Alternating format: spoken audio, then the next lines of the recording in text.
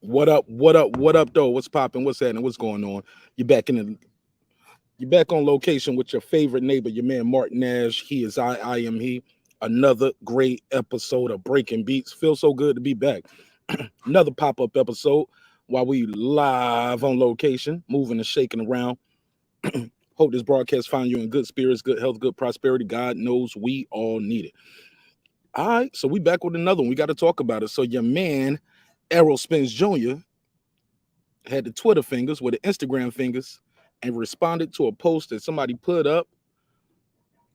And oh man, damn, Errol. I was hoping he wasn't going to take this route with it, but he took the easy route. Yep, he took the easy route. We're going to talk about it. Shout out to my guy, Bruce Gas, Boxing, Jazz, and more. What's popping, my G? Rob G. Oh, yeah, Rob G. We back like we never left, homie. We're going to talk about it real quick, real quick, real quick. I'm going to drop the link, too, to see if anybody want to pop up, chop it up with me. And yeah, I don't know how much time I got on this joint right here, but we're gonna try to figure it out. So I'm gonna drop the link. We're gonna chop it up. I want y'all opinions. I'm gonna read some of the comments. I'm gonna open the phone lines up. Yeah, I'm sitting right here at the park. Man, it was 100+ degrees in North Carolina today. 100. Man, I'm up there at my father's house with him and my aunt. Yo, she had the heat on. Now, I love my Aunt Betty. She 83, but Aunt Betty had the heat on, yo. It's 100 degrees. Actually, it was like 90 something. Supposed to be 100 tomorrow. I told my wife, I was like, yo, we leaving tonight. I'll leave tonight about 3 a.m. So look, shout out to Alan Faison. Peace to you. Rob G, what up? Bruce Gas. Yeah, we're going to talk about it. Right? It's only June, right? She had the heat on, bro. Yo, she had the heat on. So look, let me run this quick 30-second intro, let y'all know where y'all at.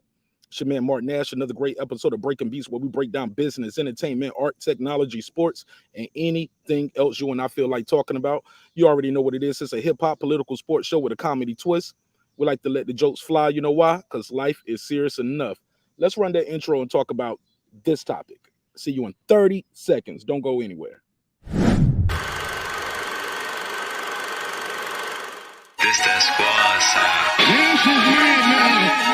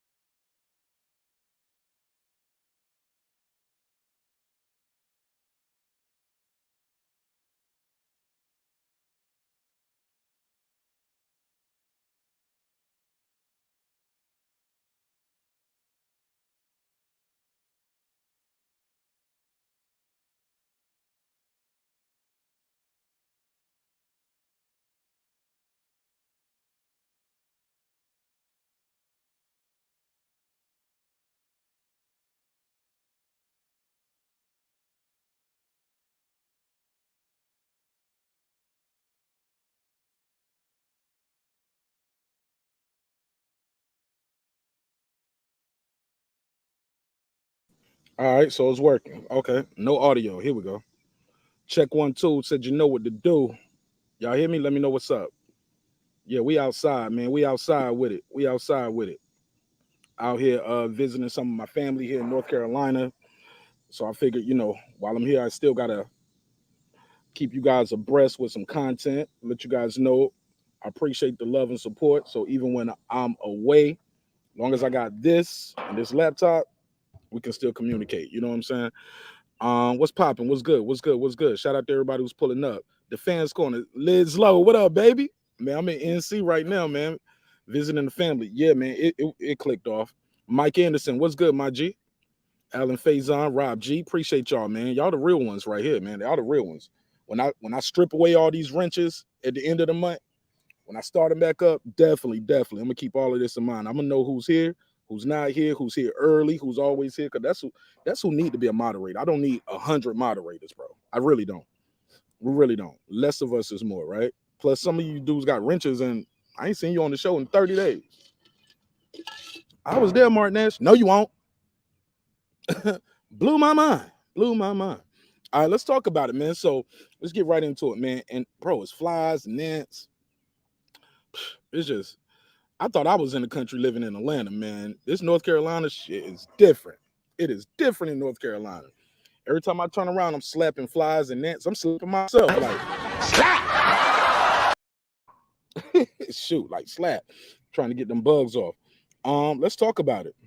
So somebody tweeted this. They said the fact that Errol Spence Jr. came back from that wreck in dominating fashion shows who got real dog in him. It seems like the Hall of Fame was focused on hating on Errol Spence Jr. But he proved y'all wrong every time. He replied, F them all. But he didn't say F them all. What do you guys think of that? How do you guys take that? I'll give you my response. I think this is the wrong approach for one Errol Spence Jr. Like, my brother, you don't have to give that credence. He retweeted it, he posted it, added his own thing to it. So, like I told you yesterday, I guess was it yesterday? Yeah, yesterday. I guess he's making me a prophet. I feel like Nostradamus in here. Like, okay, he is mad. Now I knew his fans was gonna get mad, but I'm like, Errol Spence Jr., he's big dog. Well, I'm sorry, the big fish. This stuff is not affecting him. He don't care about this. But yo, he do care about it. He do care. It seems like this is getting to Errol Spence, and he don't like it. He don't like it. See what I'm saying? He don't like it at all. Damn. We're gonna talk about it. Let me see what they're saying in the chat. Because here's my thing for real, y'all. I don't think those guys. I didn't see nobody straight up hating on Errol Spence. Did y'all? Giving Terence Crawford his flowers is not hating on Errol Spence. Why is that? Why you can't give this man his flowers without it being hating on Errol Spence? Somebody said, shout out to my guy Rob G. He said Terence Crawford got shot in the head and came back, right? There's all kind of bugs going around here, boy. Yeah, man. But yeah, exactly, bro. He got shot in the head, came back, and went to the top. Fought champions, undefeated champions. Errol Spence, with all due respect, he came back and fought Danny Garcia, who never did nothing at 147. I'm sorry. I like Danny, but Danny Garcia, his best weight was 140. We all know it. He never really broke the mold at 147. And then he's on his way to 154, about to fight Joe Benavidez. I don't hear nobody saying he's fighting Terence Crawford leftovers. Nobody is saying that. That is nobody's talking point. If you're a Danny Garcia supporter, you're like, let's go, Danny. Nobody's saying, hey, he fighting Terence Crawford. Like, nobody's saying he fighting a one-leg man. When Bud fought him, he was a one-leg man. Danny Garcia about to fight him. Oh, man, this is a good fight for Danny. Come on, y'all. Come on, y'all. Come on, family. Both things can be true. Philip H., the all-time great. What up, my brother? He said, use off, then alcohol. Once you get inside, knock the swelling off, bro.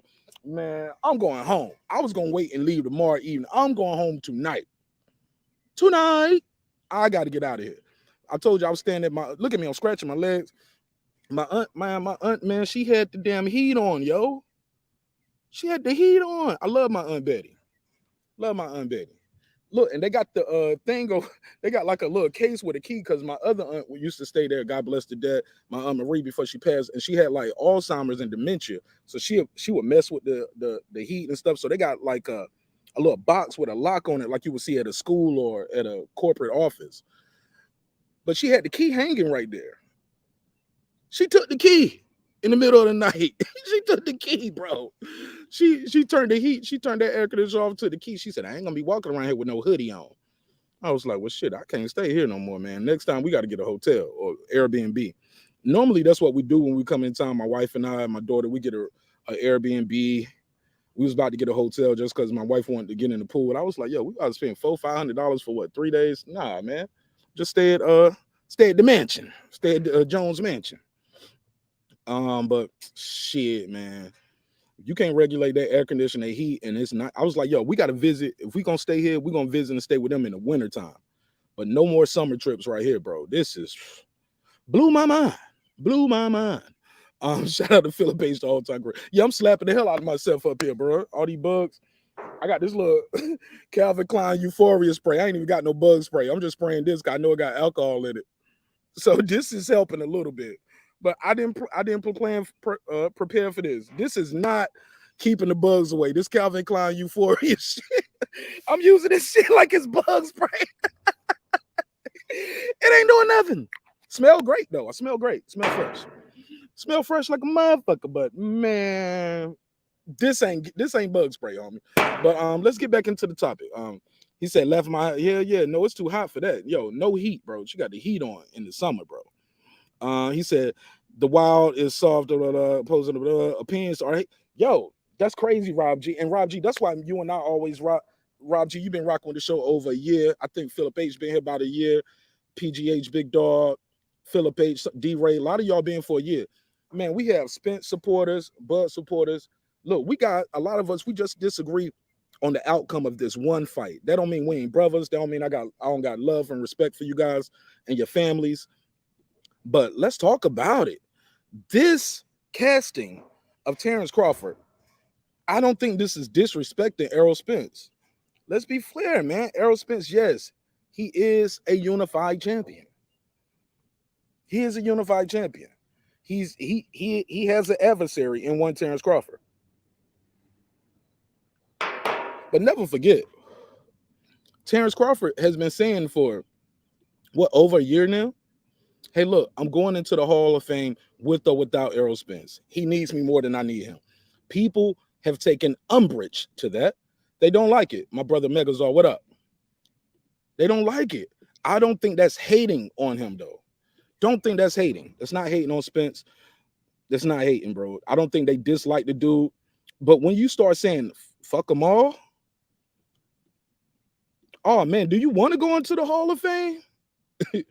Like, fuck them all. Why? Because they enshrined this man's hands. They casting his hands.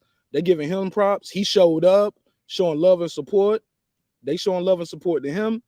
And they just say, hey, man, may the best man win. Some of those guys, everybody there ain't saying he's going to beat Spence. I never heard one disparaging word for Errol Spence there. I didn't hear it. If y'all know, somebody send me the link. My email is at the bottom of the screen, and it's in the description below. Shout out to PGH Big Dog. Shout out to Cashy 3. He said nothing to do. Thank you, bro. It has nothing to do with him. It's not no hate. Nobody hates this man. Not even me. Yeah, I troll his fans and supporters sometimes. But low key, if you know me and you know for real, man, I love Errol Spence, showing you. I just don't like this new thing that we on now where I'm doing everything I said I was going to do. I'm going to clean up my side of the street. Now, I can say this. Those Hall of Famers and those legends, I don't think they respect that. I don't think they rock with that. Because never before in boxing, when has that been cool?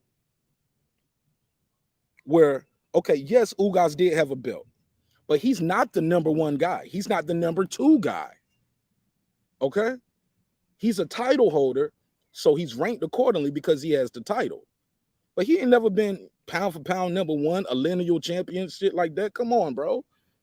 He's the email champ, if you want to be funny. You want to be. Pacquiao got stripped, Ugas got elevated, and then Spence fought him.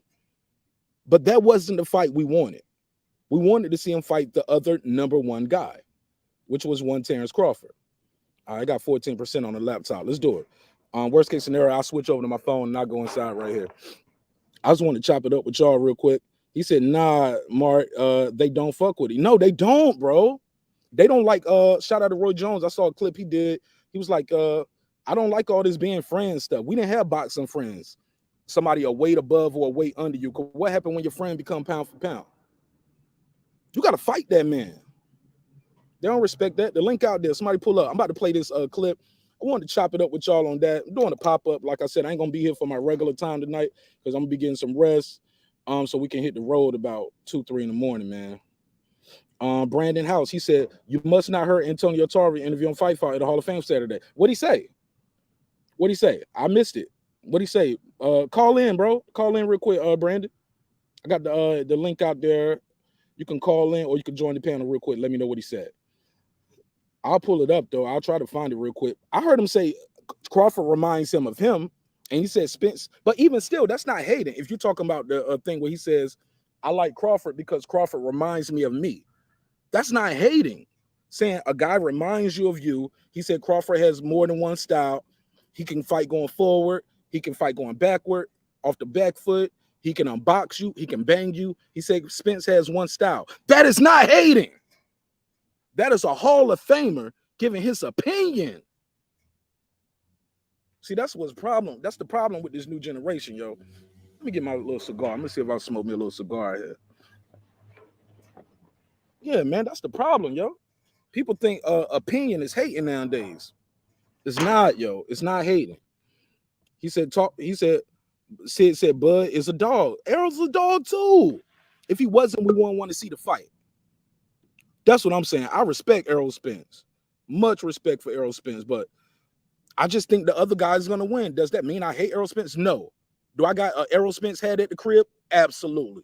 Do I got a Bud Crawford head? 2 of them. Yeah, absolutely. That don't mean I hate Errol Spence. That don't mean these dudes hate Errol Spence. D. Young, welcome home. Welcome home to your home away from home. How you feel, my brother? What's the deal? What's good with it, Mark? How you doing? Man, I'm blessed, man. I came out here to see my mom, my dad, my nieces, nephew, cousins. You know what I'm saying? Kicked it real quick. It's my mom's birthday. June 11th. So Salute to Miss Nash, then, man. Happy birthday, man. Yeah, Talk to me, man, about this boxing talk, man. What are they hating on Errol Spence by molding Terence Crawford hands? What say you? Well, nah, man, because we know that in this generation, man, not a lot of guys did what Bud did, becoming that 3-division and 3-division champion. Not just that, but making undisputed a thing now in this era. In the late tens. It's late 2010s. So, it's definitely. I don't feel like they hating. It's just like I say, these guys say that Spence had a game plan, which it may be true.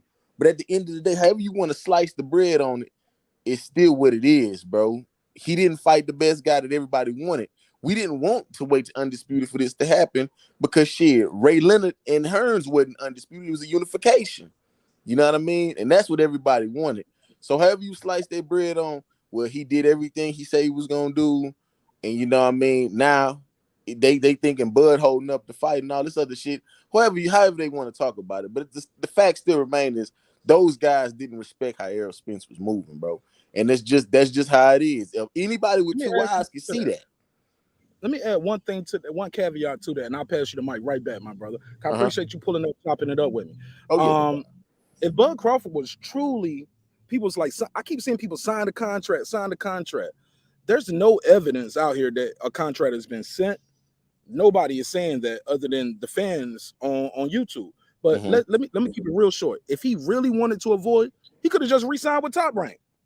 Hey, Mark, I say that all the time. He could have said, "Look, I ain't doing no fight unless Bob involved."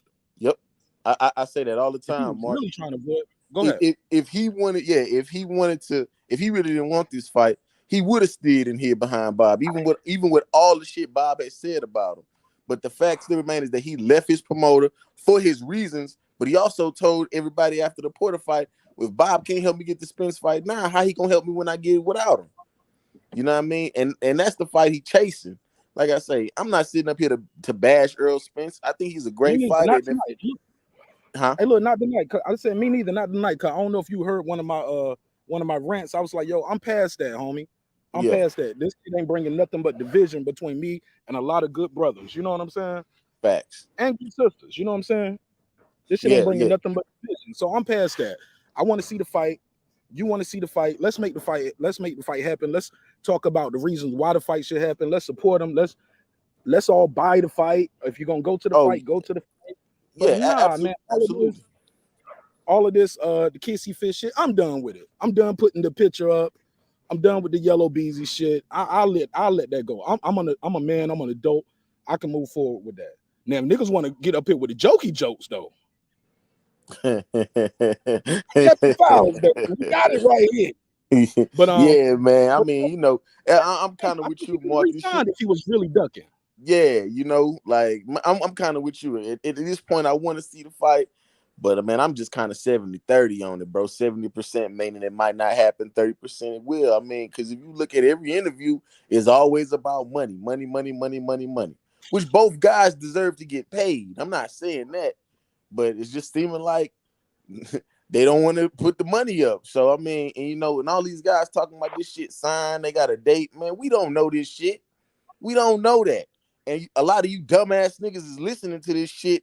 Y'all acting like, oh, Bud Holt, man, come on, man. If you think a contract and all this shit was signed, this shit would have hit worldwide news. Not know this shit being close. Breaking news, and everybody I'm sure got ESPN app on their phone. That would have been the main topic hitting down. So for me, for people who always saying that shit, it's cap, man. We don't know what's going on. But yeah, I mean, I'm Absolutely. gonna pass the mic to the brother though. But yeah, you know, That's we why don't my know what's niggas going are. on, Mark. So we just hoping. Right. Pipe dreams. What fight dreams? We have fight dreams. Megazord talk to me is what's the Hall of Fame hating on Errol Spence Jr. by casting Bud Crawford's hand? What say you? Your mic is muted too, my brother. Oh, you talking to me or the other guy? I was talking to Megazord. His mic is muted though. He might be getting his stuff set up. You know, he in Texas. He a big baller. He got a media room and everything. Like, you know, he be in his room, like with his media room. That should be like Minority Report. He be got 6 screens and holograms. Nah, Talking. There you go. There you go. nah, he capping, but Travis, I what up, don't, bro? I couldn't consider it hate because this is my whole thing, and it's kind of alarming to me, but the emotional investment of grown men about a sport that they're spectating, it's alarming to me. Like, and somebody really felt a way that brothers who were getting enshrined in the Hall of Fame gave their opinion on a fight that neither one of them disrespected Errol Spence at all. There was no disrespect of Errol Spence. But if someone is I've noticed if someone is critical in today's climate, if someone is critical of somebody else's choice or somebody else's guy that they running with, niggas go all off the like niggas act like they ain't never had arguments in school, like they ain't never had debates in college. Niggas want to start attacking the actual person, like the boxer, speaking degrading of the boxer, but then at the end of the day, they pro-black. We pro-black, we for the black fighter, except if he over here. Oh, and it's like, say, man, neither one of these niggas ain't finna get none of y'all no money. So let's cut it out. You could be you could be the proest and the blackest. Errol Spence gonna drive by your ass in this Lamborghini, nigga, and chunk you the goddamn deuce. Terence Crawford gonna drive by your ass in a dump truck and chunk you the deuce. And like, we Facts. spectating, man. These are Hall of Famers, blood, sweat, and tears. If anybody can say anything about it, it's these brothers who did it at the highest level. And if they got a little bit more respect, if they're leaning more towards Terence Crawford, it's probably because he's there with them in the Hall of Fame. Probably because he's there at the Hall of Fame with him, getting his fist cast, because he could retire right now and say, you know what, man, fuck that Spence fight. Guess what? The next class, he'll be in it. Straight like that. And it's really just what it is. It ain't no this side or that side of the street. Come on, man. I'd have respected if he'd have been like, yeah, man, I'm finna age this dude out. Damn, yeah. I'm finna try to age him out. I think they All see the that, belt, man. People all the see belts. I mean, of course they know it, but it's a narrative that gotta be ran. Sports is sports, man. Let's just keep it a buck. It is what it is. Like, if that was the plan, that's what Floyd plan was for Pacquiao. Let me go the long ride to see if this nigga really on steroids, if he's not on steroids. I'll be able to see. That's what Floyd did. that. How you age somebody out though if you older than them? Well, I mean, I can't say Floyd aged him out. I'm just saying more so. He played the waiting game. Let me see. But I really think that if Manny Pacquiao would have agreed to the Olympic style testing earlier on, that they would have fought. I agree. I Yeah, agree. I agree with you too. I agree with you too on that one. But shit, And once once Marquez knocked, Floyd started saying that, Pacquiao started getting knocked out and beat up too. yeah, Uh-huh. I was just finna allude to that. Once he got knocked out by Marquez, you know what I mean? He That got kind of beat up sealed. before that by Bradley. People don't think he lost that fight, but if you Oh, watch again, that fight, the first one. he was fighting it. Yeah, the first one he was fighting Okay. in spurts. It looked like he was trying to conserve energy, and he would like fight the last 30 seconds. But judges score rounds minute by minute, punch by punch, not just oh you landed a good shot within the last 10 to 30 seconds. You know, I get it though. I get it. Shout out to my brother Real Rap. Real Rap, you on the road? What's good? I'm on the road, but I'm finally not driving, man. I finally got some good service too. What's good with it, Mark? Peace to you, man. We're good. I like doing these outside lives. I think I'm gonna start doing these when I get back to the crib. Do a couple of daytime and midday outside lives. I kind of, but not out here though, like in North Carolina, bro. When I say these bugs in North Carolina, these bugs are drunk too. These bugs are homeless and they need poverty. Like they trying to get in my bag. I ain't never seen a mosquito say "fuck biting you." I'm gonna go in your bag. I think you got some good shit at the house. Like these bugs are jumping in the bag and everything. But go ahead. What's your take on this? Was the Hall of Fame disrespecting Errol Spence or hating? The word was they hating on him. And hell no, bro. You know what I'm saying? Look, everybody Real is rap, talk entitled to me. to. Was the Hall of Fame hating on Errol Spence by casting Terence Crawford's hands or giving some guys like Antonio Tarver give her their opinion on the fight? Why is hating? Why is it giving your opinion nowadays hating? Why are guys so emotionally invested in this fight? Good brothers, man. We can talk about any other fight in the world. We talk about this fight. You a hoe. You a aerosexual. You a bud Right. sexual. You a bud avenger. Tell your boy to sign the contract, nigga. I don't know. Nah, bro. Like they definitely wasn't hating, dog. Like they entitled to their opinion. They can say what they want. I'm gonna use your term, bro. A lot of cats just repeating what their YouTube daddy said this morning and over the weekend. That's it. You know what I'm saying? They just repeating what their YouTube daddy said, dog. You know what I'm saying? That's all they doing. I'm gonna say it one more time, dog, for the slow niggas in the back. They just repeating what their YouTube daddy said. It's like when My you're God. raising your children. Mic drop, man. When you're raising your children and you say something in the house, and then your children leave the house and repeat that shit, knowing damn well they weren't supposed to say that outside the house. That's all that's going on, man. The fanboys are repeating the YouTube daddy narrative. Okay, real quick. Shout out to Mike Jones. Who? Mike Jones. Who? Mike Jones. He said Roy Jones, Tony, Sugar Ray, all pick Mikey Garcia to win. Tell me that ain't hating. Shut the fuck up. No, I'm gonna tell you it ain't hating. And I'm gonna tell you to shut the fuck up, Mike Jones. It's not hating. So your pick of a fight means you hate or you're hating on the other guy. No, it's your opinion. They seen him more in bigger fights. They seen him more. They thought it's not hating just because you pick somebody else to win a fight. That's not hating. I'm sorry, Mike Jones. That's not hating. And the fact that you even took the time to type that and you typed it perfectly well, not all caps, you put some commas in there. So that means you thought this through. And that's how you really feel. You think a guy picking somebody else is hating. So when you watch somebody else show tonight, watching my show instead of somebody else, are you hating on them?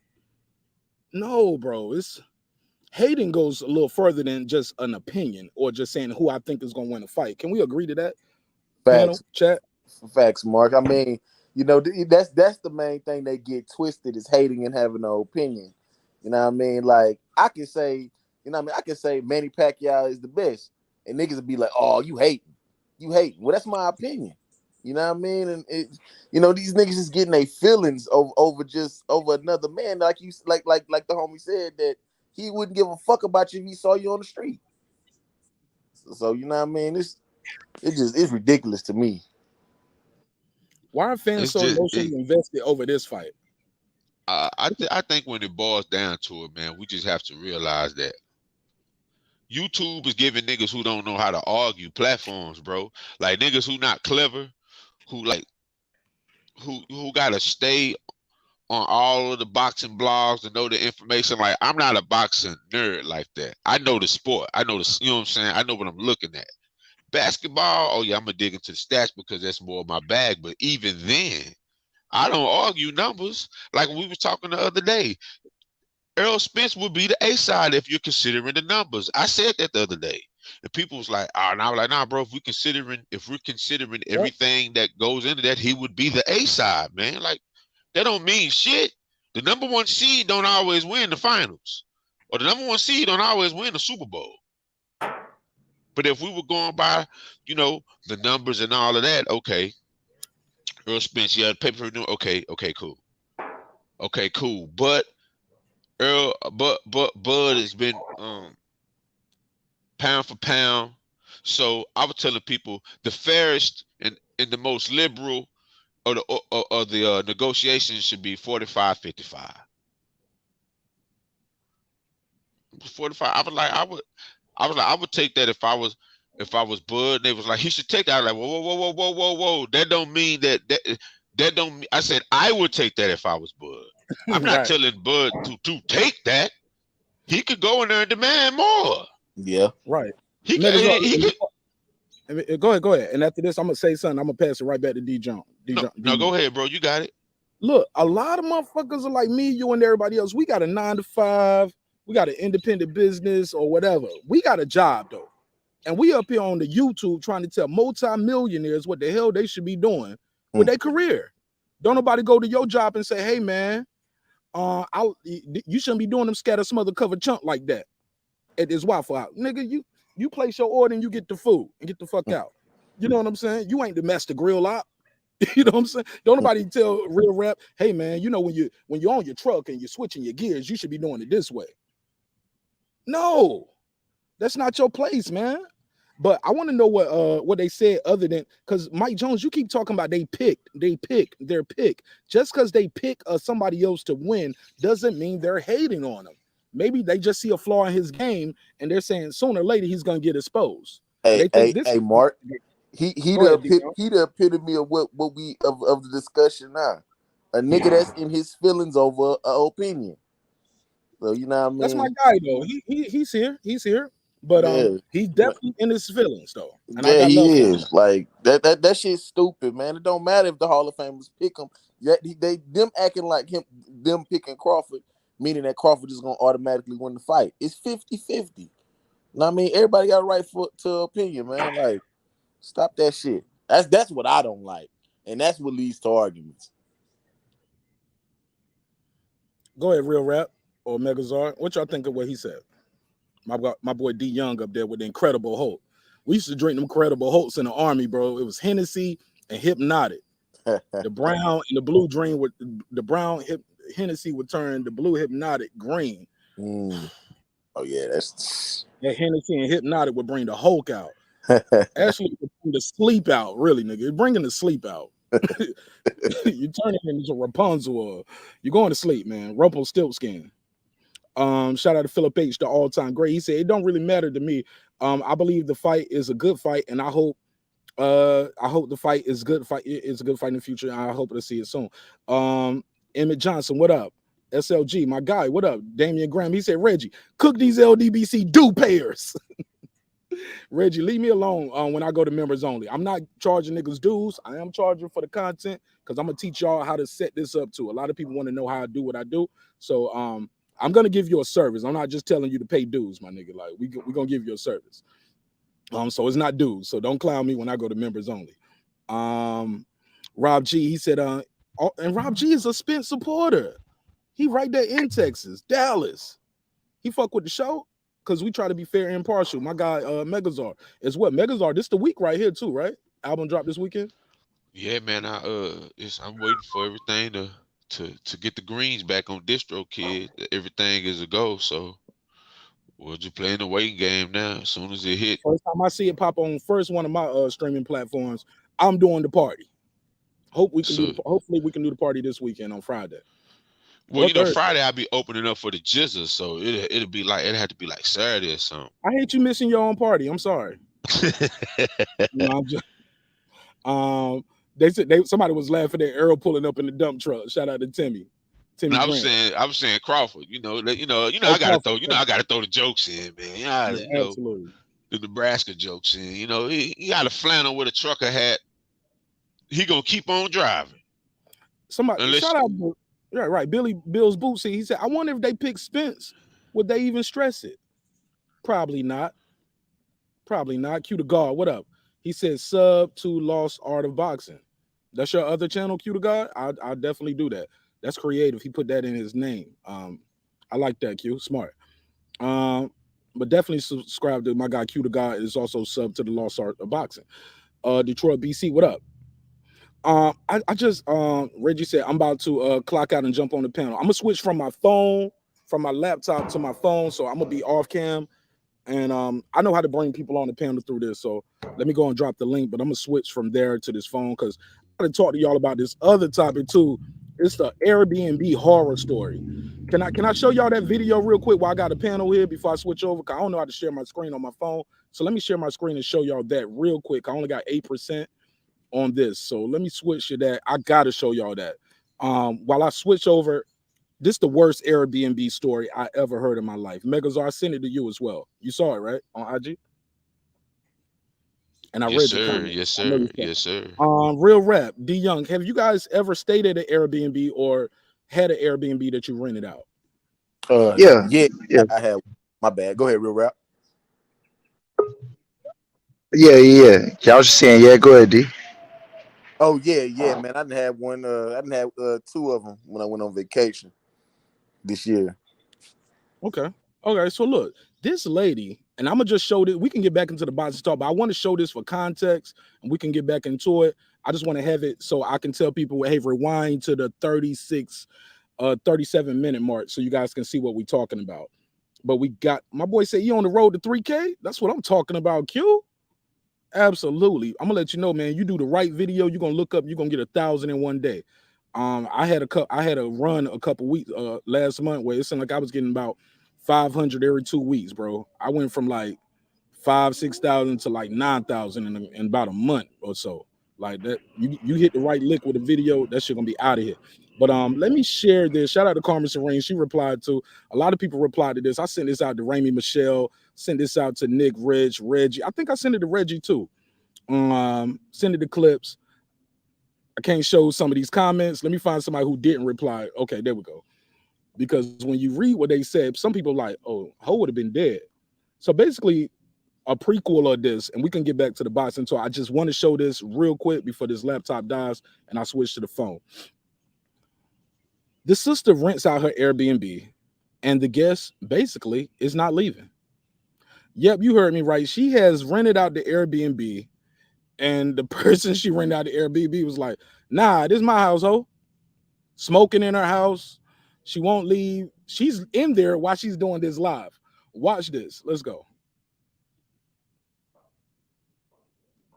See, if I was at home when I plugged to it and I said, watch this, let's go, would have moved a little quicker. Let's go. All right, hold on. There we go. Here we go. It's about 3 minutes, but y'all need to hear it. It's all good content. Watch this. Yeah. Don't trust my Airbnbs. Okay. So I can't even talk right now. I'm so pissed off. I didn't even know this shit could happen, but this shit is real. This shit is really going on.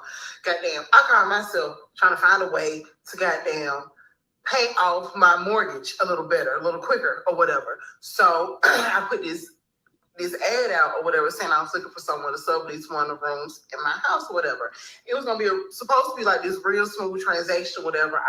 Went on vacation or whatever. The person was supposed to be gone 3 days prior to my return. So I'm talking to my housekeeper or whatever, XYZ. She's like, yo, that person is still here in your house.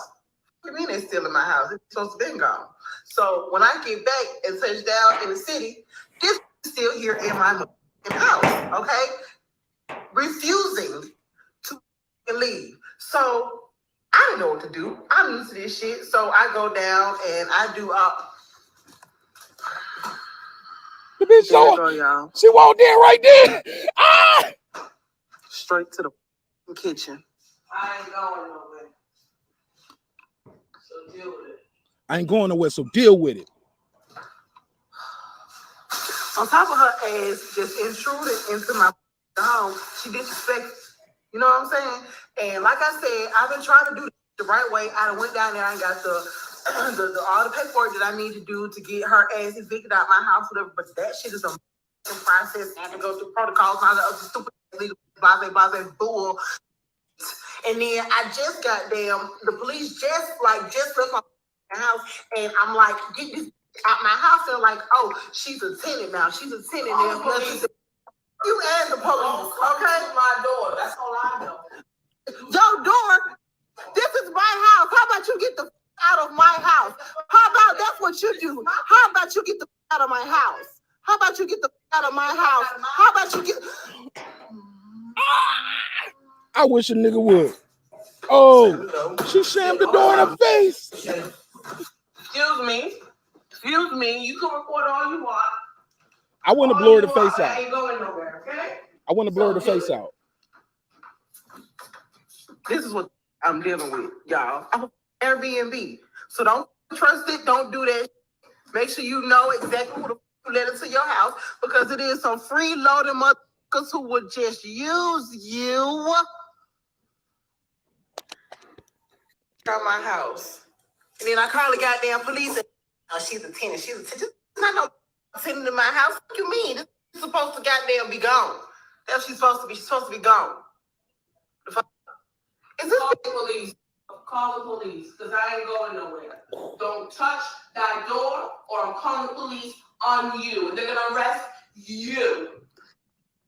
Call it. Are you smoking in my house?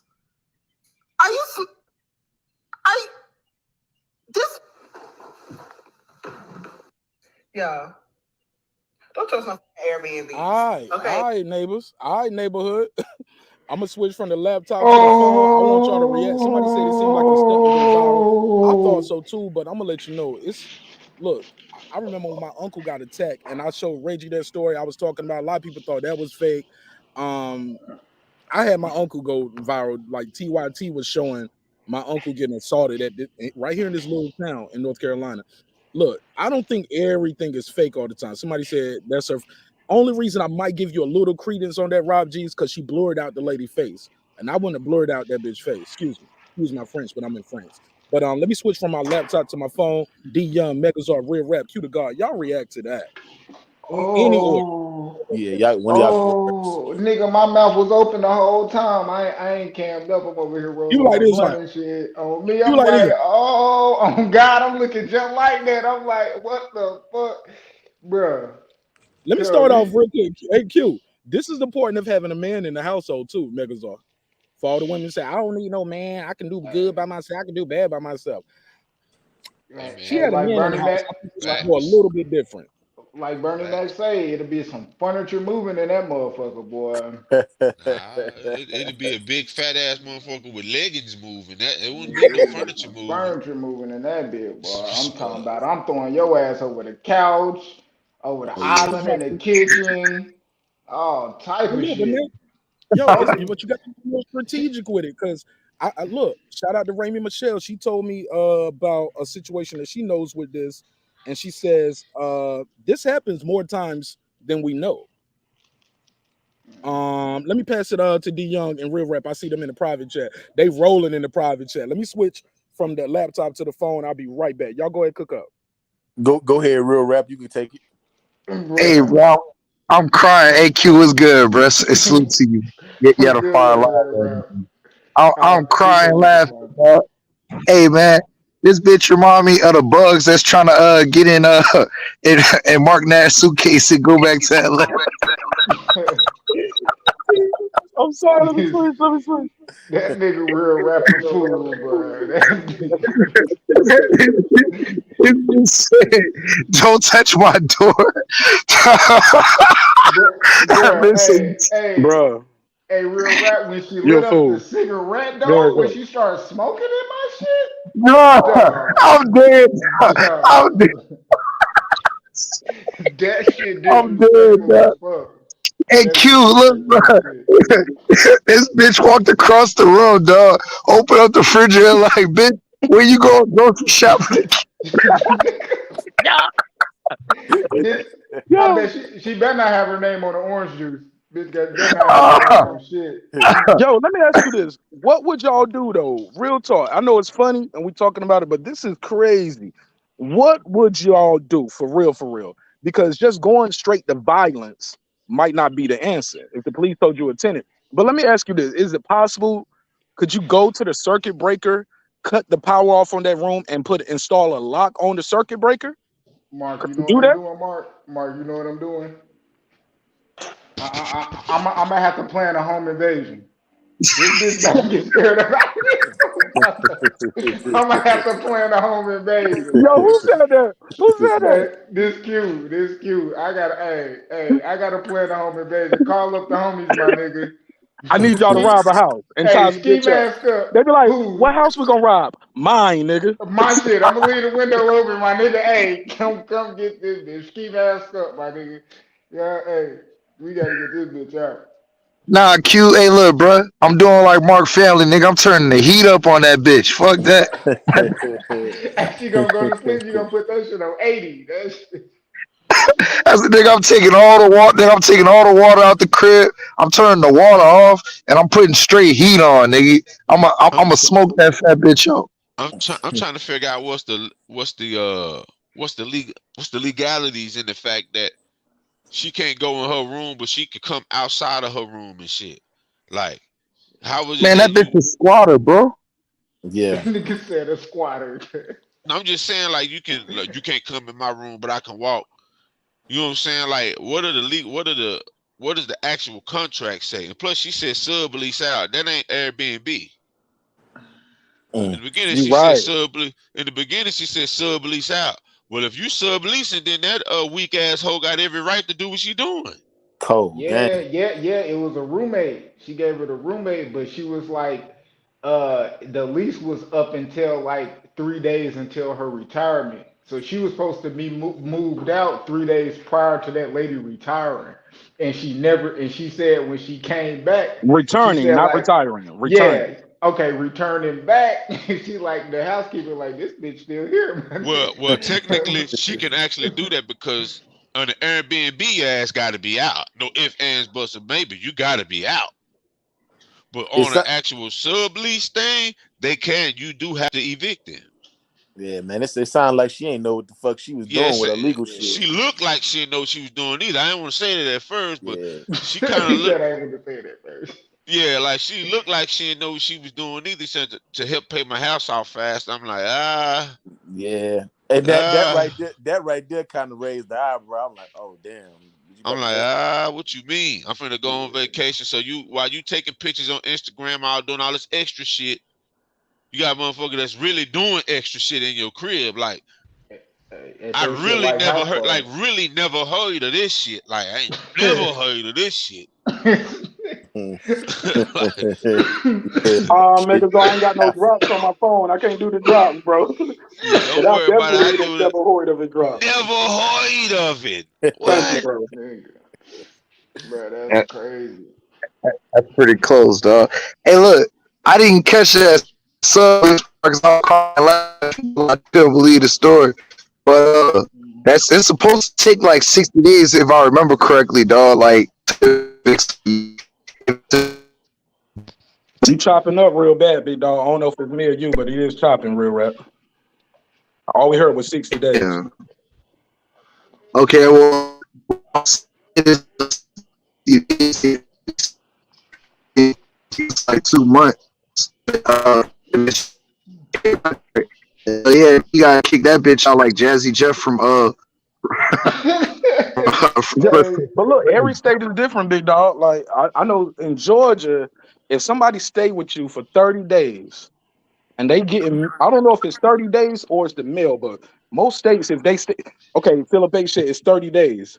If they stay with you for 30 days, let's just say I just let a homeless person stay with me. If they've been there for 30 days and they getting mail there, I don't know if it's both 30 days or if it's just they're getting mail. Regardless, they are tenants now. You have to go through a process to kick them out your house.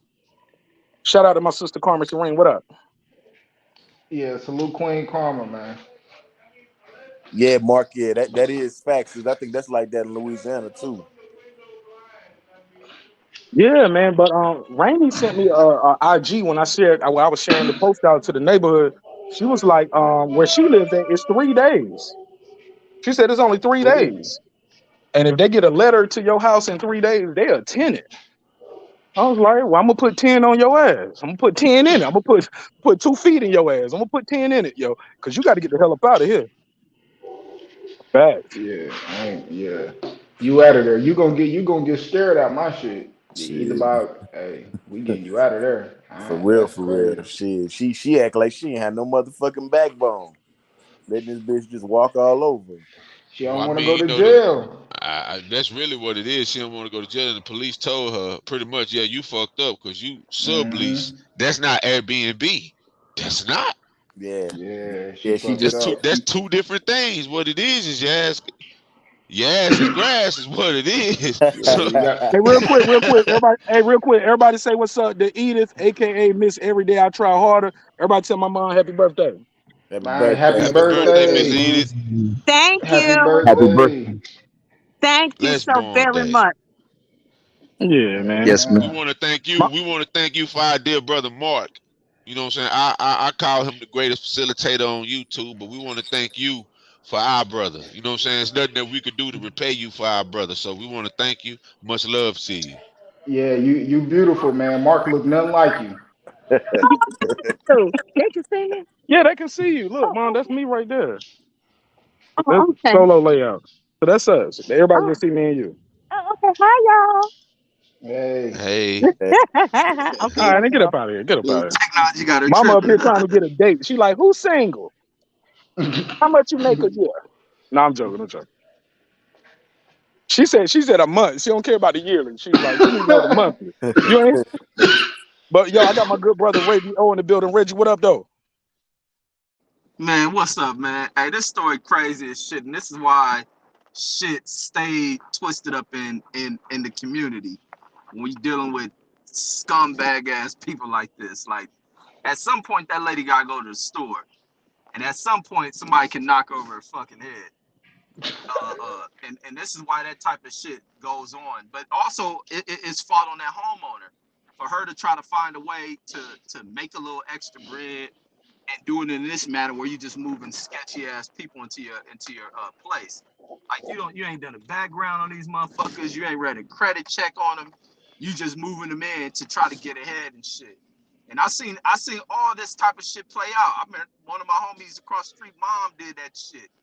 They mother coming to they father's home where their father died like abruptly and shit. He was divorced. I think he was divorced from her or separated, or he didn't go through the full divorce and her name on the fucking house. So she ended up moving right in as soon as he died.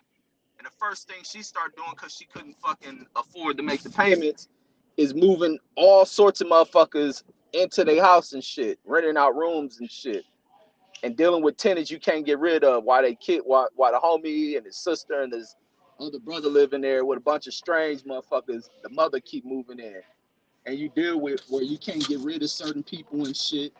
And it's just like you just go into where some people just gotta have a home and knowing damn well they can't afford it, and then they end up in some shit like this with a squatter who knows the law and ain't gonna move the fuck out. Like you see that shit like in a lot of states. I remember, know if you remember one time when the foreclosures hit, when the recession came, and you start getting people who will take advantage of the squatter laws. They've been in your shit for a certain amount of time because some people buying multiple properties and living in other places. These people canvass the area and start living your shit. Jail Felony, the rapper Jail Felony was doing that shit.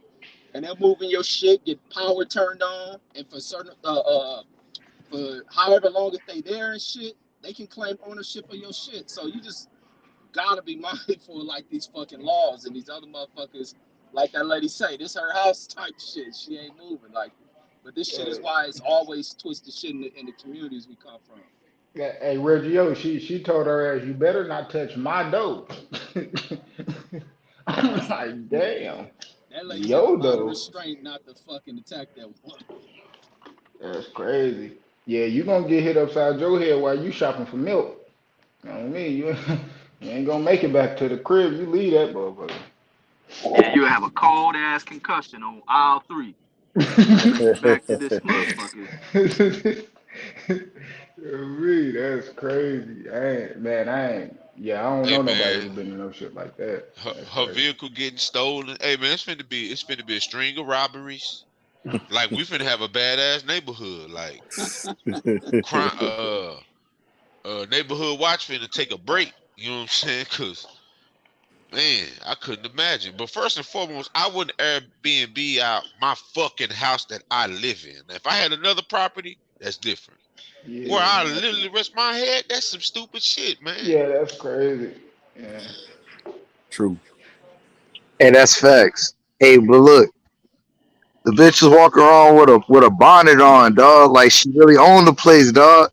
Like, yeah, but that it, shit can't be fake, man. That shit is hilarious. Sorry. Man, it That's, take a man. lot of nerves, man. But it's people like that, man. You get people come out of shelters, come up on some shit like that, like man. Because like I say, I seen that shit when the homie mom was doing that shit. Like all type of way out motherfuckers living at their house, and some motherfuckers wouldn't leave. They ain't had nowhere to go. You about to fight them. Like they ain't about to be just cause you say go, that they about to get out. They like hell no. And they been living there for a while. They adjusted. They comfortable. Like you gonna run into to some issues. Like, and that's always a problem. Like even owning property, because I remember my mom when we had rental property, she started renting to any type of motherfuckers, man. Especially in people like with Section 8 and shit. And you gotta deal with that type of shit. Like being a property owner is a hard fucking thing to deal with and shit. Everybody be talking all this property shit and owning properties and renting, man. Fuck all that shit. Cause you gotta deal with this kind of shit. Man, I'm still tripping that she fired up that motherfucking square in that bitch. That's crazy. at, at the table, Q. Lit that bitch. Bro, in the living room at the little coffee table and shit, bitch, you using my coaster as an ashtray? Oh, bitch. Oh, nah. Man, you gotta feel like a bitch just to let somebody do that shit to you, man. Bruh. Man, your Bruh, whole people don't hey, even allow smoking on the inside. Weed, that be cool. People allow weed. They don't allow no goddamn tobacco in the crib. That shit, hell no. Take your ass outside. yeah, at that point, man, you just gotta have a backbone or something, man. But god damn. Yo, she bullying that girl in that house though, Hey, yo. Oh, She was like, hey, absolutely. "Don't touch the dough." She's smoking in the house, opening the refrigerator, like, like. I hey, told, look, Mark. I don't know what we can do legally, but I was thinking like, yo, what if you cut the power off with the circuit breaker to that room, and you put like a lock on the circuit breaker box? You get what I'm saying? Like, can you do that Uh, legally? So now you But don't not have no power in there. I told but my this wife your that. She only was like, my wife was like, oh, a heifer like her, she'll just light candles. Like accidentally burn your house down. exactly. hey, I'm gonna She's Bring like, a she hey, ain't tra- going trash nowhere. she'll I'm bring gonna a sneak. trash barrel in your house and light that shit to keep warm. But this your Said hey, you then, said gotta Mark. then, said then. She bring a trash barrel and light that shit like the homeless people in New Jack City do to keep the house Mm, warm. Oh But hell you Yup. got to no. keep in mind, this your house too. So ain't no yeah, turn the lights off. You fucked up too. Rob G, yeah. what I said is illegal. I can't cut the lights off to my own house. I gotta provide her lights because I thought this was a Airbnb rental. Like that's what's blowing. Let me see. Let me get my cigar out of the car. What's blowing my mind with this, y'all, is what I never heard of subleasing with Airbnb. Never heard of it. I There's like no so, such thing. There's no Yeah, such thing. but yeah, I cause do know you can yeah, rent an they do the long Airbnb. distance. But I do look. I They, had a homegirl though. She rented out her townhouse. She rented out her townhouse for about was it for a summer? So what's it about 2, maybe 3 months? She rented yeah, out her townhouse to some people for pretty much the whole summer. So I know you can do extended stays, but I've never heard of a situation where somebody can take over your property through an Airbnb because don't Airbnb supposed to get paid? Now if they're not getting paid, like I mean, like the card ain't working. Don't Airbnb shouldn't they step in? Like how does that even work? This is blowing my she mind. she probably did pay her. She just ain't trying to leave. Shit, man, I'm sneaking up behind that hoe, putting her in the headlock like Melvin did Jody. Fuck that. oh yeah. That's funny. On me, I'm on you. That's crazy. But I Hey, don't think that lady did all the proper like legal protocols with this shit. Cause I don't even think that the lady lived there is the type person to go through some Airbnb shit. I think she did some old hood ass negotiations for this shit. Yeah, yeah, Yeah, that's what it sounded like. that look Yeah, like a cause she nice said crib though. stubbornly So why would she Yeah, Airbnb. even They could mention have a law Airbnb? But Reggie, because but because that's what you, she thought she go, was doing. Yeah, okay. everybody gonna call rental Airbnb on the real. Oh, okay, Yeah, fair enough. Now because if Reggie she don't said add his own stubborly, scenario to it, y'all. This is a Reggie fact. Never forget that. Reggie, you my boy, but this is a Reggie fact. We have no proof of that. well, I No, know no she Fair. proof of said what? that. So she said I sublease tried to do the whole Airbnb thing. There's no such thing as a sublease. Airbnb, the cops Well, you would have can made her rent a leave. room. Airbnb, you can rent a room on Airbnb. Some people like. I remember I was trying to rent a spot like to shoot a video at, because they had a nice pool. Then you couldn't rent the whole house out. The whole house won't available for rent, but you could rent out this little pool room that they had. It's a little pool house. There's no bathroom. It's no, I mean, it's a bathroom and that's it. It's no kitchen, so it's basically a little hut. You can change clothes, take a shower, use the bathroom, but it's no kitchen there. It's no really extended stay, but you can rent that for the day to go to the pool because they had a nice pool that they don't use. But you don't got no kitchen, so I don't picture nobody staying there like that a long time. This right here, so I know you can rent a room, but when she started saying sub leasing, like you said, Megazord, that threw me off because that ain't Airbnb. Yeah, Sub No, leasing. she probably was on Zillow or some shit like that. Probably rented her shit out, room or something. Over with. Man, man. hey, the bank need to just go ahead and take that bitch house. I mean, I This mean, that's I, just nigga, ignorant shit. this nigga Foreclose rich. that bitch. Yeah, wow. a good family dog will still work too, man. You know, see, I had to call Cujo on that bitch or something. That Oh bitch getting out of me. here. Yeah, she out of there, man. oh yeah. If she, hey, if you leave out this door, this dog gonna be right here on your funk ass, like That's straight what up. I'm saying, dog. A good family dog will still work, man. That's crazy. Tell the police, hey man, this is the dog house. I can't lock our dog up, man. It's the dog house. Oh yeah, they love them dogs. We'll be good then. White folks love them dogs. Yeah, yeah, like this bitch just hit my dog, bro. We gotta get her out of my house. Cute too much. I'm trying to Everybody in the figure, neighborhood gonna help you out. They gonna be like, yeah, she gotta go. She but abusing the what can puppy. Hey Reg, I was telling Megazord earlier, I was like, and I want to know what y'all think. I said this is the prime example of, and I'm sorry, sisters, I know some of them gonna get mad when I say this, but if she had a man in the house with her, she wouldn't have this problem. All of that, I can do Yeah, bad by myself. I don't need Yeah, no man. I don't need no man. If you got a man in the house, I think this would have went a little different. I'm sorry. That's just my opinion. I could be wrong. What y'all think? that's a whole Uh, fact. That's a whole that's a fact, Mark. whole fact. Cause first, for if it was me, man, we not renting where the fuck we stay out. What type of in the name of white people shit is that? We not hell no. We finna pay this shit out. We not finna. Well, we ain't gonna be here. We gonna go on vacation for 3 months and run our house. No. The fuck we not. You get an extra job and start a business if we want to hurry and pay this damn mortgage off. Shh, hell no. Yeah. that's how motherfuckers be end up with everybody throat slit and shit. Like that's just the bonehead thinking of some fucking women who just quick for a money chase, quick to try to get ahead on some shit after blowing the money on a vacation. Like, bitch, you shouldn't want to take your ass overseas if you struggling to pay the fucking house note. Keep the fucking On money in the me. house. Like that shit just dumb as fuck. That Like motherfucker you done put took a your vacation with the rent money and thought she was gonna sublease her shit and come back with an empty house. yeah, and then this bitch be like she broke. Ain't gonna even pay her and shit. Like that's what she deserved this shit. Yeah. Yeah. That nigga Reggie Definitely. going hard on the motherfucker. That nigga don't give a fuck. He said foreclosure shit. I'm like, damn, bro. The crib, the whole house. Yeah, yeah, that bitch don't need no house. Damn.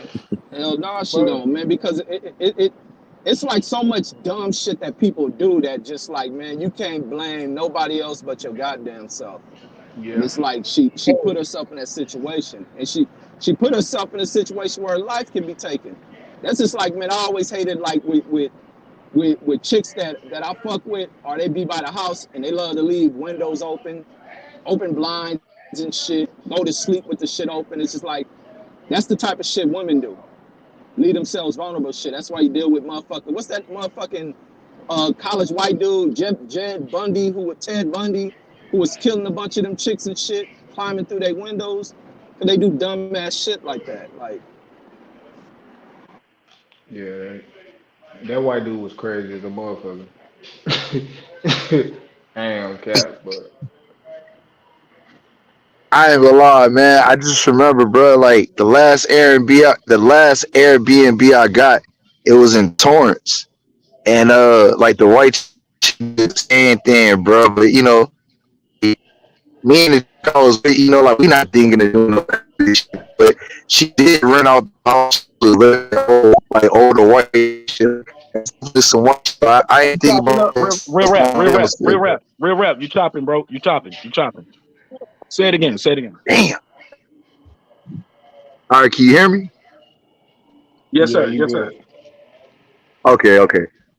What I was saying is the last time I got an Airbnb, it was in Torrance. It was like outside of LA, and it was a older white lady. Like she actually did the same shit. Like she would rent out like the upstairs, and she was still living in that bitch, but she took a chance, And I just remembered that when like I think Megazar had said that. I was just remembering. I was like, yeah, that's definitely some white shit to do, man, because she was definitely doing that over there.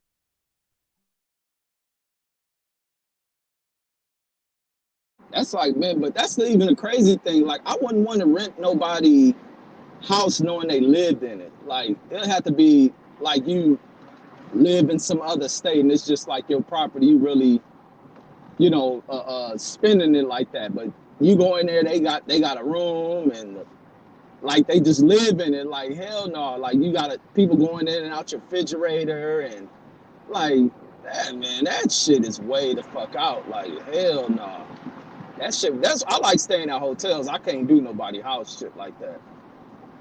Nah, hey Reg, I feel you, bro. Like that was the last time I ever did an Airbnb because the chick was trying to tell us like how to use the water and how to take a shower. Like I was like, look, I don't give a fuck about the water shortage in California. I'm not about to, turn the water off. You know what I'm saying? Take a shower a certain kind of way, then rinse and turn it back off. I'm gonna leave the shower water running. So, the chick I was with, I told her, look, bro, we ain't never doing this Airbnb shit again. Because I definitely ran that water bill up for sure. Yeah, that's the other thing, man. And plus, I stay up. I don't even like staying at family members' houses. Like shit, everybody be sleep. I'm up late as fuck. Like I don't want to be doing that shit. That like hell no. Give me a hotel room and I'm free to do what the hell for the days I'm at that motherfucker. Say that again, Reg. What's that last part? I missed that. No, no, like at a hotel, I'm free to do what the hell I want for the days I rented that shit. I don't want to be, especially like in this situation. This is a house somebody live in that motherfucker, and I gotta rent a room and like hell no, I can't. Like I don't like. I was saying I don't even like staying at like families' homes. They be you can stay here. Like nah, I be up late as fuck. I stay up late as fuck. Uh, maybe I don't want to be walking through people's houses and shit like that. Like nah, I can't do that. Yeah, I get it. So this is a crazy story. I got to tell my sister-in-law because my sister-in-law got an Airbnb and got a nice Airbnb too. I don't know if y'all seen my Collards and Yams video with the pool table, but that's her crib, my sister-in-law. And I shot that video at her Airbnb with her, and I don't like this. This just seems unreal. I think somebody in the chat was like, "Yo, this is fake. It's a stunt for some clout for some views." Do y'all think it's fake? And it's a stunt for some views or what? What y'all I think? I don't think it is, man. I I don't think it is, especially how she came in that bitch and she got all quiet. Nah, this ain't fake. That bitch really want that woman out of the house. Man, and they some hellified actors if that shit fake. But there's scenarios that are really like that. There's a bunch of scenarios like that. Even at one of my jobs, I mean, we work with like tenants, and this dude moved in this chick into one of the units and wanted to put her out. When the police came, they was like, no, her stuff is she got clothing items and other stuff in there. It's like, nope, you gotta go through the courts. and left and walked right on out. So I'm like, there's situations like that. But look, what if I had me and 5 of my friends? Because like somebody on the panel said, this lady leaving at some point. She got to get food or she got to get something. When she leaves and locks that door, oh yeah, like matter of fact, she probably don't even have no real lock on unless she changed the lock. Like that would be something different. But let's say you come in, all her shit is gone. She called the police and said, "Yo, somebody blah blah blah." It's me and 6 of my friends there. Like no, it's me, or me and 5 friends. It's 6 people's word against this one person's word. Saying, "Yo, they threw my stuff out." They're like, "No, she said her stuff out here." How does that work? You get what I'm saying? They're gonna take us all to jail. They're gonna believe that one person over 7 people. Like, how does that work? But I feel like ingenuity. You should be able to get this person out of here because it ain't like they took control of the whole house. They took control of a room to the point where I would be scared to leave and move. Like, damn, she's gonna take control of the whole house if I leave. You know what I'm saying? Like, how does that work? Anybody? Man, I don't know. These laws be tricky on shit, man. Them laws is tricky about shit. And some squatters be knowing the rules to that shit. That's just like I said, that the rapper Jail Felony was doing that in somebody's property. J.O. felony fell off to the Yeah, point where he's squatting and still in the house. man, it was like a big ass house. He took like a big ass house he was living in. But it was a big thing. I don't know if y'all had any of y'all news out there, but there's a big thing even out here in Vegas where you're dealing with like a lot of the foreclosures, or you deal with a lot of people who came up during the recession that brought a lot of properties and will live elsewhere and wouldn't be at the properties for a long time. They just go up in there, move some shit up in there, stay in it for like 6 months, go down to I don't know if they went to city council, sign some papers over, claim the house, turn power on, and I think you stay in it for like a year. You can claim ownership of the property, and I don't know how you go through doing it with the banks, but you can seize that person's property and shit. That's why they have like them squatter laws or some shit. However they go about doing that, but yeah, they taking over nice houses and shit.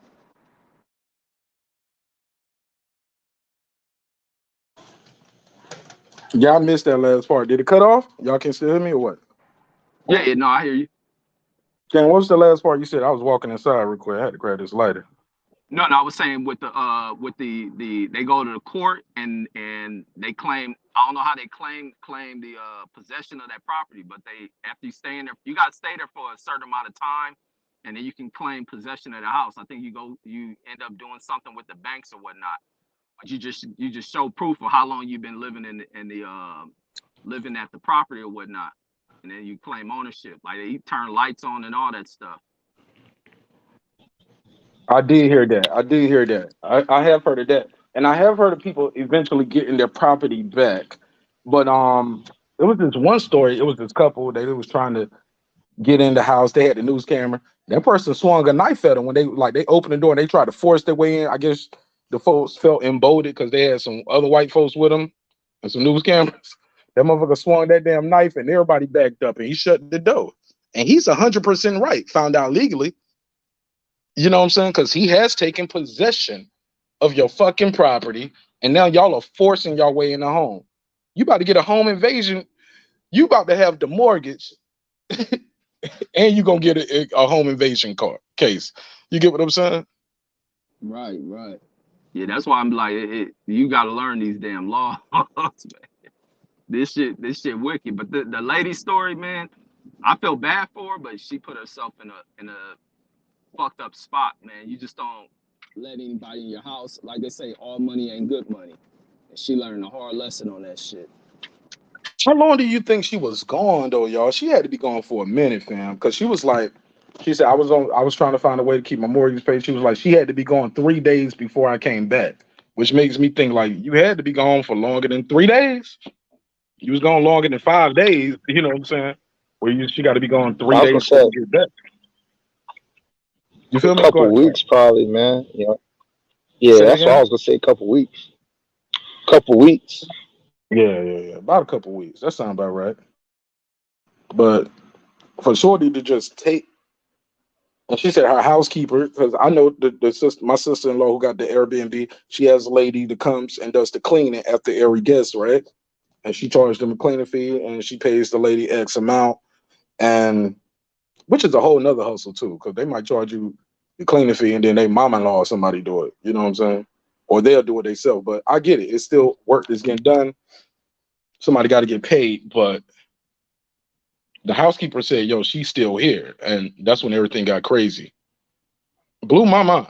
Blew my mind, yo, because I never heard of somebody just being a squatter at an Airbnb. Like, how long were you gone?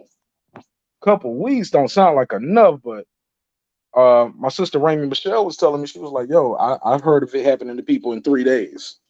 Somebody, but I guess it's state by state. But you should be covered if you're renting the property, because that sounds like theft by conversion. When I used to work in rent to own, that's what they call it. Like if you get something, like let's say you get the merchandise from Rent-A-Center or Aaron's and all that. I remember I have to file those warrants and shit. That was crazy.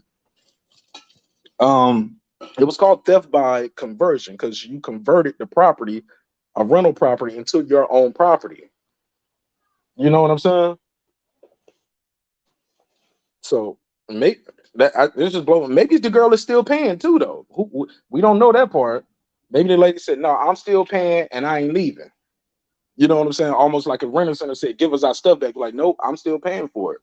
You can't take it back. I don't know. I've never heard of that though. Like a theft by conversion in a in an Airbnb situation, because I thought you go into that saying this is the start date, this is the end date. You have an agreement, and that person has to leave. Am I missing something? Somebody said, I bet Airbnb has language in their contracts to. You said, I bet. What did you say? I bet Airbnb have contracts. I bet Air in. Come on, SLG, get it right. Send it again. Salute, Oh Ben. shit! This Go ahead. Let me drop nigga this link Ben in. Israel. Hey, yeah, pull up, Ben. Pull up. We got some talking to do, dog. Tell you, man, send the contract, man. Shit, these niggas. Yeah, bro, that's some crazy shit, Mark. You know, after I get off your show, I'm gonna be watching videos on squatters all night and shit because of this. That's on Pornhub, nigga. Those some real squatters and squirters. Yo, I shouldn't have said that. Hey, look, it's real nigga Uh, though. I'm a real nigga. My mama know how I talk. She was like, "Do your job, baby. I don't care. That ain't my show. That's your show. Say what you want to say. Do your job." Yeah, this crazy. man crazy, dog. But she said, "Stop tagging the people from the church back home in your videos though. Like that's getting back to her." She's like, "That's getting back to me."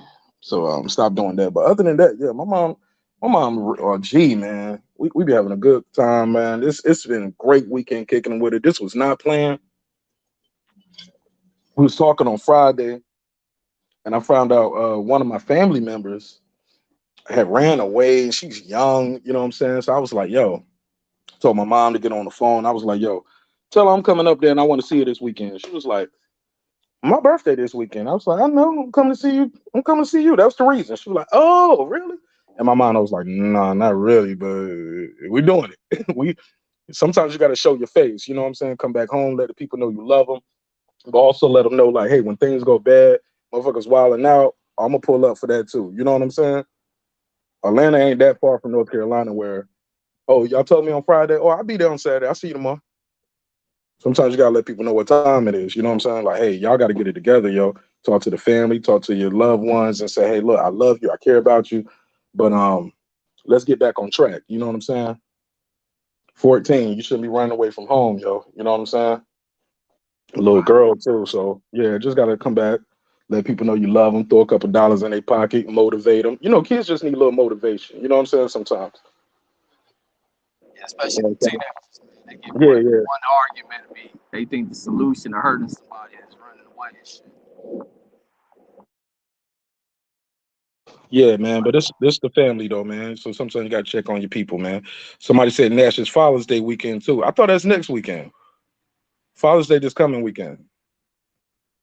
Yeah, yeah, yeah. Oh, yeah, yeah, yeah. But this weekend is just past my mom's weekend. This should be Megazar's album drop weekend. That's gonna be major. Ben Israel, though. I guess you saw the thumbnail. We was talking about that earlier, but shoot, I'm here. What's on your mind, my brother? Are they hating on? Is showing Terence Crawford love and support and letting him get his hands casted? Is that how is that disrespecting Ben Israel? Mute your mic, bro. Mute your mic. Let me ask the question first. Let me set the table. Let me set the table. Because you got that. You got to get your audio together, homie. You got to get a headset or something. Because my audio don't sound like that. Do it, y'all? No. Y'all will let me know if my audio sound that bad, right? Please cut in. I'm on the phone. I'm not in the studio like I would normally be. Actually, I look like I'm on the yard on lockdown or something, like, nigga. Look like I'm on the bottom tier. But let me know. Go ahead, Ben Israel. Talk to me. First off, let me see my mic clear. Since my mic clear, I want to give a shout out to Reggie Owens. I want to give a shout out to Q to G. You know what I'm saying? I heard you earlier. And I want to give a favorite shout out to my dude Marq Nash and one of my biggest rival with love, running real rap. And I got you here, real rap. What's up with all this new bud energy you got, bro?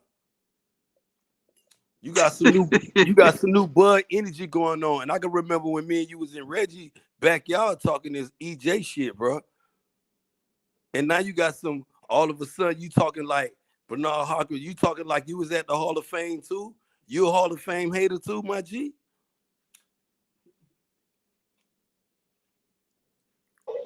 Well, we hearing crickets. I guess we hearing crickets. Big Israel pull up, ain't no answers now. What the fuck going on, real rap? Now get your boys up, because I'm going to say something after. Ben Israel. Ben, can you answer the question? I love your energy. You up here trying to interview my panel.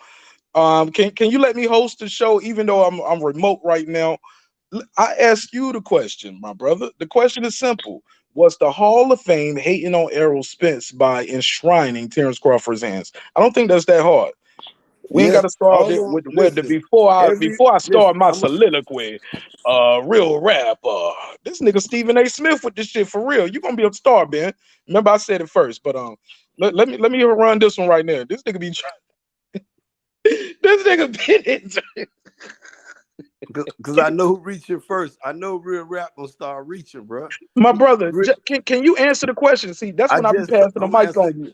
I'm gonna answer again for you.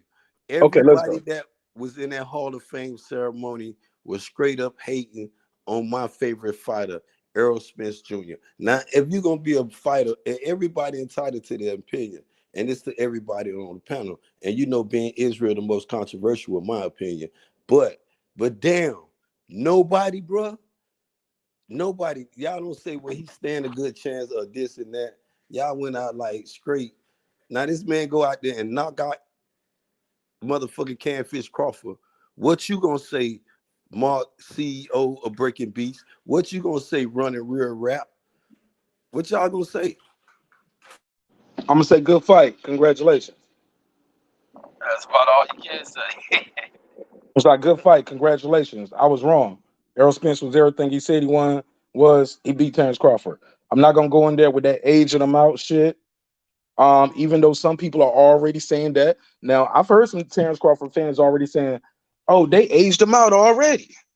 But I think it's an even fight, even with Bud's age, because you got to consider the things that Errol's been through, as far as the car accident, the retina surgery. I think that's fair. I'm not going to be up here saying anything like, yo, they aged him out and none of that. No. It is what it is. It is what it is. Because I'm a real boxing fan, and I got Errol Spence merch. You know that. That's a fact. I support him. I support him, bro. And the thing I ain't understood, Reggie. Hey, look, now Ben Israel. Now I might flip on Bud Crawford. I might burn one of my Bud Crawford hats on there. I'll be like, "You country, Omaha corn-fed mother." Fight. See, no, I'm joking. You made some other bet, and I don't want to even bring it out. Say that for the fight. When the fight get actually signed, that's when all of it gonna come out. That's Try to when we fix the gonna audio back. Fix your audio back real quick because it was good for a second. Try to fix the audio back how you had it. Leonard Thomas, another one of my Errol Spence Arch friends. nemesis. Not, bro. No, it's not. Oh, Why does okay. it have to be that way? I don't get nothing off this fight unless it's Google AdSense dollars or if I make a bet. You know what I'm saying? I don't get no cut of the pay. I'm done with the talk about what he sold and what he sold and that brings nothing but division between me and a lot of good brothers. I'm past it. I'm Oh, past okay. it. I'm about building bridges. Like who you think gonna win the fight? What's the keys to victory? Let's talk about that. Well, And when we start talking bots and X's and O's, I got a lot of people off the channel, and I love that. We're gonna keep doing okay. that. We're gonna talk about strategic planning. But I'll Okay. mute my mic because I'm live on the phone right now, which is rare for me. Okay. So get your bars off. Was the Hall of Fame hating on Yeah. Errol Spence by Yeah. enshrining Yeah. Crawford fans? Yeah. Well, I don't take nothing from it. I won't even say that he hating on him. That's what they think. They think that, and that's okay. But I will say it's a little bit of an underestimation, maybe. When James Toney comes out and says, "Oh, he'd be lucky to last 6 rounds with him," or Antonio Tarver said, "I've never seen no type of adjustments from him." I could say it's a little bit of underestimation, but I mean that's their opinion, and they're allowed to have their opinion on things. Doesn't mean that they don't like him or anything like that. But that's a good thing because that makes to me in my eyes that's the reason why I pick Earl even more because all this stuff motivates him. You know what I'm saying? When you face a fighter that is always getting doubted, some people can rise to the occasion. And like Michael Jordan or Muhammad Ali, these guys would get angry and they perform better in the ring and motivate some more, to prove everybody wrong. And you don't want to against somebody like Errol Spence with everything he's been through. He seems, we must admit, he seems like the type of person who rises to the occasion every single time and actually shut a lot of people up. He gets a lot of doubts and justifiably so. But so with him, you don't want to do that. So that to me, I really strengthen because right now there's actually some recent footage coming out when when Terence is out in the Hall of Fame, chopping it up, him talking about him being a future Hall of Famer. You have Earl in the gym, doing hurdles and stuff. He just recently some footage came out today, I think, or yesterday, where he's running like 100-degree weather up hills, like steep hills. So I mean, and I think he used this as motivation, like he said, like talk about the That's haters. where is that at? Hey Leonard, that's not on his Instagram or Twitter because I follow Errol Spence. Where's this? That's on. Okay, I don't want to. I don't know if you allow me to name names. No. I'm just saying if they got it, maybe that got to be old footage or something because Arrow No, didn't post that on Instagram or Twitter.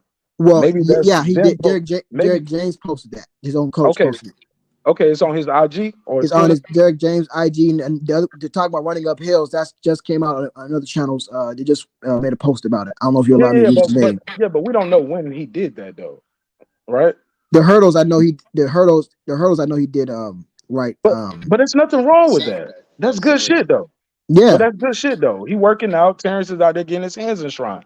That don't mean nothing. That's nothing bad against Errol Spence. That's go ahead. He grinding. He working. that's what I'm saying. That's a good thing. I'm saying that you have one guy, one fighter who's out there getting his flowers already, and you got another guy who's out there still putting the work in to be the best and to prove a point. I mean, that's just what I'm saying. I'm just saying, guys, like that's just I don't know. That just says something to me. I seem like he's really motivated for this fight. May the best man win. I just feel like the Boston Gods are gonna shine some light on this kid, man. Everything he's been through, and he's out there using it as motivation. There's nothing wrong with that, right? I think boxing guys might be mad that he said I'm gonna clean up my side of the street first, because that ain't never been. Nobody ever said that before. Where I'm not gonna fight the other number one guy, the guy everybody wants. I'm not gonna do, but I don't knock him because I'm notorious for saying y'all got to stop throwing these fighters away because they ain't doing what you think they should be doing when you think they should be doing it. Look, I'm gonna shoot him some bail, but Mm. let's be clear. Let's be clear, bro. Like he said, he on his second chance right now in boxing through the car accident and the eye injury. Man, somebody got some bad audio. Whoever that is, if you're not talking, please mute your mic. Please mute your mic if you're not talking. And I'm doing the exact same. So I'm not picking on nobody. I'm muting my mic when I'm not talking to. But go ahead. Go ahead. And go ahead, Lenore Okay. Thomas, and we'll go back to Ben Israel. Okay. Yeah. Like you say, he's on his second chance, man. I really think, man. I don't know, man. Just the way this is playing out, it's almost playing out like a movie, man. I don't know. There's something in my heart, man. I think Earl's gonna come through on this, man. I've always favored him, but just something not. You know what I'm saying? It's like almost like you ever seen those movies where one guy's always getting his flowers, the other guy's just out there grinding to prove a point. It ends up in the end of the movie, the guy ends up winning. You know, because think about it. These are guys that Earl looks up to: Roy Jones and Sugar Ray Leonard and Mike Tyson. These are the guys, and they're picking against him. Nothing wrong with it, but they're picking against him. You know what I'm saying? And what do you think that does to the psyche when you look But at your that's heroes? not hating though. I'm not. No, no, no. It's not. I agree with you. They're not hating. I agree with you. They're not hating at all. I'm just saying. I'm just coming from the perspective of Earl is out there grinding, man. Out there in 100-degree weather, running up hills, bro. That's just, man. That's just like crazy. Right now, Hey, the fight's not moving to October, but right now is out there doing it. You know. That's all I'm saying. I'm just giving him Whoa, whoa, his whoa, whoa, whoa, props. whoa, whoa. Stop, stop, stop. The fight ain't till October. How do we know that's for certain? Because I haven't seen that on his Twitter or his Instagram. And I'll just to make sure, but I've had somebody tell me this. Put it on the screen. He said, I've researched this fight every single day. What's going on with both fighters? A contract has been sent to Terence Crawford that he hasn't, well, he said have not, but hasn't signed yet. And that's from the horse's mouth Spence. I have not heard Errol Spence say, I sent Terence Crawford a contract and he's not signing it. Lenore Thomas, let's be fair. Have you heard Errol Spence say that out his mouth? Let me renege my comments. I apologize. There's nothing's official for October. I'm just assuming. We're But hoping. It's okay. We're all hoping. okay, yeah, we're all hoping for October. And no, I have not heard Earl Spence say that he sent a contract. But what I do know, I'm like 99.9% sure they are negotiating because Bud just got a recent interview. I don't know if you've seen it, and he said we're still working things out. So it seems like they still are in Yeah, he said nothing. negotiations. Look, they said Terrence Crawford gets deep. Look, the headline makes you think something. Then you watch the whole video just to get to the end, and Bud was like, "Shit, ain't no new news. Like we still trying to figure it out." Yeah, That, but we don't seem closer. Steven Espinosa said we're 2/3 done. 2/3. They asked him what that means. He said a third of that is the fighters wanted. The other part, the 2/3 of it is the network wanted. The third part is getting the contract together as far as the splits, the pay-per-view, the location. I'm like, nigga, that's everything. The third. Hey, Mark, what do you think and that about the has to easy take route? time too. Say it again, Reg. I'll let Lennar answer Thomas' question, but Reggie, I agree with you. That has to take time, and then right side gonna jump in. Go ahead, Lennar. What do you think about Earl him taking the easy route and now seemingly it's assumed it gets made? What do you think about that? What do you think about him uh gave it a game plan, sticking through with it, and now fighting Bud? I never liked it, bro. I ain't gonna lie because I've been wanting this fight for so long, and now no matter what happens, I think it's gonna be excuses on both sides. No But matter Hey, what, and hmm, I'm gonna tell you, and I'll keep it real short if I can. If Bud Crawford wins, it's gonna be the car crash, the eye accident, things of that nature. If Errol wins, they're gonna say they aged him out. Or they're some already people saying gonna say, that. or some people they aged him out. Or some people gonna say Errol Spence supposed to beat him. He beat up a guy that came up for 135. He don't get no credit for that. Nah, bro. No matter who wins, I'm giving both of these guys they flowers, Joe. I but got my that shit ready, bro. I got an Errol Spence hat and shirt. I already got my Bud Crawford merch. I support boxing. Look, I just ordered one of them Andre Ward expensive ass Hall of Fame shirts. It cost about $50. That's you know what I'm saying. But yeah, I support this shit, man. but I but Mark, but this is And I nothing gotta let new. somebody else jump in too Oh, after go this ahead, one, go ahead, Mark. go ahead, Because go ahead. no, it's good. Finish your point, but we got a lot of I'll, people here. okay, real quick, last thing. And I ain't at the Uh, studio, bro. I'm in North Carolina. I'm sitting at my mom's crib right now. okay. Just hanging out outside, chopping it up with y'all, doing But some okay, I'll say content. the last thing real quick. They're already saying that, Mark. They're already saying Earl's beats him is because he's aged him out. And I've already heard that. That's the most common one I'm hearing right now. That's the most common narrative I'm hearing. I'm fair, I'm bro. ready I for ain't it. feeling that though. I don't hey, support that narrative. in I'm I'm gonna that keep in it a that buck. plan shit people giving Earl credit for is bullshit. No other Nobody fighters can asked do for that, it. and they'll be saying, "Oh, he lived up to his plan. He did this." That's bullshit. That's whack shit. But good thing he did that. He's beyond it. Now it's time for the fight. People talking about them Hall of Famers hating. It just adds to the more delusional, dumb shit that you hear motherfuckers come up with, and I'm pretty sure it's a bunch of black motherfuckers that got the opinions of saying they hating on Earl because they side with one fighter. There's only one of two options you got. So you don't choose one. And they choose Terrence. People should live with it. Go ahead, right side. Talk to me. Welcome home. Welcome home. We're gonna after that we're gonna open it back up to everybody else. I just want to Much make love. sure everybody who just pulled up on the panel get a little time to interact and get their bars off. They say the headline now is, and I put the brand back up. Hey Reggie, I'm working the hell out of this phone with these little banners and shit, huh? You're Hey, doing an yeah, excellent job. I'm trying, man. I'm trying, my brother. I'm learning from you. I'm trying to emulate the greats. Trying to emulate the greats. All right, let me. Cause I remember you said you couldn't add people on the phone. I need to do a YouTube video show people how to work the StreamYard from the phone. So this is the quote right here. Errol Spence said so he retweeted this but added something to it. Somebody put this out here. It said the fact that Errol Spence came back from a car wreck and been dominated in fashion. Y'all can read it. It's too small for me to read. But he added to this though. He didn't just keep that going. He added the fuck them all. I got to blur that out for YouTube purposes, but we can say it. That's weird, but they just don't like it on the screen. Fuck them all. Big fish. Put the big fish emoji up there. Fuck them all. That means he's co-signing this. That they were hating on him. So that's going to be the narrative. And I'm bothered by that right side because all these boxing fans, you guys love all these dudes that was winning this Hall of Fame, from Layla Ali, Roy Jones, James Toney, Mayweather, like Mark Shamos. Y'all love these dudes growing. If you was a boxing fan, you loved them because they gave us some. That's why they in the Hall of Fame. You know who they are. This ain't no Mickey Ward shit. Respectfully, these dudes really, come on, man.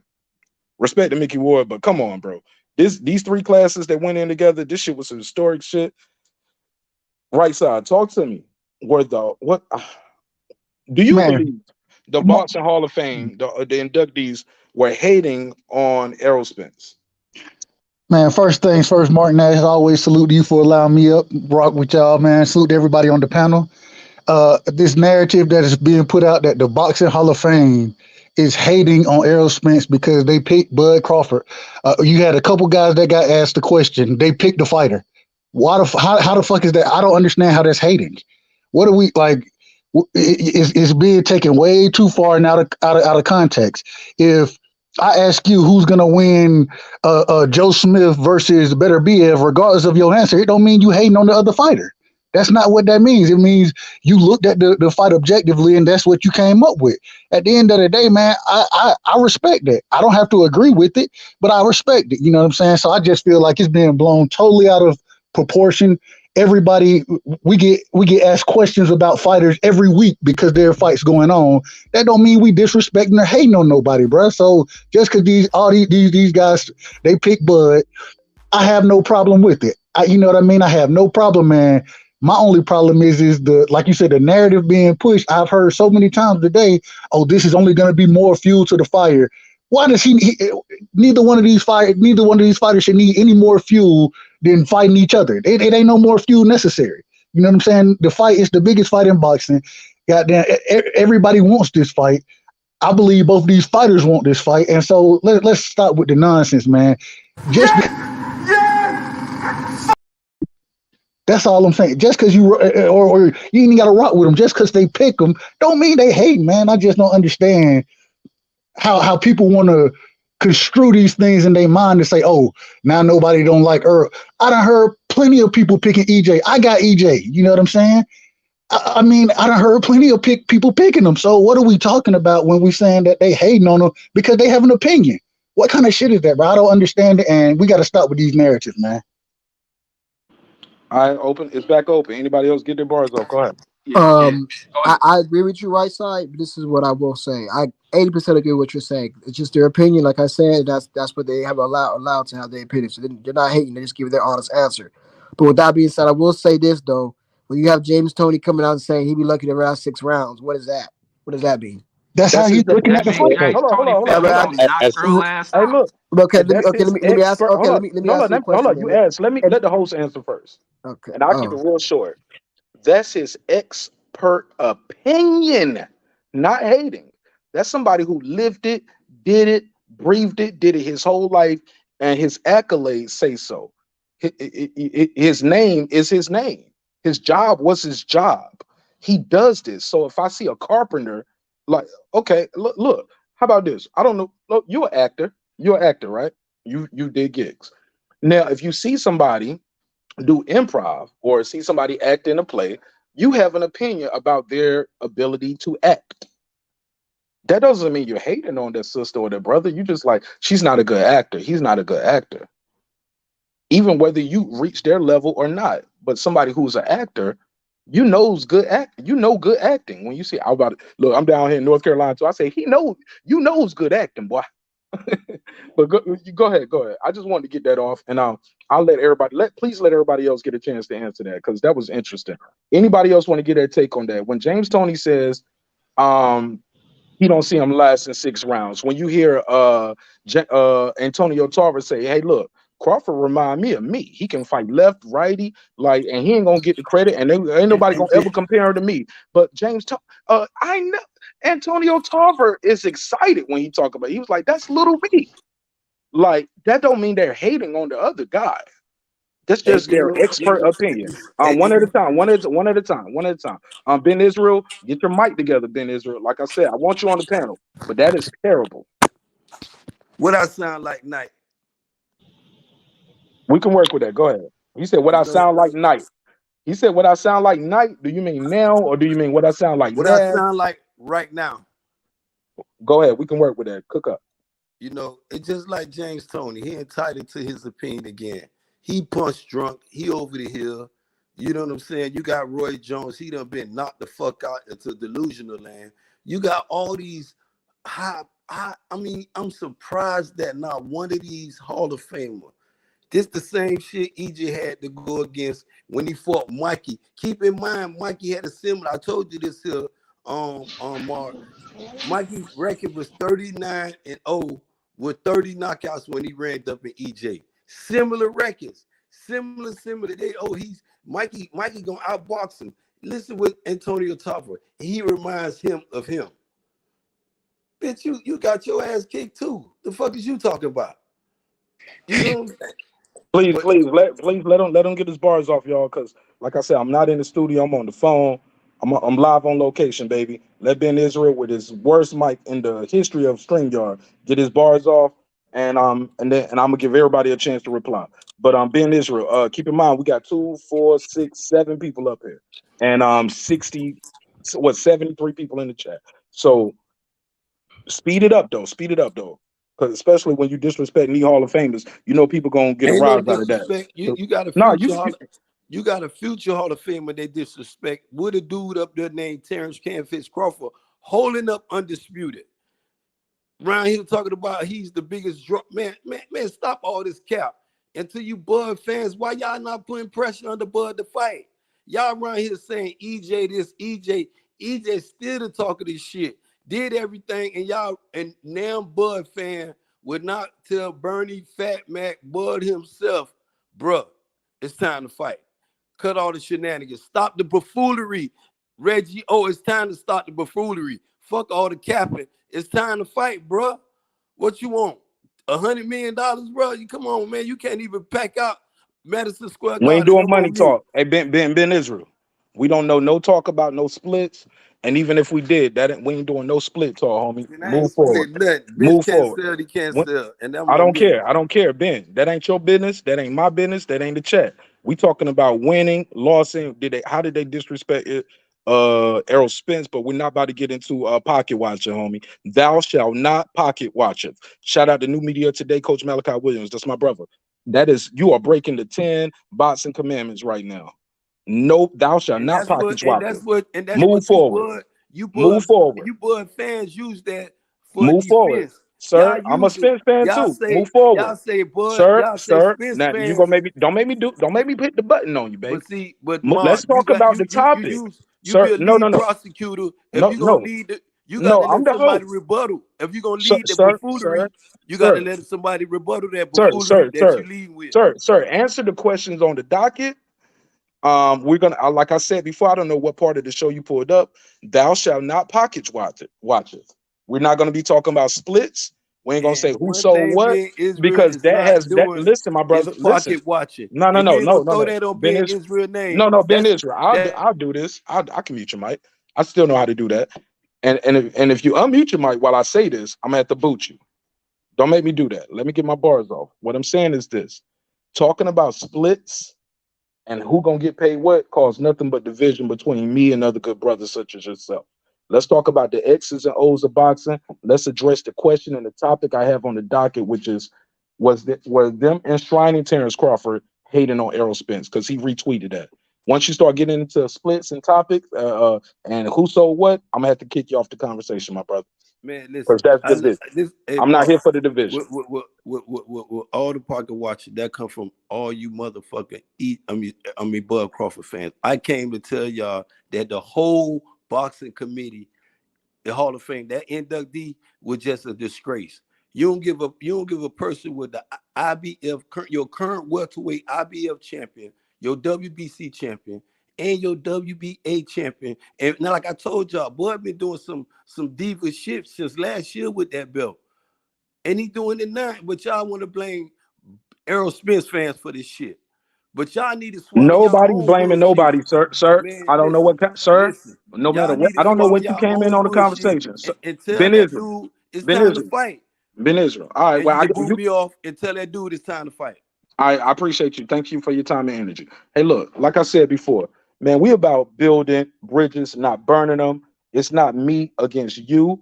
It ain't us against each other, man, because none of us getting paid off this fight. Like I said before, unless you got Google AdSense dollars or you betting money on the fight. Other than that, you're just a spectator. You're not making no money off the fight unless you're making a bet or you have a business where you're monetizing, i.e., ESPN, Showtime, whoever, or a YouTube channel. I'm not with none of that shit, Ben Israel. I ain't here for that. Can I'm I here say for something? hold on. Let me finish this last part. I got nothing but love and respect for all y'all brothers. Cause we gonna disagree about this one fight now, during the lead up, and even after it. No matter what happens, people are gonna discredit the win for Errol. They're gonna discredit the win for Bud. Me, Marq Nash, breaking beats the neighborhood. We ain't with none of that fuck shit. No excuses, homie. And we ain't up here trying to. We not about to tear down Errol Spence. Look, I made the jokes. I did what I did. It is what it is. We got to move forward. We got at some point we got to see the fight, homie. And what's bothering me the most. Man, please mute your mic. Let me get this off. Let me get this off. Let me work the room, homie. Read the room, man. Read the room. Let me get these bars off. What's going on here too? I'm hearing people that's bothering. This was bothering me. Q, Reggie, Right Side, Ben, Real Rap, Lennar. Talk to me. I hear motherfuckers saying they ain't even gonna buy the fight now because they took too long. Or I'm hearing people saying, why would I buy this fight when I can get it for free? Taylor Bell. Yeah, I put an address on it. Bro, fuck that. Yo, we've been talking about this fight for 4 years. If you ain't gonna invest in this fight and buy this fight, this ain't Mayweather Pacquiao, homie. Like, if you ain't gonna support this fight, you really are not a boxing fan. You a culture vulture. You a leech in our community, and you should be exiled. I told niggas I want to start telling people I need to see a fight ticket, a pay-per-view receipt, or something before you get on my panel talking to me about this fight because this shit is epic. We've been asking for this for 4 years. Two undefeated champions, four undisputed. If you don't support this, and they two brothers. Come on, man, from America. If you don't support this shit, you ain't gonna never support no boxing match. You ain't no real fan, and I don't fuck with you. And I tell your mom I don't fuck with you. No, I'm joking. Okay, I went too far. All right, let's pass the mic. I went too far. Okay. What I was just saying, nah, I that what where I draw the line is when James Tony, and there's some evidence for this when he said that he'd be lucky to last 6 rounds. If this fight is as hyped up as it is, so you're basically telling me Earl Spence is not even as good as Sean Porter. He couldn't even last 10 rounds even on his level. So you're telling me you're telling me that you don't even think of him lasting 6 rounds, and I'm supposed to believe there's not a little bit of resentment there. I do because James Tony is the What is he same. rent? What break that down. Where's the Okay, resentment? Where is it birthed from? okay. What is it? James Tony is the same man who also picked Earl to lose against Dennis Ugas. Was also the man who picked Earl to use against Danny Garcia. And what's so funny, James Toney, even though he's one of my favorite fighters of all time, but Quit James lying Toney's on a James hypocrite. Toney. Is a hypocrite because James Toney was the same man who, as soon as Earl beat Ugas, he said it's a 50-50 toss-up fight. So what a damn hypocrite that was. Okay, well, look. Sometimes your Wait, opinion changes after you see the fight, before you see the fight, the weigh-ins, the sparring. It changes. When you just hear about the fight being made, you might have an opinion. After you see the how the guys look in the sparring, the training camp, the weigh-in, like you seeing the footage of him, so you can see how he looks in shape. Your opinion is changing. That's not being a hypocrite. I could pick somebody to win a fight now, and then I see how they look on the scale, and I change my mind. But How what many has people? what has went on since Earl Spence's win against Ugas that would make James Toney change his mind? The fact that he stayed focused, he hasn't blown up in weight. He don't be out here looking drunk. And Earl's been doing that since the Ugas fight. Yeah, he been staying on point. In my opinion, he don't Okay, look too far so off on there's weight. been nothing that's been changed. It should have been No, no, changed. no, no, no. Before a lot has but you been don't know, changed, bro. if the guy is gonna keep his word after he wins the fight. Guys go back and retread. It's almost like going to church. Somebody gets saved. I used to grow up in church. I used to see the same people up there giving their life to Christ every Sunday. I'm like, I thought you got saved last Sunday. It's been a rough week. They got to get saved again. So sometimes you just don't believe people until you see it. But I'll pass the mic. I think Reggie was trying to get in. I think right side and Q and Real Rap got some bars. And then we'll go back to Ben Israel. Go ahead. Yeah, no, a lot. But even with these older fighters, when you like have these conversations on the matchup between those two, people from like a more old school traditional standpoint of boxing are rocking with Bud. A lot of people view Bud as a throwback fight, and that's the reason why a lot of them have selected him over Errol Spence. It ain't got to be a thing of hating on Earl. I think people get caught up in too much of how they want people to answer things, and that becomes the biggest problem. And that's the biggest problem you see with the conversations on YouTube, which are conversations I like to have or listen to, because you kind of get to where the mindsets of people really are. People love to have or not, people want to control with the thoughts that people should have, or have the control of who you select, who you should select, who you should go with, who you should popularize. And it don't work that way. And when it don't work that way for a lot of people, they have these very emotional breakdowns of, you know, kind of doing that gaga goo goo shit like babies. These dudes can pick who they want, except for the fighters when they get in the ring to prove what is what. And then you go from there. But more people who you know, kind of fall in like the old throwback way, they rock with Bud. This ain't just a thing from them legends picking them. And I'm pretty sure there's other legends who want to pick Earl. You just didn't have them in from the camera when their opinions was asked. So you'll get a split if you had every damn boxing legend in the sport of boxing answer the question. You have a selection of them who happen to be probably some of the more popularized ones that people want to hear say Errol Spence. But it didn't work for you this week. Maybe next week it will. And I agree with that. I agree with Reggie, man. And the thing is just because these guys right here pick Bud, that don't mean you don't have other guys picking Arrow. You know what I'm saying, EJ? So either way it goes, I can't worry about how somebody else picks or anything like that. All I can do is look at the fight, break it down objectively in my mind of how I think it'll play out, and then make a choice on who I think will win the fight. Am I right or wrong? I don't know until the fight happens. None of us do. But at the end of the day, just because somebody picks somebody, man, we got to stop with this notion that, oh, niggas are hating for not agreeing with your opinion. That's not what's going on. Like, everybody can have their own opinion, bro. And this shit is getting kind of, I don't know, this shit getting strange, bro, because especially with this fight. When I hear people talk about this fight, a question can be asked. The next thing we know, we on resume, we on purse splits, we on we on all type of stuff outside of what's gonna happen in the ring, breaking down the actual fight. And I just, man, we got to take emotion out of it, bro. Take the emotion out of it. I know we all want certain fighters to win, but at the end of the day, in this situation, man, take the emotion out. And in every situation, try your best to take the emotion out and just look at the fight objectively.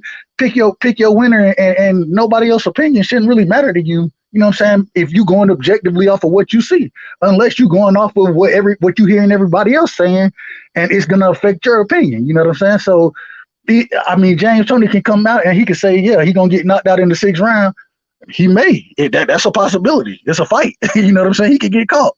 So I don't understand why that's such a wild opinion or why he's going so far off the line by saying that. That's the only thing that I'm arguing for. Like I said, I agree that it's just your opinion. You're allowed to have it, but I just think that's a bit wild right there.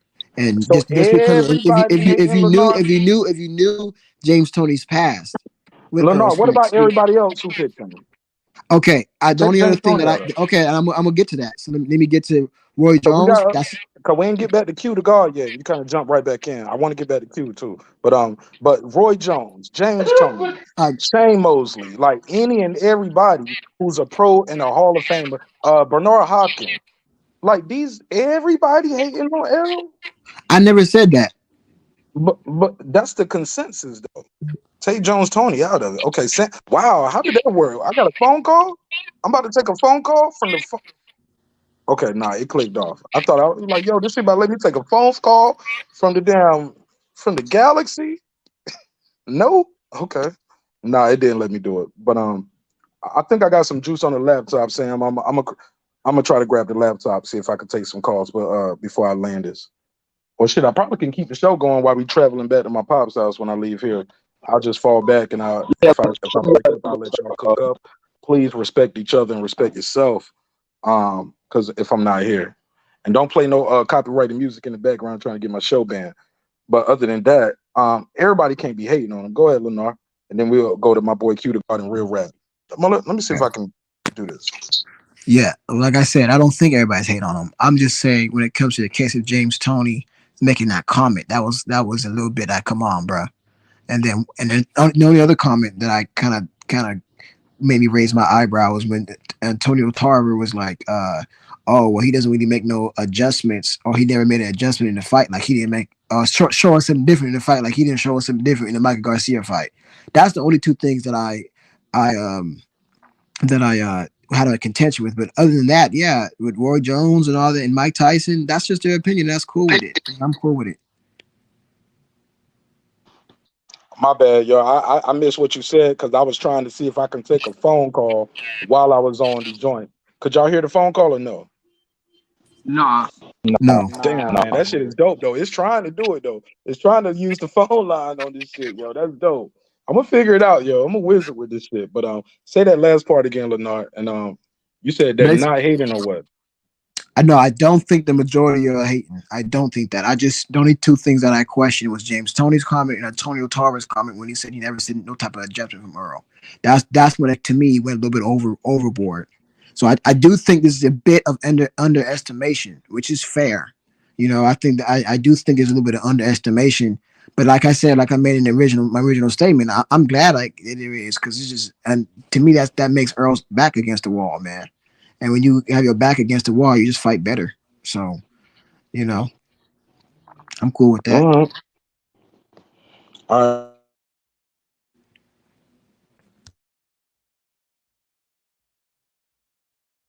And I know we got somebody backstage. I got to keep you there for a second, homie, while You said everybody what else you get their say? bars off because you're not familiar with the show, and I can't afford anybody trying to put something crazy on the screen. So bear with me while I vet you out. But go ahead, Q to God. Yeah, man. So at the end of the day, James Tony not hating. People gotta understand, man. Especially when we talking about this boxing shit, bro.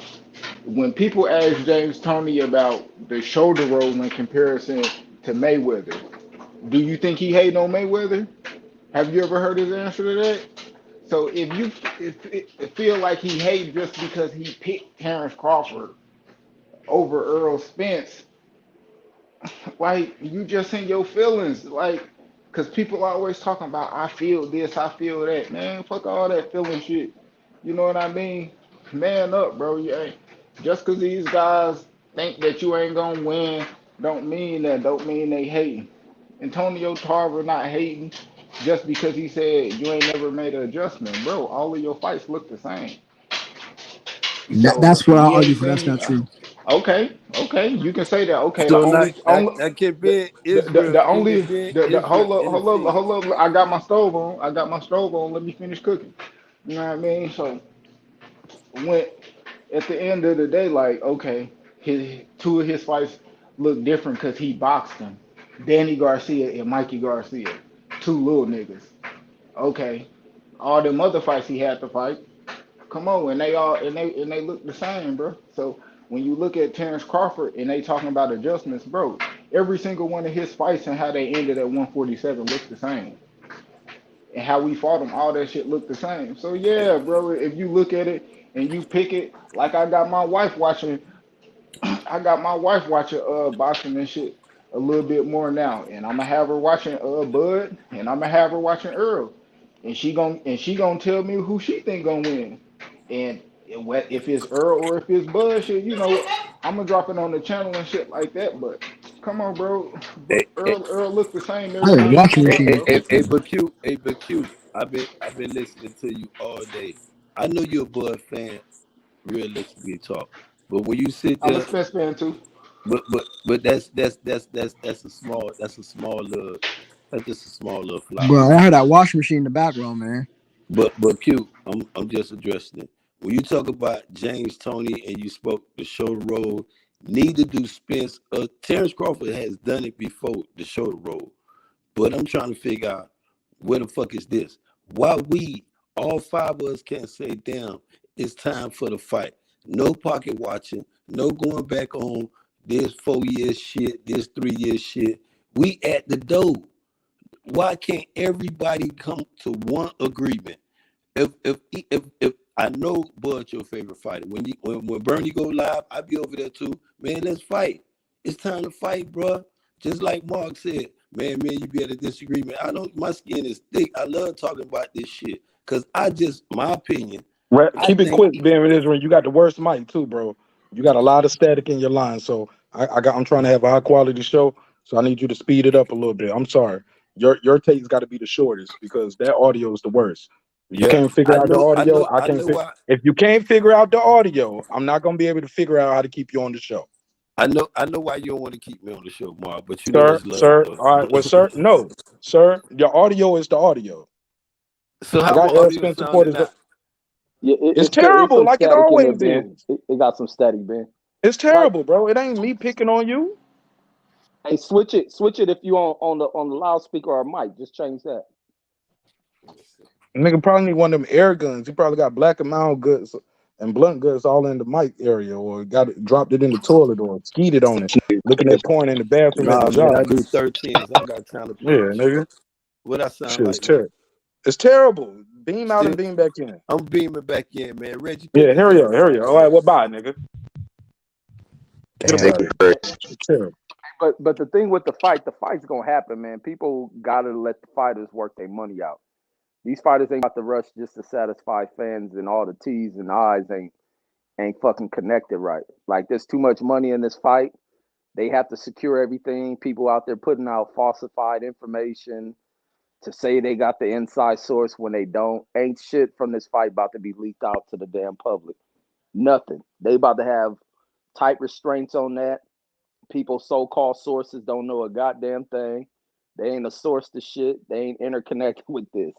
Al Heyman and them gonna have this shit tight locked until it's time to come out. And this is gonna be a mega fucking event. It's gonna be a fight for the ages between these two top-notch dudes. But back to the comment about what you were saying about James Tony saying about the adjustment. There's a lot of people who say that about Earl. They don't see him with the ability to adjust in fights.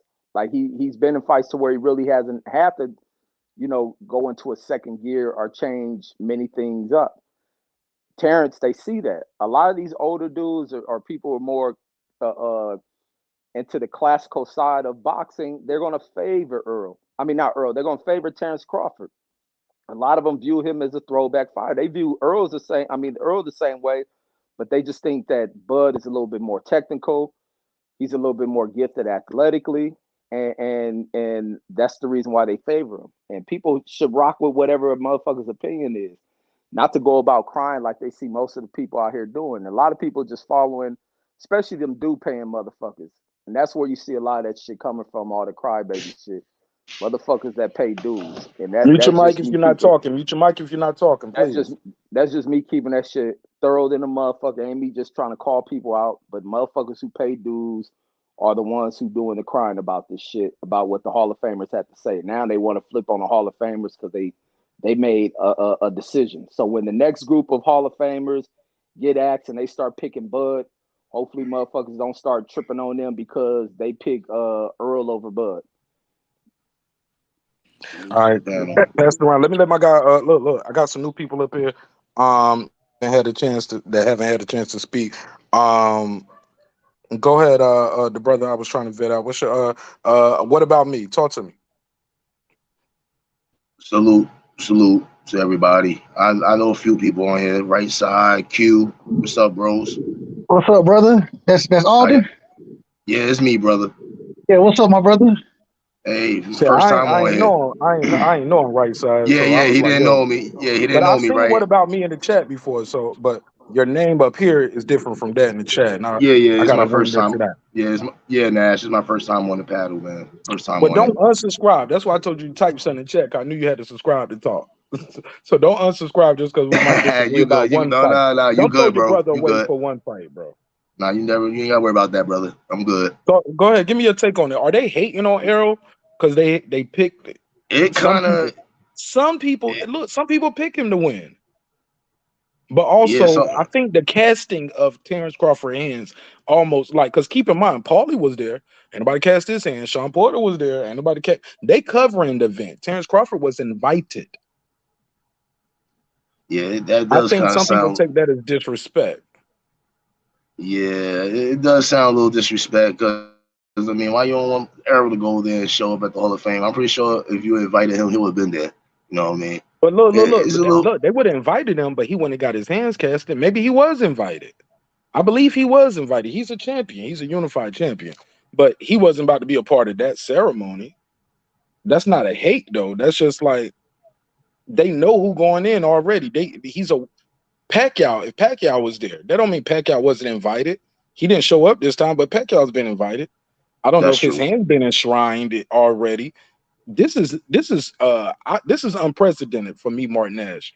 I've never seen them do this before for somebody who's not in the Hall of Fame, where they're casting your hand already, beside other Yeah, inductees. yeah. This is But definitely go new. ahead. Well, I don't. Well, you could say that what you just said. Yeah, I don't think it's a hate thing. I think it's all about the whole situation is about who's gonna get that guarantee. Like Bud wants maybe a little bit more, maybe a little bit more on that pot. That's what I think it's really about. You know what I mean? I really feel that they both want the fight. You know what I mean? I know James Toney came out and said his things, but it's true though. Spence don't really adjust. You know what I mean? He's really a one style fighter, but I feel in this fight though, he will make a little adjustments. Not big adjustments, but it'll be little ones. I say he'll bob and weave a little bit more and he'll learn how to fight on the back foot more in this fight. That's what I think the difference is with Spence in this fight. That he has to learn how to do those two things with Crawford. He has to learn how to fight on the back foot to have any kind of success. Because Crawford is the type that he will step forward. So Spence was going to have to learn how to fight backwards. You know what I mean? So I see that's the difference of the fight. I do have Spence in this fight. I just think he is the bigger fighter. The fact that he is the bigger fighter, he's been at 147 his whole career. And Terrence moving up. I still don't know. History shows that the little fighter usually gets bullied by the big fighter, but I don't see it in this situation. Spence is too good. Spence is too good. Spence is too good in what he does as himself as a fighter, and I think Crawford is too good in what he does as himself. It's just gonna be more of those it's gonna be a chess game. That's what I feel. It's gonna be a chess game. The person with the best punch that does something to the person is gonna probably change the fight to what the fight's gonna look like at the end. I don't think nobody's getting knocked out. I think it's going 12. I really feel that it's gonna come down to like 1-2 points on that scorecard, and that's how I see it. That's how I see the fight. I just think the activity rate of Spence could be a big difference in this fight.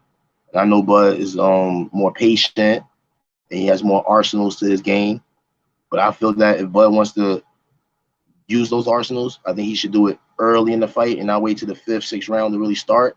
he's gonna have to start early for the first time in a long time. He's gonna have to start early in this fight instead of starting slow, because Spence is gonna come at him the whole night. So there's gonna be some hitting. But I got Spence on the edge by like a point or two on the scorecards. 12 rounds. Yeah. Hey, can I respond real quick, Mark, to somebody else said earlier? Oh, you good, right side? You can go. You can go Yeah. now, man.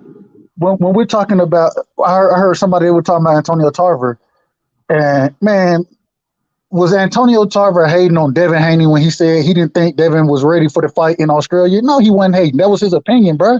Like he didn't came out. They didn't made predictions on both sides for fighters this entire time. That's what they do. So just because the man, and I don't know, man, I just don't understand how you hating by making a pick and giving a prediction on the fight when you ask the question. That's all I'm saying. But no, I agree with everything my brother just said. I think that if Bud comes out, he has to start faster than he normally does. And I kind of disagree. I don't know if Spence gonna be on the back foot. I don't know if he's gonna have to fight off the back foot. I think I know. that if I think Bud, his best way to win this fight is boxing. If he boxes and not allow that dog to come out of him all the way, of course it's going to come out. But don't go in and pull a Nonito Donaire. Love Nonito, but he let the dog come out way too much against Monster anyway, way too early.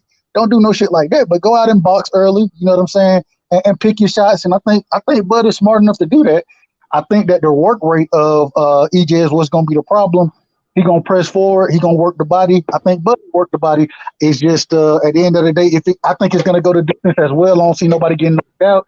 And if it goes to distance, I got EJ winning the fight going to distance because he'll be the fighter coming forward, in my opinion. But I literally said earlier today, because I'm picking EJ, I got it. It's a 51-49 fight for me just because I'm picking EJ, and that's either way though, that's still the best odds I can give for a fight because Bud is a killer, bro. Bud can fight, and I love Bud. So either way, at the end of the day, I just want to see the fight, man. That's all I want to see. I just want to see it, and I don't mind being wrong.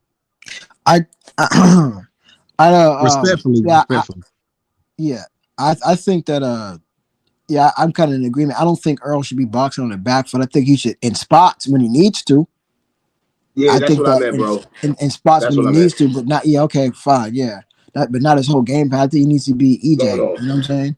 He needs to do definitely what not. he does best. And if he has to box in the back foot, if he gets hit with a good shot or something, or Bud is coming with too strong of heat, then just do it. You know what I'm saying? But until you can regain your composure and just do your thing again. But Right.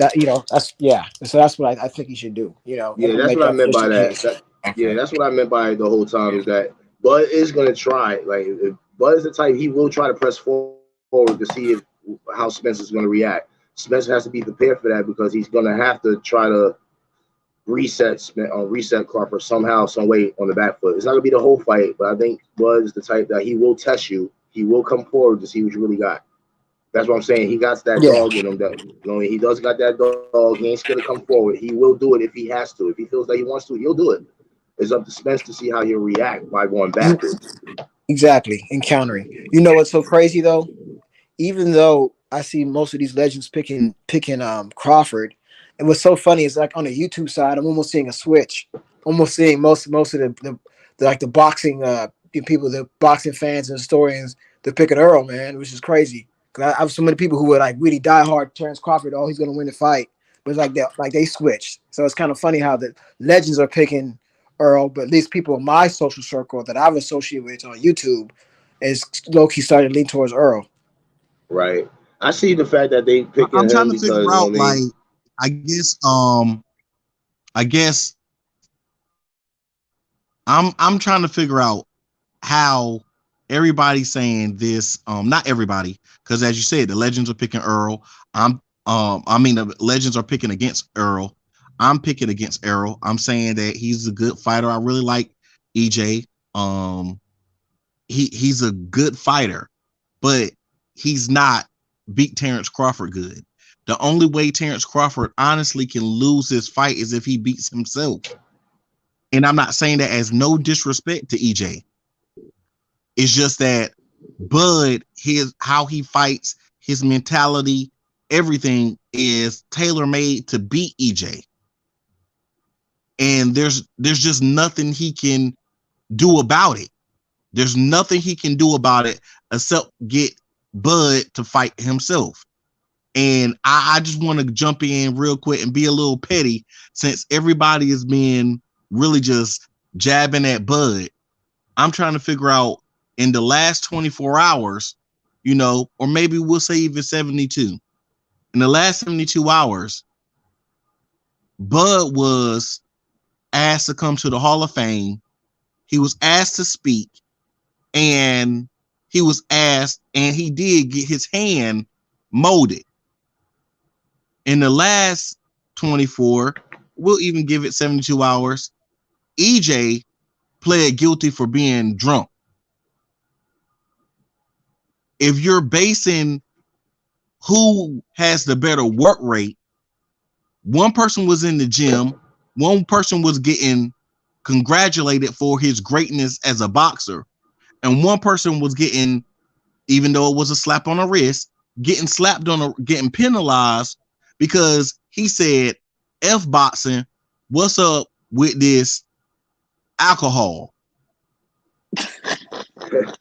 I mean, just respectfully, Nah, I Okay. mean, Respectfully, I'm just saying. Hold on, let me ask yeah, If you. I'm I'm that wrong, tell me I'm the wrong. Spence situation that was gonna happen anyway. He was gonna Hold on, get he's gonna get his little time in anyway, because I felt driving without a freaking seatbelt on and all that, he was gonna get in trouble anyway. It was coming. hold on, but real quick, okay. Let me say this real quick, man. hold on.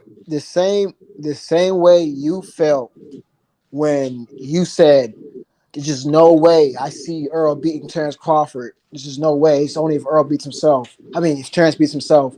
It's the same way I felt when Andy Ruiz beat Anthony Joshua. I thought there was Right. no way that he could do it. This is boxing, man. But Stranger things have happened. I So just want that's to all I'm going to say. And as far as you saying, oh, you have one boxer who is doing a DUI, that's pleading guilty to it, and the other boxer who is getting his hands enshrined. At the same time, you have one boxer who is training his ass off right now, currently in the gym, even before the fight is announced. Another boxer receiving his flowers while he's still here, not in the gym, and getting his belly rubbed. So, what do you think about that? If you want to make a comparison, but That's You're true. saying EJ's EJ been getting his putting in belly work. rub? I mean, people usually rub on fish. hold on. But let me ask this: with your whole breakdown right there, I understand everything you just said, but break it down in terms of being inside the ring. Inside the ring, how do you see Bud being Spence? Break it down inside the ring, nothing outside of it. Everything inside. Break it down that way for me, if you don't mind. Respectfully. Okay, I'll definitely do that. Okay, so first of all, outside the ring does matter because you have to train for inside the ring. So if I've been running, I didn't say it didn't matter. I just said break the fight down inside. no, I'm breaking it down. I'm breaking it down like a shotgun.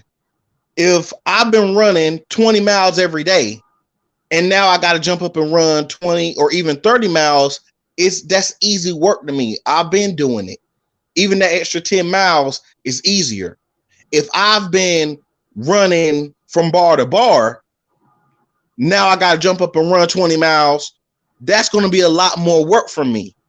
Then you also got to add in the fact of going through 2 accidents.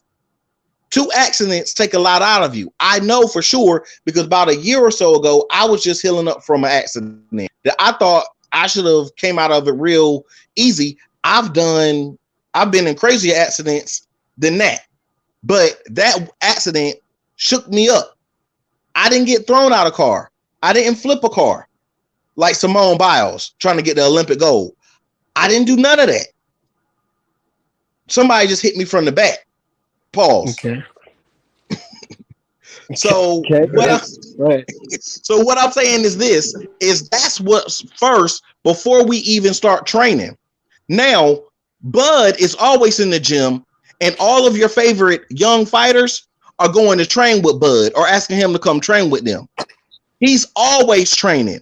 This is new for EJ to get his new love for back to training. Bud's always training. Every day he's training. When he's playing around, he's wrestling, he's running, he's teaching his kids basketball, running, wrestling, boxing. Then you see the video of his daughter. Who's on the track with her? Bud. All of his family, but Bud is running with her. Look how nasty she is. Everybody he's training with is nasty. Look what Devin Haney did after training with Bud. Undisputed. He the email champ. He the mid champ. He's every champ. He's every champ. So even the funny lames they tried to give him and play belts they tried to play him with, he got all those and all the other belts. Now Shakur Stevenson, look what your boy Shakur doing. Everybody who trains with him, I can keep going on and on. Everybody of the young guns, except for Boots and maybe Ortiz, is training with Bud. Nobody training with EJ but the Charlos, who are in the same stable with him. Now we're gonna say inside the ring, Bud has a jab. We talk about EJ jab because honestly, what else can we talk about from EJ? He leads behind the jab, from the jab. Everything he do is with the jab. Bud has the jab, and as y'all like to say, he got pound for pound hands and pound for pound feet. I'll say it. No, it's not pound for pound hands and feet. It's Hall of Fame hands. That's why they made a mold. Okay, are you done? Because you've been cooking for a while, brother. I mean, that's what I am. I'm cooking with our singer, so I cook, bro. Okay. Get yours in. Okay, all right. So man, you said a whole bunch of bullshit right now. Let me address some of the bullshit you just said, man. Hold on. Would it surprise you? Could you believe it? And I'm just saying, could you believe it? Could you, if I told you, just based off of evidence, just based off of the eye test, could you believe it? If I told you that I actually think Errol Spence trains harder in the gym than Terence Crawford does, could you believe that? Or would you say to yourself, no, there's just no possible way? That's my first question to you. I actually watch his training. I watch both of their training. EJ got some nice training. To be honest, as you know, of the boxers of today, he works hard. Okay, he works hard, but he does not work harder than Bud. Okay, and let me tell you why you're wrong. At least I say you're wrong because there's nothing definitive here. I can just give you based off evidence why I think. The reason why Errol Spence has such a high work rate, that's one thing we praise him on, is his work rate, is honestly because his cardio must be up there. For a motherfucker to be able to throw that much in the ring, he has to have a training camp that is high condition, high cardio, right? Look, he's training in a gym that's 110-degree gym. It's just based off of the environment he has of him living in Texas. He just came off training in a gym that's 110 degrees. So as he has to be almost, just going based off of the eye test, it would make sense why he would train harder than just because just simply off of the environment alone that he's in. Terence Crawford's in Nebraska, bro, so it snows, so it doesn't get nowhere near as hot as Texas does. So that's just one thing. And going into you're saying that he just recently, no, he's always had a huge work ethic. It's just that at a period and a point of his life when he was high up on his high horse, being unified and being a pay-per-view draw, he lost that. But then now all you see is now people saying, man, Earl's back in the gym like I've never seen him before. So I can actually sit there and make an argument that I think that Errol Spence is in the gym maybe more, or at least at the very least I can say when he's in the gym, he works harder. That's what I can argue for. But at the same time, this is my last point. I can pass it over the mic to the other brother who was speaking. You say that Terence Crawford has a Hall of Fame hands and feet, and that might be true, and I'll give you that. And I have no problem with Errol Spence not being there because I don't think he's earned Hall of Fame yet. I think that he's one championship away from being Hall of Fame, but I don't think he's earned it yet. I think Terence Crawford has. But with that being said, all I'm going to tell you is this: you need to be able to break down in the ring why Terence Crawford, because the man asked you a question, why he beats him inside the ring. All you said was things outside the ring, but you said nothing inside the ring. Right. Go ahead. I was gonna say that's all I was. Go ahead. Everything y'all said outside the ring, I have no problem with. All I'm saying is inside the ring in an actual boxing match, talking about angles, footwork, jabs, counters, faster hands, faster feet, better footwork, pressure, all of those type of things inside the ring. Those are that's what I want to hear. I understand what y'all feel going about the outside the ring stuff, and I'm not disagreeing with any of it. I just want to hear the breakdown inside the ring. Me too. Exactly. Okay, so the breakdown inside the ring is literally what you just said. I was being respectful and let him finish what he was saying. Yeah, so exactly. I'm being respectful. My bad, bro. But My thank bad. you. Go ahead. My bad. My bad. And I But appreciate that. I appreciate that, brother. I appreciate that. But so what you just said was actually it. The angles that Terence Crawford hit at will leave EJ in a spot where he's going to have to put his highest work rate up. He's going to have to push forward, and Bud fights off the back foot. If EJ beat EJ and it start working, guess what? Bud makes adjustment and can fight off the back foot and has knockout power in both hands off the back foot. It's been proven. So if EJ even starts winning that way, he still loses overall in the fight. It sets him up to get knocked out because all it takes is for the simple thing that happened in the Ugas fight where he looks off and stares off into space. All he has to do is get stunned like that, and Bud is going to jump on top of him. He's the best finisher in boxing right now. He's the best finisher in boxing. There's not going to be a chance where Bud don't jump on top of him where he gets an open window. He's going to close that in. They're going to stop the fight. Yes, I already hear the EJ fanboys saying, well, he shouldn't have stopped it that quick. The ref shouldn't have stopped it. Oh, they didn't throw in the towel. That was too much. They should have let him get up and shake it off and all that kind of stuff. Okay. I mean, he can Harlem shake it off because he's from New York, New York City. That's where he got his sauce from, like an old Pace Bacanti commercial. Long Island. But New York. It's still New York. They still Harlem Shake in Long Island. I know people from New York. But he was I'm saying New York. They went to New York. They went to New York. So what I'm saying is this: even with that, you're saying it's hot in Texas. Very simply, Bud goes and runs in high altitude in the mountains. I just came back from the mountains, back on training. so I know how the air is different there. Running in the mountains is different. I honestly just lost 5 pounds running in the mountains, and I was barely running in the mountains. I just lost 5 pounds. I was just there the weekend. Okay. So what I'm saying is this. What I'm saying is this: is his wind is going to have to be there at the highest level, but him pushing straight in, how EJ does and don't adjust, is going to get him knocked out. I don't want to see EJ knocked out. I'm gonna just be honest. I don't want to see EJ get knocked out because I want to see after this fight, EJ come back, and if they can do a rematch, they do the rematch. If not, then EJ pick up those belts that Bud gonna drop once he drops EJ.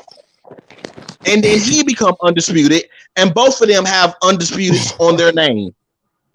That's what I want for the sport of boxing and for the legacy. Shit. I mean, I guess you give a basic break. I guess you gave a really basic breakdown, but fine. Check this out, bro. This is why I think Earl was gonna win. It's just a stylistic thing, and not nobody, but on this panel, you didn't bring this up. You're talking about Errol Spence coming forward, right? Fighting in the pocket, doing him at his best, coming forward on the front foot. Can we agree that Terence Crawford in that ring, he's mean and he has dog and he fights back? If somebody hits him with a good shot, Definitely. he's gonna fight back and hit you with another good shot. Definitely. That's him. And that's the problem. That's exactly And that's what, the problem. that's exactly what Porter did. Porter hit him, and then that's when he had the dog in him. When Porter hit him good. He's gonna have to bite down in his mouth to get his get back. That's what he does, and that's okay. But see, when you're in this type of fight, when it's a close 50-50 type of fight, this guy has a good chance of beating you. You need to fight your best fight to win. And you can't. Mayweather could not fight Pacquiao in the way he had to fight the box Pacquiao. He decided to oblige Pacquiao and fight him in that way because he knew he'd lose. He didn't. It's the same thing, and it's the same thing. So when you analyze his fight, we also have to take into consideration why I think it turned into a dog fight. It's just a dog and Errol Spence coming forward and a dog and Crawford fighting back. I am telling you, I'm telling you this. You are gonna see Terence Crawford fight back against Errol because Errol is just that type of fighter. Stylistically, like I said, he's gonna make you fight. Remember, he Yep. throws, he doesn't really waste shots, and he comes forward. So somebody who's precise with their punches and coming forward, hitting you, is gonna make you want to fight back and throw away your game plan, giving That's Spence definitely opportunities. Bud. That's definitely Don't you Bud. think that? I'm just saying. I'm just saying. That's This is I no seen a shade. I seen a And lot of that in his whole career. I Bud see getting no his difference. lit back is the same way Spence fight. Spence, if you hurt Spence, if you try to do something to show off on Spence, he want to get his lick back. Right. Your fight, these are two people who both do that. That's what's going to make it a great fight. But the Agreed. problem is, this is what the issue is. Bud can fight on the back foot. This is why I'm telling you that Spence won't win unless Bud beats himself. It's because Bud can fight on the back foot and he makes adjustments in a more calculated way than Spence, because Spence rarely make adjustments. That's why I got Bud winning.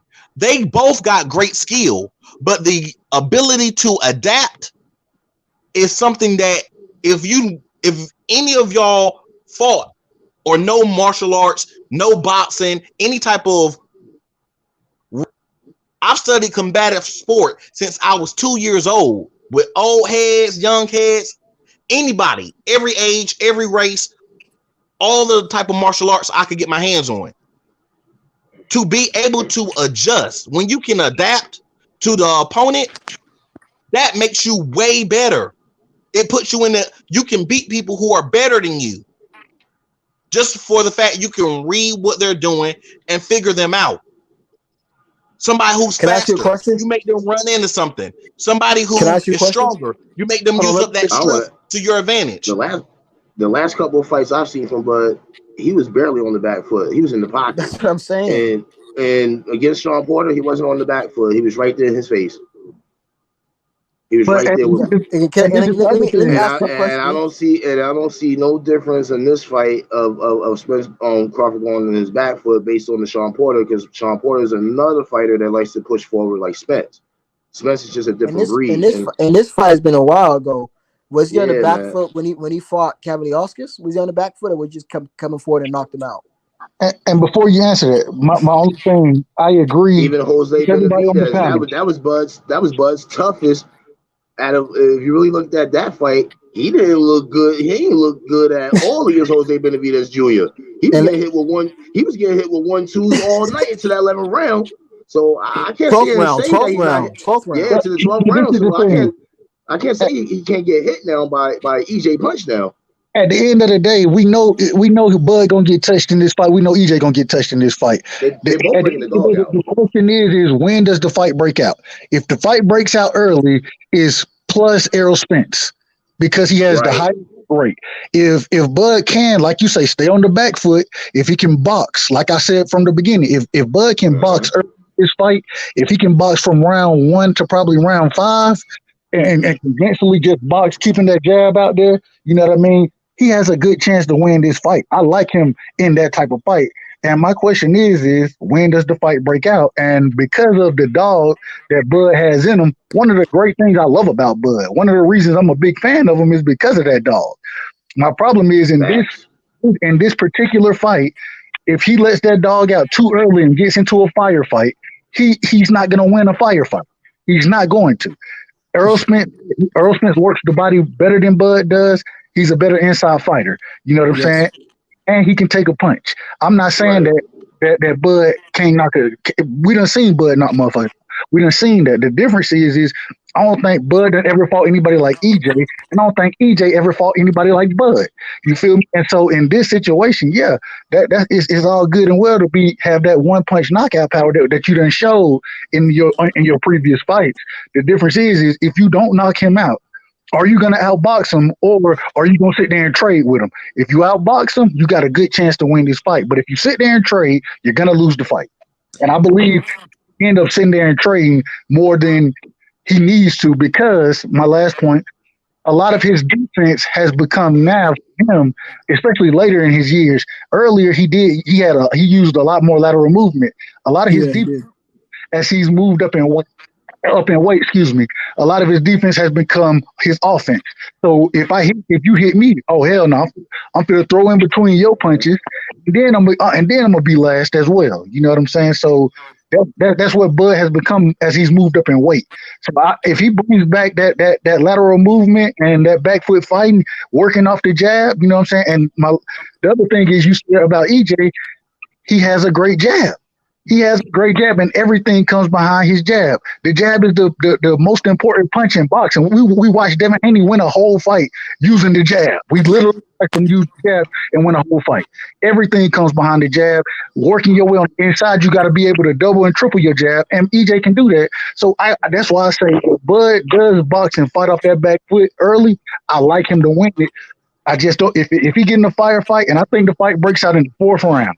If it break out in the fourth round, he's getting whooped. Let me ask this guy this question because I was questioning the guy who was speaking with the country accent.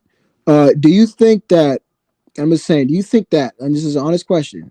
Do you think that Bud's back foot game is good enough to keep her off of him and counter him all night?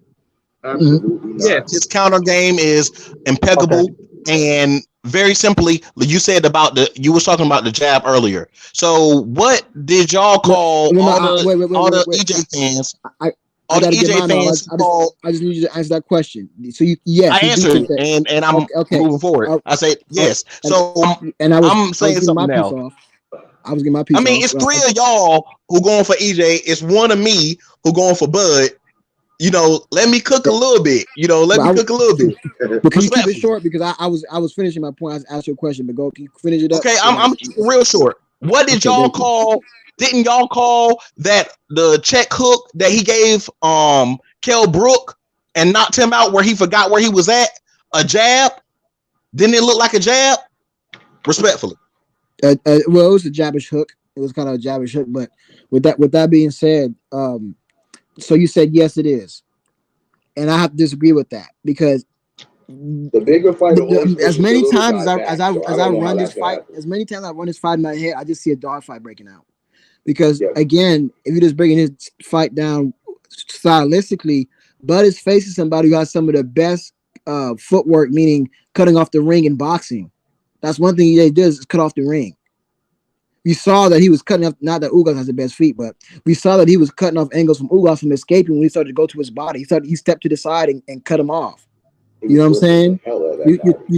You're talking about somebody who's one of the best, has some of the best cutting off ring footwork in the ring in boxing. So I don't think he can keep EJ off, and especially not in his type of his age. You know what I'm saying? I think the Spence 1-2. Yeah. I think Spence 1-2 is definitely there for Crawford. The 1-2. A year after a year's layoff, age of 35, and he hasn't even been fighting like this for the last 2 or 3 fights. No, I don't think he has the ability to do it. I do not. No. So no disrespect, but I mean, it's just I just see this fight breaking out in a dog fight, man, and that's why I favor EJ, because no matter where you put it, if Terence Crawford boxes, well, EJ's gonna get on the insides and become a dog fight. If EJ starts to come in on the inside and Bud gets mad and gets hit with shots, Terence Crawford's gonna make it a Terence Crawford dog fight, and then it's gonna become a dog fight. So whatever way you look at this, I just see this becoming into a dog fight, and then I favor Earl on the inside. Yeah, and the part about pushing Crawford back. Y'all said that with Sean Porter. What happened when Sean Porter tried to make it a dog fight? What happened to Sean Porter? All Crawford did is step back and hit him with the punch. He countered him. He wasn't fighting on his back foot the whole night. So if he can do that to Sean, if he can retire Sean Porter, you're telling me that he can't do that to EJ? No disrespect, but Ward's having 1 foot out the door, Sean Porter. No disrespect, I'm just saying. His daddy even said it himself. Let's keep it real. The 1 foot out the door was that if I win, I gotta fight Bud again.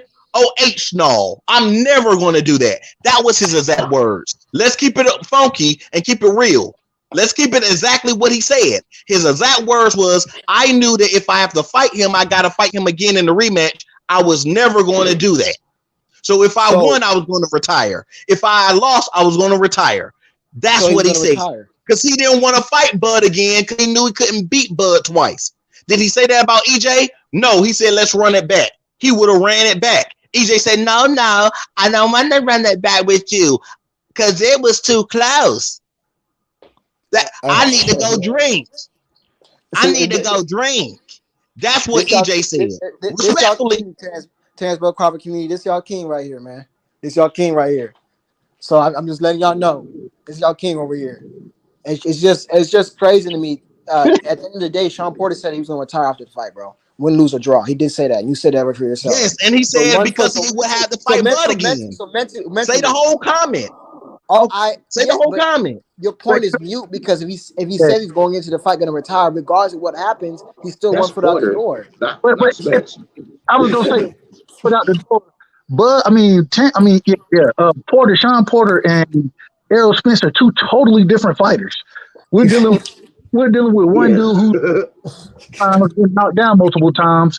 We're dealing with another dude who's never lost, never been knocked down. What are we talking about right now? Why are we comparing Sean Porter to Errol Spence? They're not the same fighter. Y'all just gave the Sean Porter. Y'all brought up Sean Porter. I didn't bring up Sean Porter. Y'all did. So then when I use the example of who knocked out Sean Porter, then all of a sudden y'all want to, well, don't bring up Sean Porter. Well, anybody you bring up, you're going to see that since Bud's been in welterweight, he's knocked them all out. No matter who you put in front of him, he's been knocking them all out. He ain't been 12 rounds in years. You're missing the point of the Sean Porter said. We're talking about fighting on the back foot. We was making an example with Sean Porter and Crawford's fight about the back foot. He wasn't on his back foot the whole fight with Sean Porter. He was right there with him. Now he stepped back and knocked him out with a counter. Earlier you said was his counters good enough to beat EJ. But that's yes, his counters is good enough to beat EJ. You're going to sit here and say, okay, well, EJ's great footwork. Oh, he can cut off the ring. Very simply, everybody try to cut off the ring with Bud.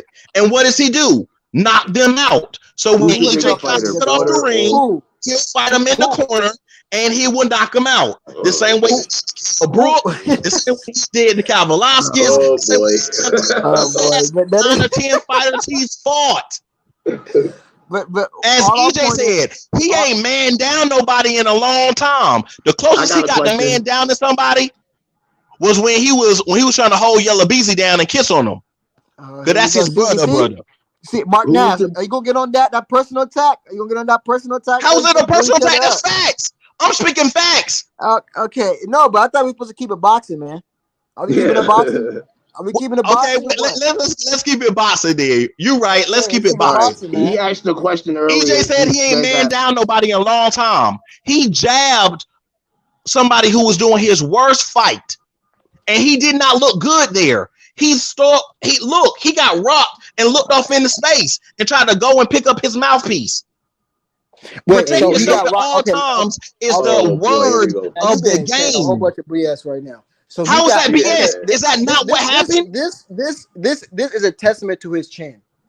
You have a man who gets his mouthpiece. He got rocked. Hold on, bro. He got hit with 3 shots that should have knocked him out, and he took it, bro. Come on, now. He got his mouthpiece knocked out. 3 legit, and full flesh, accurate punches, and he took it. He took 2. So when Bud got rocked, let's say this. Wasn't that a testament to his chin? Hold on, Jesus Christ. No, he got knocked down. That guy knocked him down. Man. Okay, let me get my off real quick. The won't tell EJ up. That's a knockdown. I know you learn boxing, bro. That the shots bro. The rope saved him. Yes, you're right. The rope did save him. He probably would have been knocked down. Hey, so that's a knockdown. Hold on. So can I ask you a question? Is it not the shots you don't see in boxing that hurt you the most? Correct? We agree with that. We heard that term. The shots you don't see. Yes, and that's what Bud's going to give EJ. The shots he don't see. So EJ, one of his eyes is already bad. Hold on. Respectfully. EJ took 2 flush shots from Ugas. 2 shots he did not see with his mouthpiece out of his mouth and took 2 flush shots, 2 on the chin, and with his mouthpiece out and still recovered quickly. So what does that show you about his chin, dog? That I'm trying show to you tell you. that he can get hit and forget that he's in a boxing ring. And when Not you do true. that with Bud, what happens? Fight's Not over. Fight's over. He got to explain to you what he did afterwards, like Kell Brook. not Because it true was, because at the end of and by And the like you way, said, the and hold by shot the on, that you way, don't see hold on. coming, Let me get him, bro. Bud Let me hits get go with him. ahead. all types of counters and different angles that you don't see coming. And very Hold simply, on. he just already got one bad eye, bro. Let's keep Hold it on, real, man. man. Let's keep Hold on. it real. I love EJ. After EJ got rocked in that round and he recovered himself, he finished the round and won it. Am I? Oh, so you mean just like Bud did? That's what I'm saying. This fight goes either way, Okay. regardless. Okay, Regardless just of like the Bud fight. did. Just like Bud did, right? Yeah, I'm not taking nothing away from Bud, man. I grew up on Bud, man. He's a great fighter. He's a pound for pound fighter in the world, but he's fighting All I'm, his toughest all task I'm, in his whole career when they fight. This is his toughest task. All he has to You do is know, do they what he's said been that doing. about most of his last fights. They said, well, this is finally somebody who's going to do something to him and show us what Bud really got. Then Because Bud CJ's knocks the him real out. deal. Then they I say, mean, yeah, we well, know. that guy wasn't really that good. Y'all said that about Kell Brook. Y'all said that about Porter. And he retired Porter. I was up here telling everybody he's going to retire him. I'm He's going to different, bro. I retire him. don't hold Go go on. back. back to the Porterway podcast, Me, I'm different about that. which I don't go is back what on he what you did in did. the Okay, past. I go listen. back on what you do lately. That's how I go. I go by And what what he you done did lately, lately. that was his last fight, won't it? And so Well, Was let me that say not this, his bro. last fight? He just retired somebody? Listen, And what do you think he would have done to him if that was not his friend? I've been on Come record as on. stating. I've been on record as stating. Yes, I think Sean Porter was a good win on his record. I've been on record as stating that. Yeah, But definitely. the fact of the matter is this: Sean Porter said himself he was going to retire, win, lose, or draw. This was Sean Porter's last fight, regardless. And he It didn't does not train hard matter. enough for So this fight. His that dad means even said mentally. that. That means mentally, when you go into that training camp, you already his own father came out and said, "I was going to stop the fight before the fight, even because he was wanting to teach him a lesson, bro. No disrespect, but he knew he didn't have the best training camp." His He sure father came out and didn't. said This is his worst training. his father came out and said, This "Oh, is his Kenny worst Porter, you can training look camp this up. ever. Kenny Sean Porter Porter came out of his never mouth was this and weak in said, training camp. "Oh, I can't get the right sparring partners for Sean Porter." He said that. So why are you Yeah, ignoring man. that fact? And then this is another fact. And I'll give you back to Mike here because we've been keeping it pretty good, but we needed one person to talk at a time. We just gotta put the points out there, man. Earl They Spence both has got been that. beating fighters, better fighters than Bud has, with bad circumstances and beating actually arguably Yo, beating y'all them stop better than cutting each other Terence off, Crawford's please, yo. doing. Please, please, please. Yeah. Yeah, Mark. I was just saying, Earl Spence has been beating better fighters in worse shape, meaning he wasn't training, meaning he got in a car wreck, meaning he had eye surgery, meaning he had a long layoff. Has been beating better fighters than Bud, and you can make an argument been beating them better than Bud has with more competition. Take that into account. What do you think about that? Have you thought about that? Bro, you listen, Lennar. You can make arguments on either guy's resume. Let's keep it a Yeah, buck, homie. The only I don't yeah. thing think so. is, one guy is a 3 division champ, already undisputed. The other guy isn't. One guy being in 1 division, the other guy don't went through division. One guy had injuries, the other guy has. We can argue about this all day, man. You But know why let's move Go ahead, forward Ash. past that. You know why Spence don't get all the recognition that everybody wants him to get? Is because Bud has done more as of his career. He's done more. He He's moved up in accomplished. classes. He accomplished a lot more than Spence. So Spence is the one that has a lot more to prove than Bud. I agree. I 100% agree. I'm just saying, when it comes to resume, when it comes to resume, EJ got the better resume. I mean, I'm just being real with that too. You know, Yeah, so the names, yeah. If you look at the names, yeah. But me, I'm going by what you've done lately. He beat Sean Porter, but and Spence beat Ugas. And I'm looking at those two fights as what you've done lately. You know what I mean? I'm not going by the past when he fought the other guy. You know what I mean? That was way back. You know what I mean?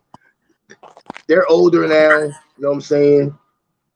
Like they older now, and the last two fights between them two, you know what I mean, is recently, and I'm looking at something recently more than what Bud did in the past. Bud's not the same fighter. First of all, he's not the same fighter he was in the past when he moved up. He's a different fighter now. His arsenals, his countering, everything's still there, but he is more of a standstill. He'll stay in the pocket with you, not stay in the pocket, but he'll stay right there with you and fight. He hasn't been on his back foot much at all, but his back foot does sets up his counter and his knockout power. I do know that too. But this is EJ we're talking about. EJ's the bigger fighter. But it's going to be on his back foot eventually anyway, because EJ is the stronger fighter, and EJ is a press fighter. So, yeah, if you think about the whole thing, Crawford is definitely looking at the back foot thing and what he needs to do on his back foot during this fight. EJ has to worry about trying to cover up and try to sustain Bud's counter punching and not get hit too much. If he doesn't get hit too much with it, he has a chance to land some stuff, which is the body shots, the hook. He got a 1-2 that can hit Bud. He has a 1-2. You know what I mean? His jabs, yeah, EJ's jab's not great. It doesn't hit you all the time. But if you look at his numbers, and his numbers show that he throws a lot of punches per round, a lot of them is jabs. But if you look at the total landings, most of them are power shots between them. So even if he lands 3 jabs, he'll probably get like 11, 12, 13 power shots at the end of the round. You know what I'm saying? So you got to look at that. It's the activity rate that's going to also matter in this fight too. Are we going to mention the fact that Sean Porter got tired? I mean, Terence Crawford got tired for like 2 rounds in the last fight with Sean Porter. Say that again. Do you remember Sean Porter getting a little tired? I keep saying Sean Porter. My bad, guys. Do you remember Terence Crawford getting a little tired in the Sean Porter fight? Gassed out for like a round and a half, maybe 2 against Sean Porter. It was like around 7, I think. It was I know round 7 was one of the rounds. It was either 7 or 8 or 6 or 7. The fight didn't go 12 rounds. My brother, the fight didn't go 12 rounds. It didn't go to the decision. He took it out. No, I mean 6. No. I'm just saying that's irrelevant. No, I'm saying that he got tired. That's not irrelevant. We don't know that. We don't know that for a fact. We do know that. It's on the fight. My brother, we don't know that. Did you ask him? Did he say I got tired? If he didn't, we don't know that. That's hyperbole. That's conjecture. That's our opinion. Maybe he was taking a round off because he thought he was winning, like we all like he thought he was winning. That's hyperbole, conjecture. We got to move forward. We can't go with those conjectures, my brother. So, Marq Nash, if I run a mile and I get in the door, you can see me run, and I'm huffing and puffing. Is it not fair to say that I was tired if you said that about me to somebody? My brother, I can't do the conjecture with you in hyperbole. That you ran miles, boy. You getting punched in the face at the same time, or you getting hit in the body? Like it's different. No, my brother, let's move forward because I can't do the hyperbole. Let's move forward because whether he got tired, didn't get tired. Who knows? Who cares? Hey, Marq Nash. Look, listen. Sean Porter is not Errol Spence. Errol Spence is not Sean Porter, but Crawford is neither one of those guys. That's irrelevant. Those are YouTube daddy talking points. Somebody gonna say, "Well, he didn't get tired." I don't care none of that, man. We talking about this fight between these 2 dudes. Let's move forward. Who cares if he got tired of Sean Porter? Who cares if Errol got tired? Hey, Marq Nash, can I ask you a question? Pass the mic. Lenard, pass the mic. Lenard, pass the mic. Let right side get his bars off. Go ahead, right side. I just want to ask you a question, Mark. Could you, in your opinion, how you see the fight playing out inside the ring? Yeah, Mark, I want to hear you. You go first. You go first. I just walked in up here. I'm about to give my dad a hug, give him a kiss on the cheek, let him know I love him. And I said that my daddy gave me the elbow, like, nigga, don't kiss me on my cheek. Back the hell up. He said, don't hug me or nothing. My dad gave me the elbow, like we was homeboys at the club or something. That's love right there. You know that's love. Love, man. That's love right there. He's like, don't be telling no nigga you about to kiss me on my cheek. Bye. My dad a G, yo. But go ahead. Let me get settled real quick and get my wife and daughter settled. I just walked back up here, the mansion. At the mansion. This ain't no barbershop mansion. But y'all live in big time. I'm gonna sit out here in the gym. I'm probably sit right here in the gym, talk to y'all on the patio and then the gym. But go ahead, get your bars off. I'll be right back. Tell me how y'all see. I like how you got this panel with the fire in the background there. That shit, I like that shit. So fire show. Keep the topic. That's dope. But no, so yeah, no, we talked about it, but I will say the one thing I did want to also bring out when it comes to Bud using angles and that step back counter, you know what I'm saying? I agree that he gonna catch EJ with some step back counters. Definitely. I definitely agree with that. I think he may hurt EJ with one of them. You know what I'm saying? My problem is once again, and I agree, my brother. I don't know your name. I know, but you said something earlier. I agree with 100% when you said that when EJ got caught by Ugas with them flush shots. the ropes held his ass up. It should have been counted as a knockdown. You know what I'm saying? Yeah, So I I definitely agree with agree that with that. too. You know what I'm I agree saying? with that So too. my thing at the end of the day, hey, if and even then, I think EJ was a little stunned, but he recovered well, and then he got a chance to get his mouthpiece back as well. It all kind of just played in his favor. So Yeah, man. He I'm finished not that round disagreeing with that strong. at all. But at the same time, I will say this, and I'm like I said, I think that he has a chance to get hurt by a counter or something like that. But if when people bring that point up and then they say, well, oh, he went for his mouthpiece and got hit, man. Okay, yeah, that's the second time doing it as well. But I'm not banking on no. I feel like that's a fluke. It's a fluke incident. You know what I'm saying? I don't think that just happens for fighters all the time. So I think that in moving forward, especially in the fight against Bud, he'll be much more aware. I think he thought he was controlling the fight, which he was, but even then he shouldn't have had that lapse in judgment. But I just don't think that's going to happen again. So now I'm looking for Bud to catch him with one of those counter punches like we talked about. My problem once again goes into when does he start to counter? When does he start to trade? All of that plays a part of it. We always say styles make fights. What style is Bud gonna come out in? My last question. This is for the panel. My last question, or my last question in this rant that y'all know I'm long winded. Do y'all think Bud comes out in the orthodox or southpaw stance, and which stance does he stay in the majority of the fight? I think he has a better chance in Southpaw. That's funny because I'm thinking about have a better chance in Orthodox. Orthodox is more of his offensive side, but I think he needs to show some defense in this fight. Spence does hit hard, man. Really, I think that he gets most of his knockouts with any southpaw now. He does when That's what he's I'm saying. right-handed. When he's right-hand dominant, That's my he can point. definitely. But this is my thing right here. And if he comes out and he stays in that southpaw stance, being a switch hitter like he is, he's still used to fighting orthodox fighters. You know what I'm saying? I think if he stays in that southpaw stance, it's advantage EJ because he's finding the southpaw. That southpaw look is a Exactly. total different look against the southpaw. And so if he comes out and I fight agree. orthodox, then I think he has a better chance because it's kind of the experience of fighting that style is a little more even versus I think EJ is going to be much more used to fighting southpaw fighter than Bud is. So I think he has to fight orthodox in this fight. Me too, because I got a like I said, question. he I got a gets most question of his, real quick. What stance does Shakur Stevenson fight in? The southpaw stance. Yep. Is that not the one of the main people he trains with? Right. Respectfully. But it's a difference. So Who's better than Shakur Stevenson right now in boxing? Shakur is a at lot the of top. people. He's one of the top fighters. The problem is the power that Shakur is bringing versus the power Errol's going to bring is going to be totally different. And so, even though I do But agree, I'm just muting your last One at a point time. where you One at a time. Hey, said look, that. look. Well, Hey. One at a time. If you ask him a question, give him a chance to finish it. But let's please give everybody a chance to speak. If you choose to ask somebody a question, you got to let them answer. But let's not cut each other off back to back so quick. Let them answer. Go ahead. so yeah, all I was saying was I'm not disagreeing. I think Shakur's at the top, especially in the southpaw stance. He's one of the most skilled And guys. mute your mic if you're not talking. Mute your mic if you're not talking. I think that's definitely helped Bud working with Shakur, you know what I'm saying, as far as adjusting and getting used to fighting a southpaw versus southpaw.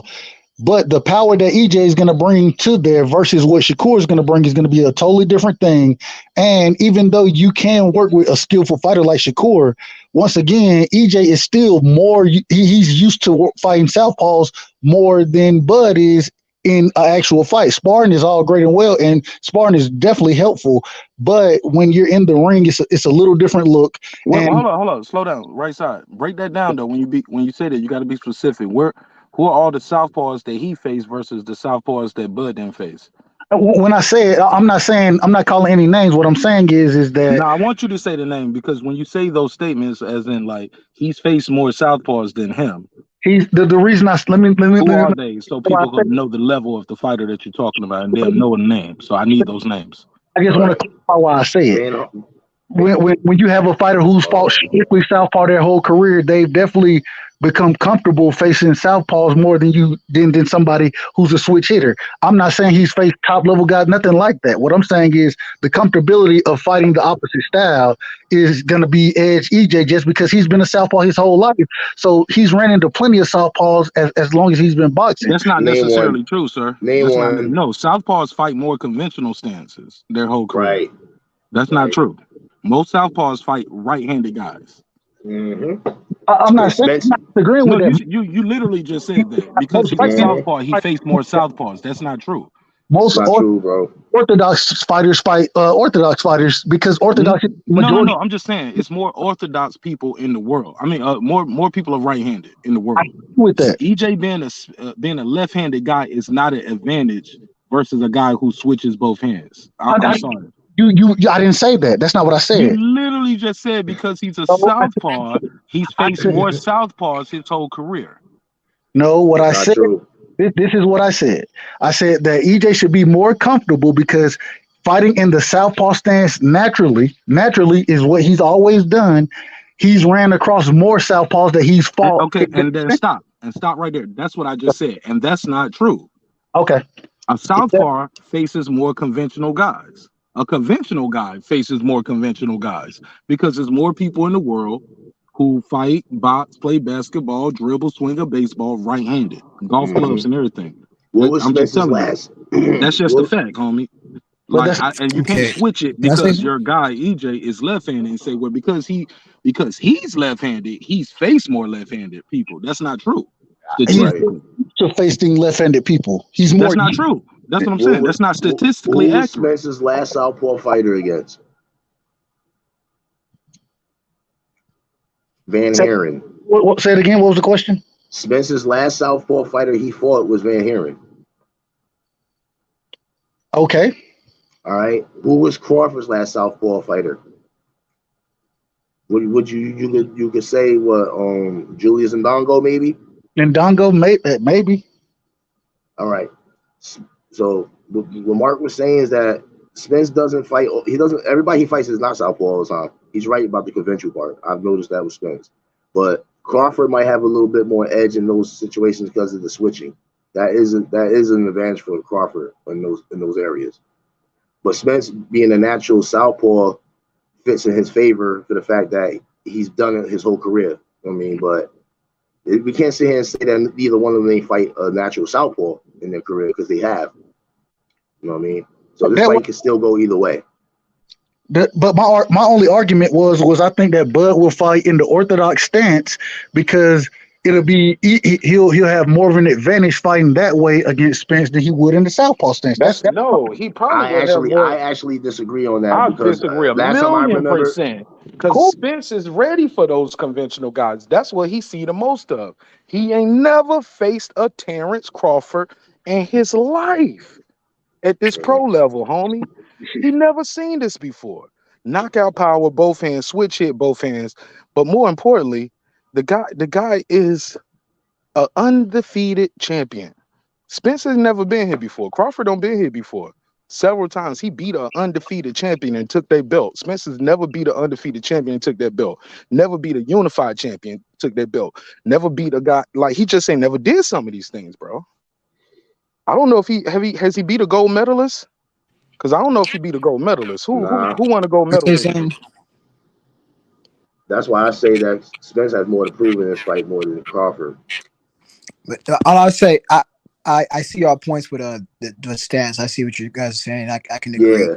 But all I'm saying is this. I'm just That's sticking with what the X's and O's, homie. No name calling Ben Israel. No uh disrespect to nobody on the panel. Like, we ain't about to call nobody no names and none of that. I'm just saying, has he beat an undefeated champion? but No. Has he beat a unified champion? No. Has he Nope. beat a gold medalist? I don't know. Nope. Somebody I tell don't me. think. Does anybody got an answer to that before we move forward? Has he beat a gold medalist? Last time I remember was when Crawford did that. but about the point about the stances and stuff. Nobody else know? Don't nobody else got no answer to that? No. So we just No, gonna say yes. We just gonna Spence say never no, yes. Spence never beat a gold medalist. No. I thought it was a rhetorical question. My bad. Okay. So getting back to the stances thing, I actually think that, like the other brother made, it actually works to Spence's favor that he's a natural southpaw because it doesn't. Crawford would not have the advantage in the southpaw, being that he's facing a natural southpaw, and he wouldn't have the advantage in orthodox because he faces orthodox. So that's actually one of the reasons it works in Earl's favor is because that's a blessing. He's got an answer for both. And history shows that Crawford gets hit more unorthodox than southpaw. He gets hit more when he's unorthodox. He does. But he does get more knockouts in southpaw too, so right. Maybe he comes forward and gets into a dogfight in southpaw, and that might not work out for him. So I think that Earl has a lot of answers for Bud. It's a 50-50 right here on how you see it. No matter how you see it, it's a 50-50, man. I think like 49.9. I'm pulling for EJ because he does have a lot more to prove in this fight than Crawford, but it's definitely a 50-50 fight. I agree. It's a pick 'em. Hey, it's 49-51. If you pick somebody, then it's 49-51. Damn it. I think 49.9 and 49.1 or something. Yeah. 49-50.1. Yeah. Whatever it's called. I can agree with that. But according to James Toney, no, he won't last 6 rounds, and that's why I stick by that. That's a little bit of hateration right there. Well, that situation right there. The only reason why the legends is picking Crawford because they believe in skills pay the bills. That's why they say it. That's why they're saying that. They believe in the skills. They believe in the skills. They believe. I agree. Like I said, I don't think they're overall not hating. No, I just think they're underestimating. I think more the right word, like James Toney. Let me ask you this, Lenar. Yeah. How many times have you seen? Who have you seen look like they got hurt more in a fight? Spence or Bud? Bud. That's why they think he's gonna win. They seen the adversity. So can I ask you a question? What I'm saying? See what I'm saying? Can I ask you a question? Good point, hold on. Let me finish. That the same night they night you with would be the same sword they good night you with. So it sounds good to say, yeah, Bud get hurt. We seen Bud get hurt. So the talking point is Bud get hurt. So Spence should beat him. But on the flip side of that coin, he knocked all those guys out. Anybody who ever heard him, he knocked them out. So that's why those same guys are picking him because they seen him go through the adversity. They seen him get it out the mud. Spence, all these guys he beat by his own voice.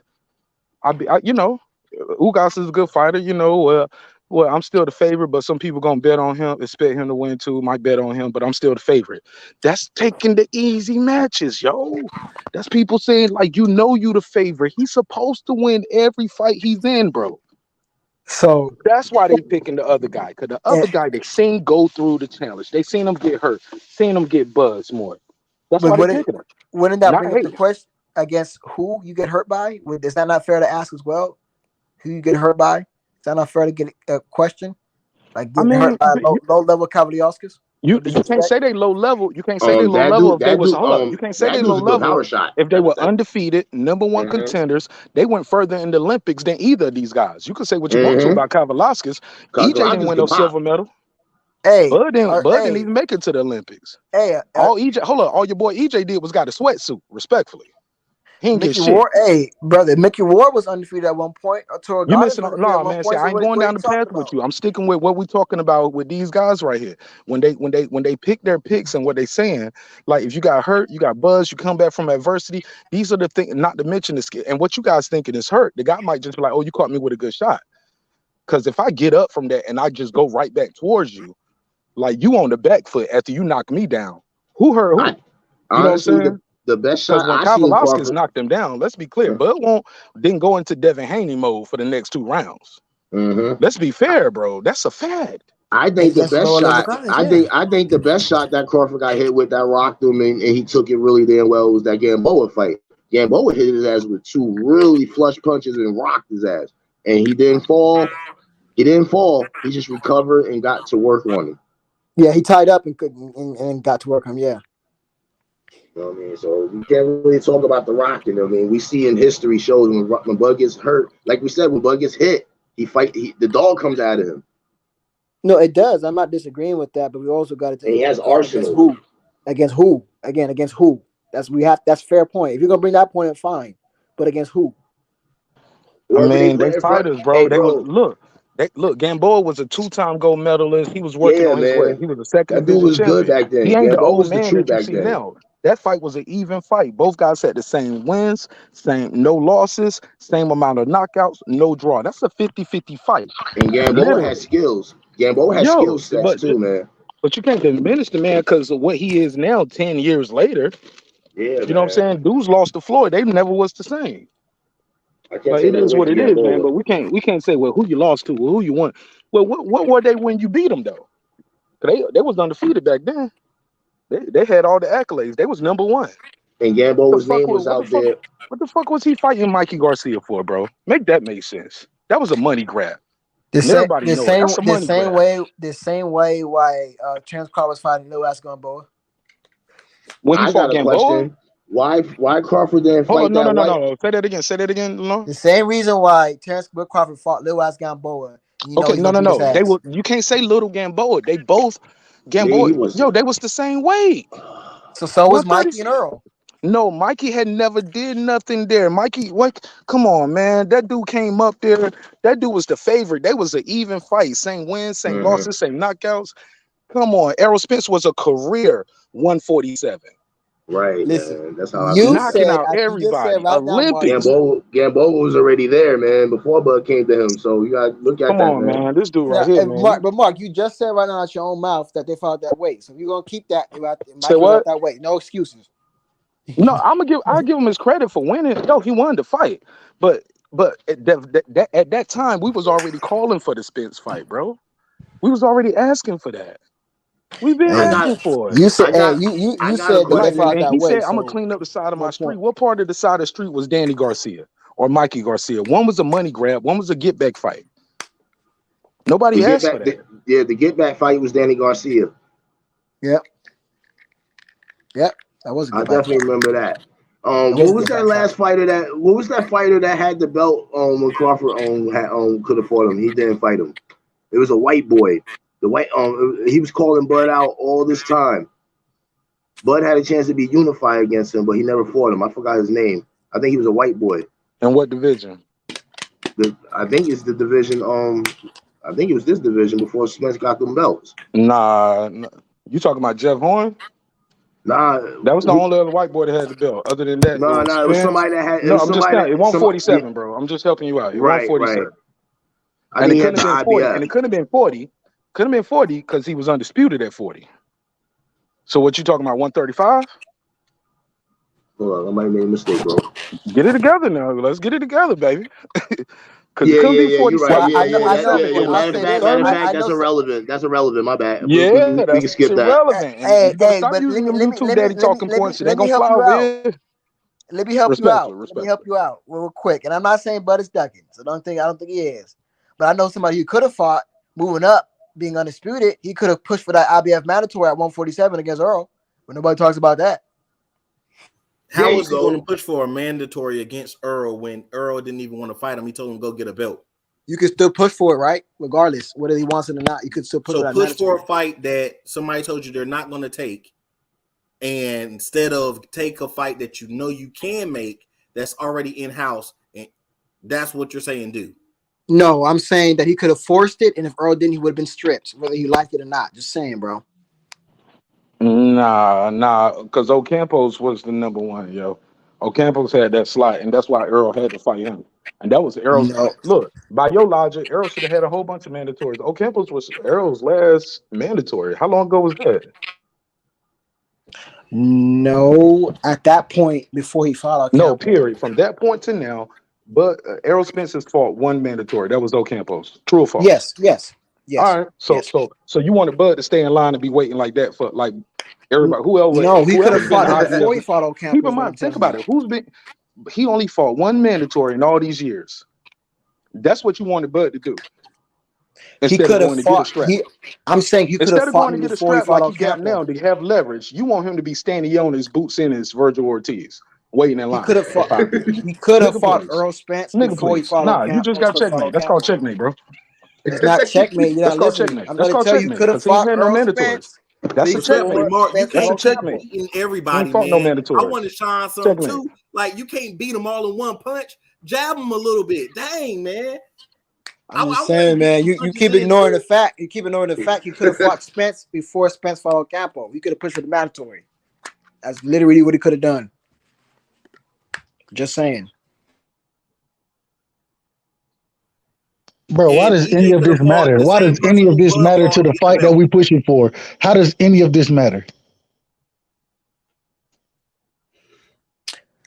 I don't know. It's just the Bell fans. Their logic escapes them. I don't know. Logic escapes you because you're No, arguing a fact from years ago that he just checkmated you with, showing you that EJ was not going to take that fight. EJ ain't took the fight it all these doesn't matter years. whether he was going to. He He could have been stripped. saying that. Wait, No, let he me could have finish. stripped Let me him finish. if Terence Let me Crawford would have finish. pushed for it, Let me bro. finish. You, oh my Bud been goodness. calling EJ out all these years. EJ didn't want no fights. He told him get a belt. Guess when they met in person? That was about 3 years ago, bro. 3 years ago. And EJ still ain't want to fight him. Come And on. so again, it's not Let's about make what it he make wants to sense. do. If somebody's a mandatory moving up being a champion, they can force it on him. That's what you're not getting, bro. He could have forced it on EJ, whether he liked it or not. Simple, bro. Now debunk that. Since you know it, debunk that. He can force a fight. That's Yes. what you're saying. He could force a fight. Yeah, yes. Whenever a So champion in a lower weight class, they move up in weight, they can force a Well, fight. well, that's those not all the way true. That's not No, all no, the way I'm not. true. No, I'm Okay. saying, but in this particular case, it's true. He could have forced it. He could have pushed for the IBF mandatory. Yes. I don't know. I gotta out if the paperwork is signed for the mandatory before the champion moving up sign or petitions, then he can't get that fight. I gotta go back and I don't know exactly how that happened. I can't say.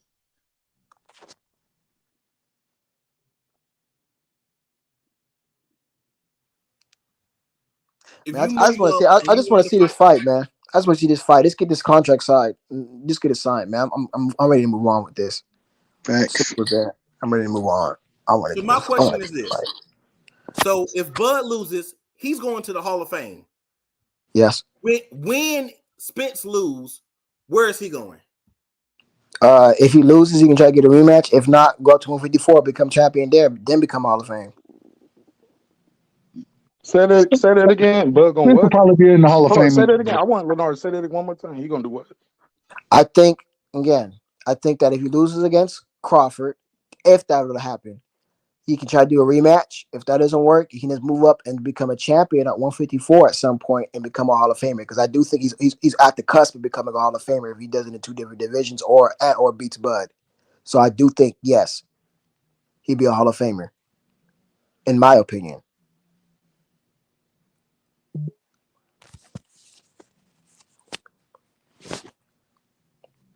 Do do do. It got quiet in this motherfucker.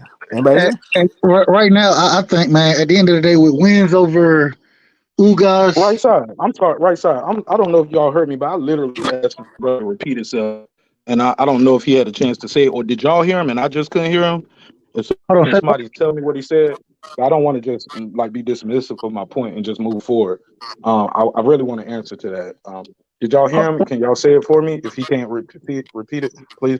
what was the question, Mark? I didn't hear the question from you. No, I didn't make a question. He was making a statement about if one Can you guy hear me? loses versus the other guy loses. Can Oh, you hear okay. me? Yeah. Okay. And I just never He, heard him answer it. he All right. said Bud go to the Hall of Fame and Spence moves up and tries to become a champion at 54. If he becomes a champion at 54, he goes to the Hall of Fame, in his opinion. I think that's what he said. Ain't that what you said, brother? Yeah, I said and or if Errol Spence beats Terence Crawford or does it, if he moves up to 154, I think he becomes a champion. He's done enough in my book to become Hall of Fame. Either of those two scenarios. If he beats Bud, he's Hall of Fame. And or if he goes up and becomes a champion, he's Hall of Fame. Mark Nash, did you hear him? Mark Nash, you there? You might have a bad connection. Y'all can hear me? I'm gonna switch over. I'll be right back. What do y'all think though? You think that I think EJ's on the cusp of it, but not quite there yet. Be Hall of Fame. What do y'all think? Yeah, no, I I don't agree. think that I agree. EJ I smart think enough to be Hall of Fame. I think unified he needs champion to. at 47, a glamour division like he is. 29 wins with 22 knockouts. You know what I'm saying? I think he goes ahead and if he does, regardless of what happens in this fight, like I think he should move up regardless and go challenge at 54. I think he wins this fight, but if he loses this fight, I still think he should go up and challenge at 54. Go fight Bud again, damn it.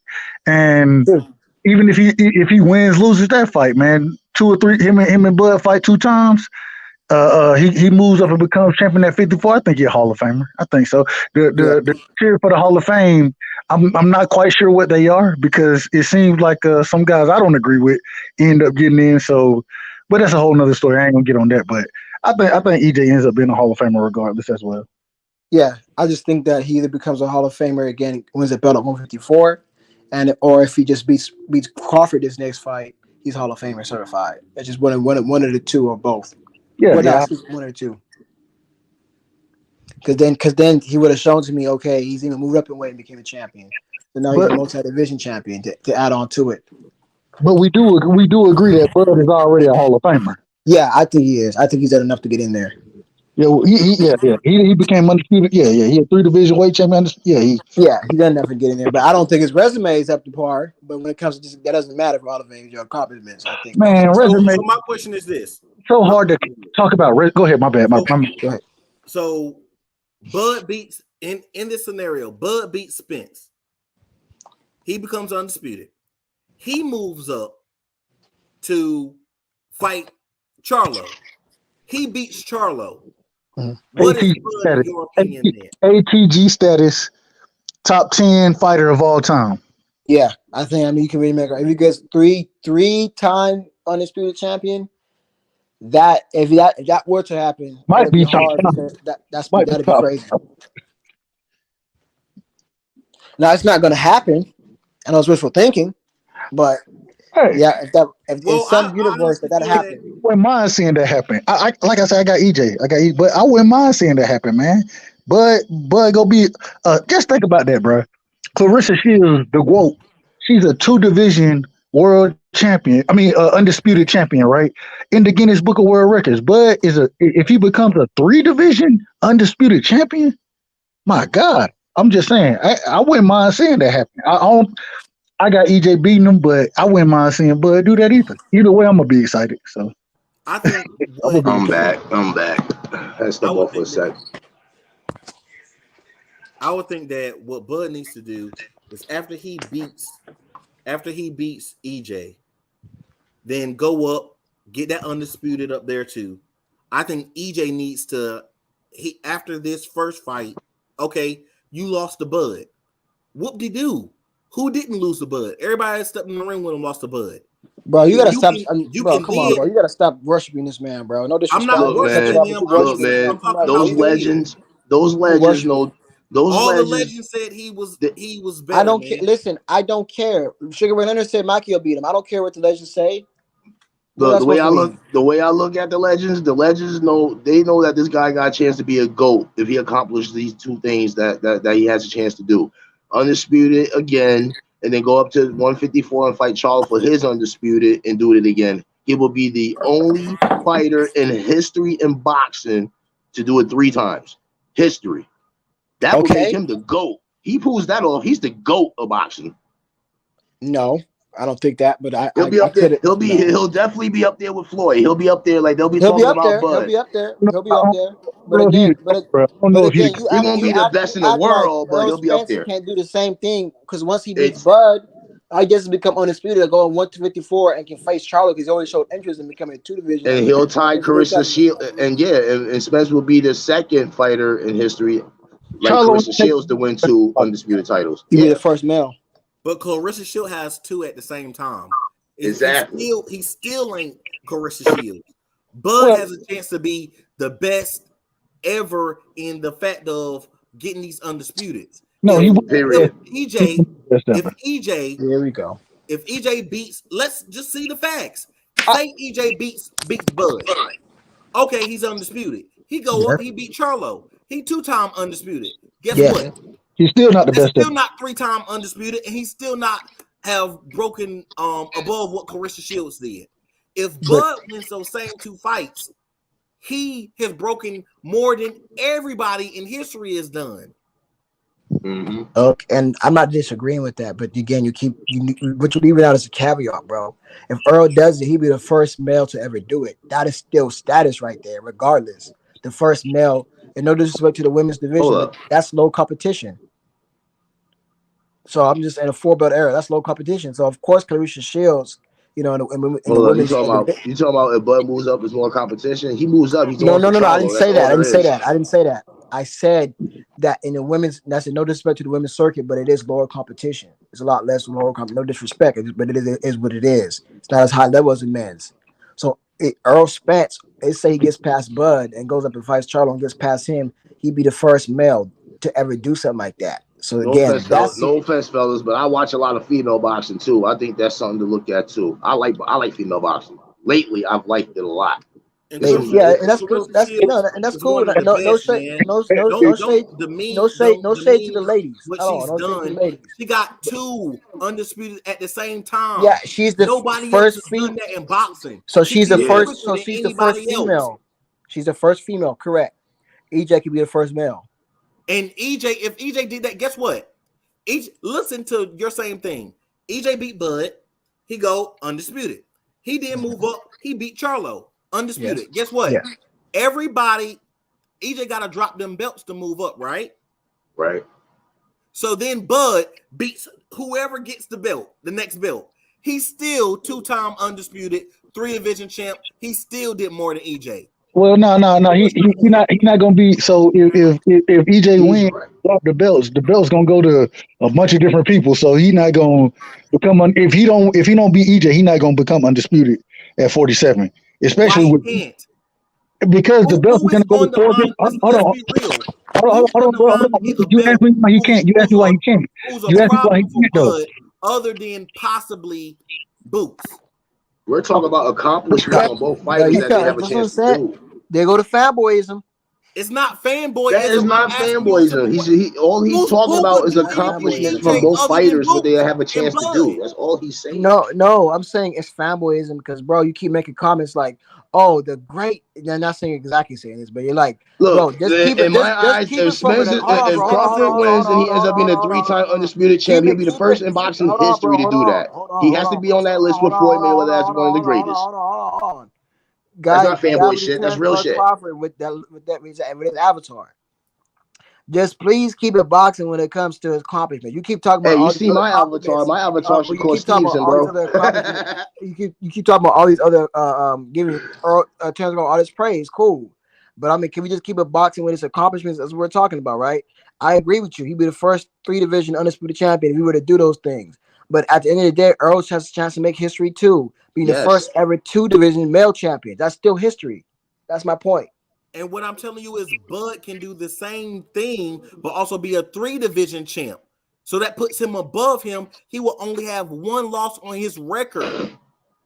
And he'll be a 3-division champ 2 times undisputed. Hold up. That even would if add he loses. That would add 11 belts to Crawford's name. So again, he's still above Spence, even if Spence beat him. No, he's not above Spence. Listen, in accomplishments. We're talking about accomplishments. I'm saying, but no, right now. You can stay in accomplishments, but not in a resume. And that's what really counts, bro. Oh no, the resume is different between the two. I agree with that 100. I know, and that's what point I'm making. Of course, you're going to have the best fighters if you've only fought in one division. Of course, you're going to do that. You're with the PDC, who has most of the fighters, and you've only fought in that one division your whole career. You should have had more than 3 belts. To be honest.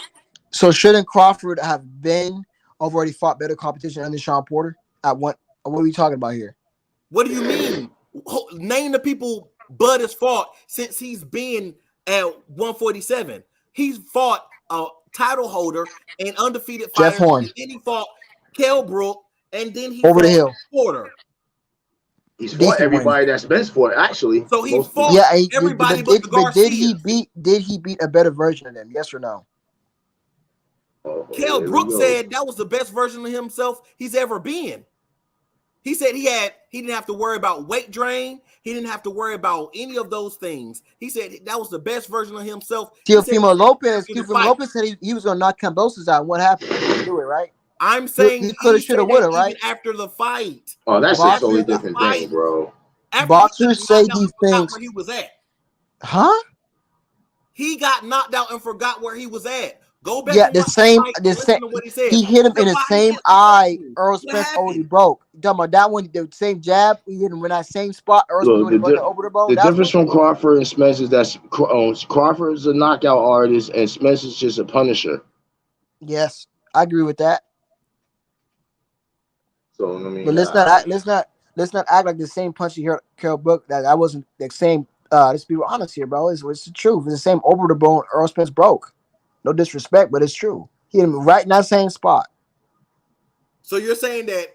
So your argument is if somebody get hit in the same spot where their eye got broken, that'll make them more susceptible to get knocked out. It's very possible, yes. So you're saying that EJ, if he gets hit by Bud in the same spot that dude knocked his eye out, respectfully, in training where he broke his eye, he could get knocked out. It's possible. It's possible, yes. So all with Bud sharpshooting, you said earlier he a sharpshooter. So this sharpshooter who's watched these fights, who studies everybody and, as they say, figures a person out, all he has to do is just, quote unquote, not get knocked out until he can land one good punch or two good punches at the same spot and knock EJ out then. That's not what I'm saying. You're putting words in my mouth. I said it's possible. That's all I'm saying. I said you're putting words in my mouth because that's not what I'm saying. I said that it's possible. That's all I said.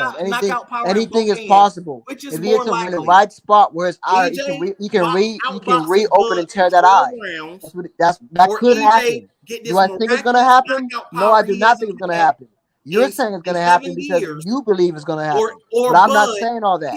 So please stop putting words in my mouth. That's not what I'm saying. You're saying that. That's all I'm saying. Question: which is more likely? Use your rational mind, as you said. Don't fanboyism. Don't fanboyism. Use your rational mind. Which is more likely? A sharpshooter hitting somebody in the same spot that is already broken. That the whole world knows his eye is broken. The whole world knows this. Which is more likely? Bud, who has knockout power in both hands, hitting EJ with two clean shots to knock him out or daze him, or EJ getting a miraculous Super Saiyan energy that he's never had before, or outboxing Bud for 12 rounds. Which is more likely to happen?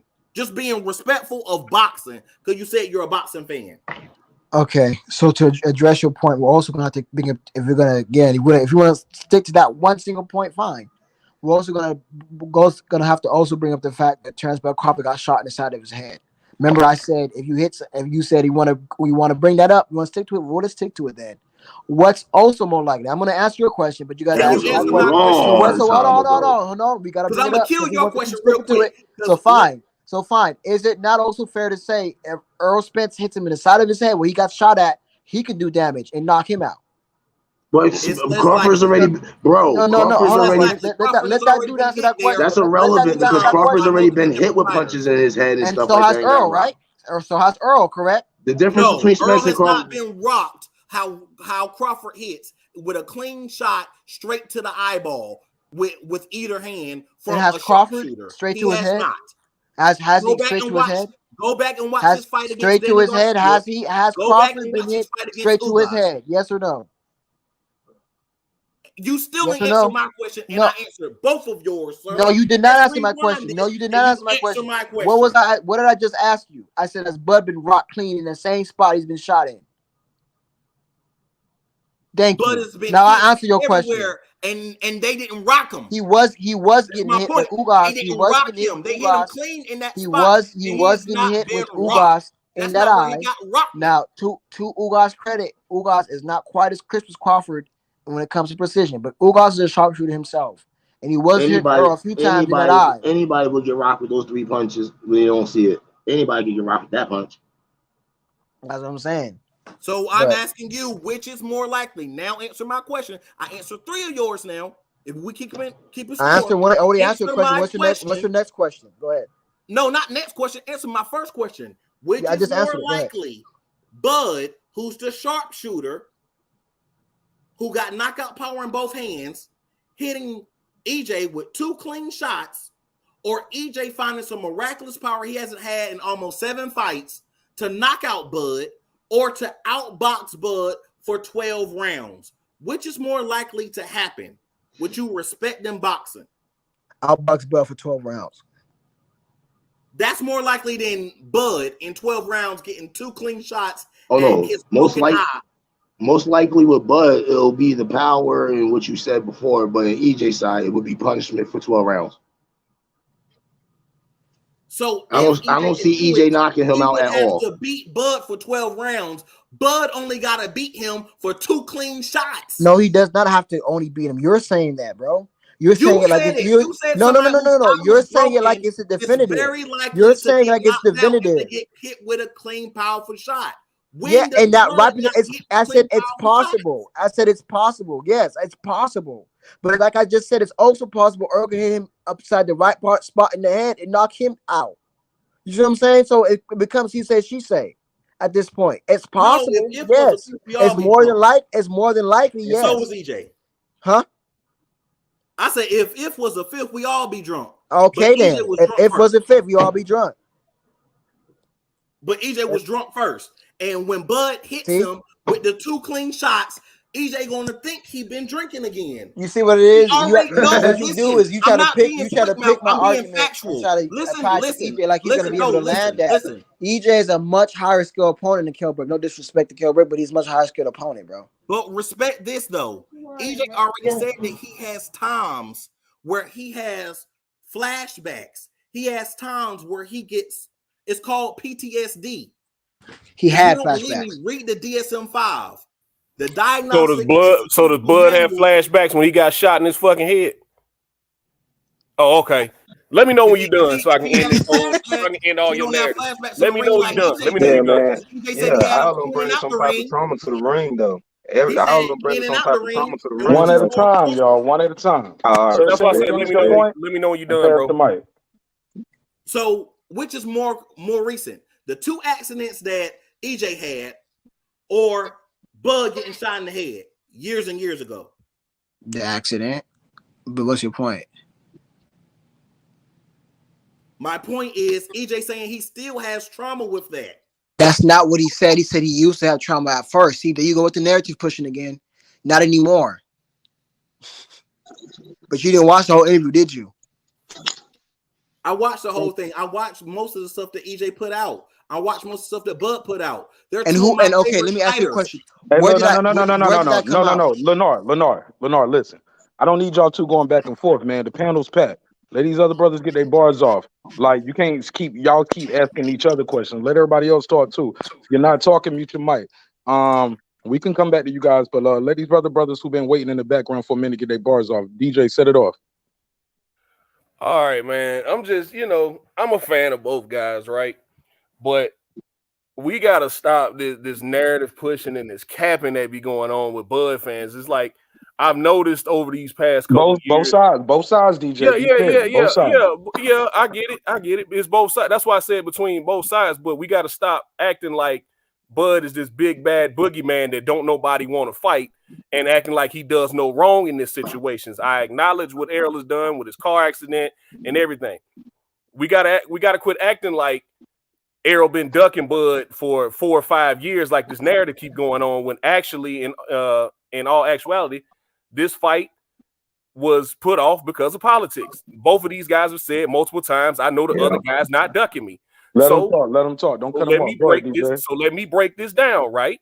So let me break down the facts, not the feelings, the facts about the whole Bud versus Errol situation. Okay, Errol won his belt in 2017, correct? Bud was still a junior welterweight at that point. He called out Errol Spence. He was still in another weight class, so the fight wasn't going to happen. He was also calling out Manny Pacquiao, too. So soon as he moves up and beats Jeff Horn, EJ tells him, get a belt, come over here, and we'll fight. What did Bud do? He beat Jeff Horn, got that belt. He was a free agent after that. He re-signs with Top Rank, then goes on to fight Kavaliauskas and Jose Benavidez. Stop though, but you skipping some things though. I'm not skipping anything. No, Mark, you're you breaking down the timelines of when this fight was supposed to happen. I'm trying to figure out in all this time EJ was supposed to be running. I want to know when the fight was supposed to happen. Sir, but the framing of that is very fair because the way you guys frame it, you go always bring it back to that as if Manny Pacquiao wasn't on Top Rank and everybody wasn't trying to fight Manny Pacquiao. Like, let's say that when you add that he re-signed with Top Rank, remind everybody he didn't re-sign to Top Rank to fight EJ. He re-signed to Top Rank to get that big fight with Manny Pacquiao that everybody wanted. Can we agree to that? Is that fair? Okay, fair enough. But was that before or after Bob told him he killed the fight? In what part? I don't even know what you're talking about. Bob Arum said he killed the Manny Pacquiao fight because Manny Pacquiao was his friend and he didn't want that was after. He had already re-signed when Bob Arum said, like, yo, I was scared for Manny because Manny was my friend. That's part of the lawsuit.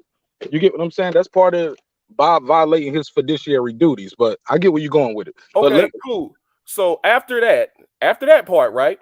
After he resigns, gets denied the Manny Pacquiao fight, I'm trying to figure out where was Errol supposed to fight him? Was it after he beat Jeff Horn or before he was supposed to fight Jose Benavidez?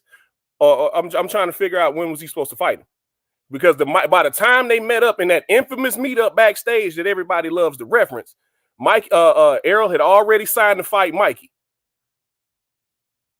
So, you know, I'm trying to figure out after that fight gets signed, because Bud fought Amir Khan around the same time that Errol fought Mikey. So I'm trying to figure out what was the duck supposed to happen. Good point. So look, let's move it forward because my thing is this. Checkmate. No. I'm listening. We're having a conversation. Like I said, I don't know if none of y'all heard my opening statement. I'm past all of this back and forth schoolyard bickering shit where we tearing down either of these fighters, bro. Facts. We need to be talking about Mark. I've been past I ain't talking about you. I'm just saying, like I feel like we're going backwards in circles. I backed out for a minute. I came back in, and you're defending a who's ducking who conversation. Like, how did we get here? Ain't nobody ducking nobody. It is what it is. And if they was ducking, it ain't nowhere to go. Because at the end of the day, if Bud really wanted to duck Errol Spence, he could have re-signed with Bob again by everybody's logic. Like that logic you using right now, if Bud was ducking, he would have just re-signed with Top Rank and said, I ain't doing nothing, left Bob involved. No, he left. Bob didn't drop him. Even though Bob said he was losing money, he dropped Bob. So that narrative is dead. Look, the guy, Errol Spence, did everything he said he was going to do. He cleaned up his side of the street. That narrative is bullshit too. Because whole shit got, how so? Because Danny Garcia, what part of cleaned up his side of the street was Mikey or Danny Garcia? Okay. Mikey Garcia, no, let me finish. Mikey Garcia was a money fight. We all know that. That's a money fight. And Danny Garcia was a get back fight. Okay, see the part with the Danny Garcia shit. I get your thing with the Mikey Garcia, but the Mikey Garcia fight had already been signed. Like I said, I get your part with the Danny Garcia shit. But even then, remember Bud said he didn't want to fight Errol coming off the car accident because he wasn't going to get credit for it. That was after he already didn't get the fight. That's after the fight was already signed. Do the research. Check that. After that wasn't like they was offering him to fight and he said no. And he was like, nah, I don't want the fight. I want to wait. He didn't do that. That fight was already signed. So what he said right there, that's just conjecture. That's trying to keep a good face in the midst of getting denied the fight yet once again. But come on, man. How can you prove that? He could have kept that duck narrative going, but he said he didn't want to fight him because he wasn't going to get credit for it. But that fight was already signed at that point when he said that statement. It wasn't like the fight was offered to him. He turned the fight down, and Errol had no choice but to take Danny Garcia because Bud turned the fight down because he didn't want. That's not what happened, bro. I like how we skipped the part where he fought Sean Porter right after that, but okay. Well, he fought Sean Porter right before that. What you mean? I like how we skipped that part. We didn't. It was nothing to skip. Up his side of the street. No. You missed the whole point. That's clean. That's a unification. Correct. I get it. But prior to that, he had a money fight, had Sean Porter, and then he had a get back fight. That shit had nothing. Like he didn't have to fight him. It's not. I don't take no knock away from the dude for fighting Sean Porter. What are you talking about? That's a unification. That was around the same time that he. How long after Sean Porter did we get to Ugas? How many years was that?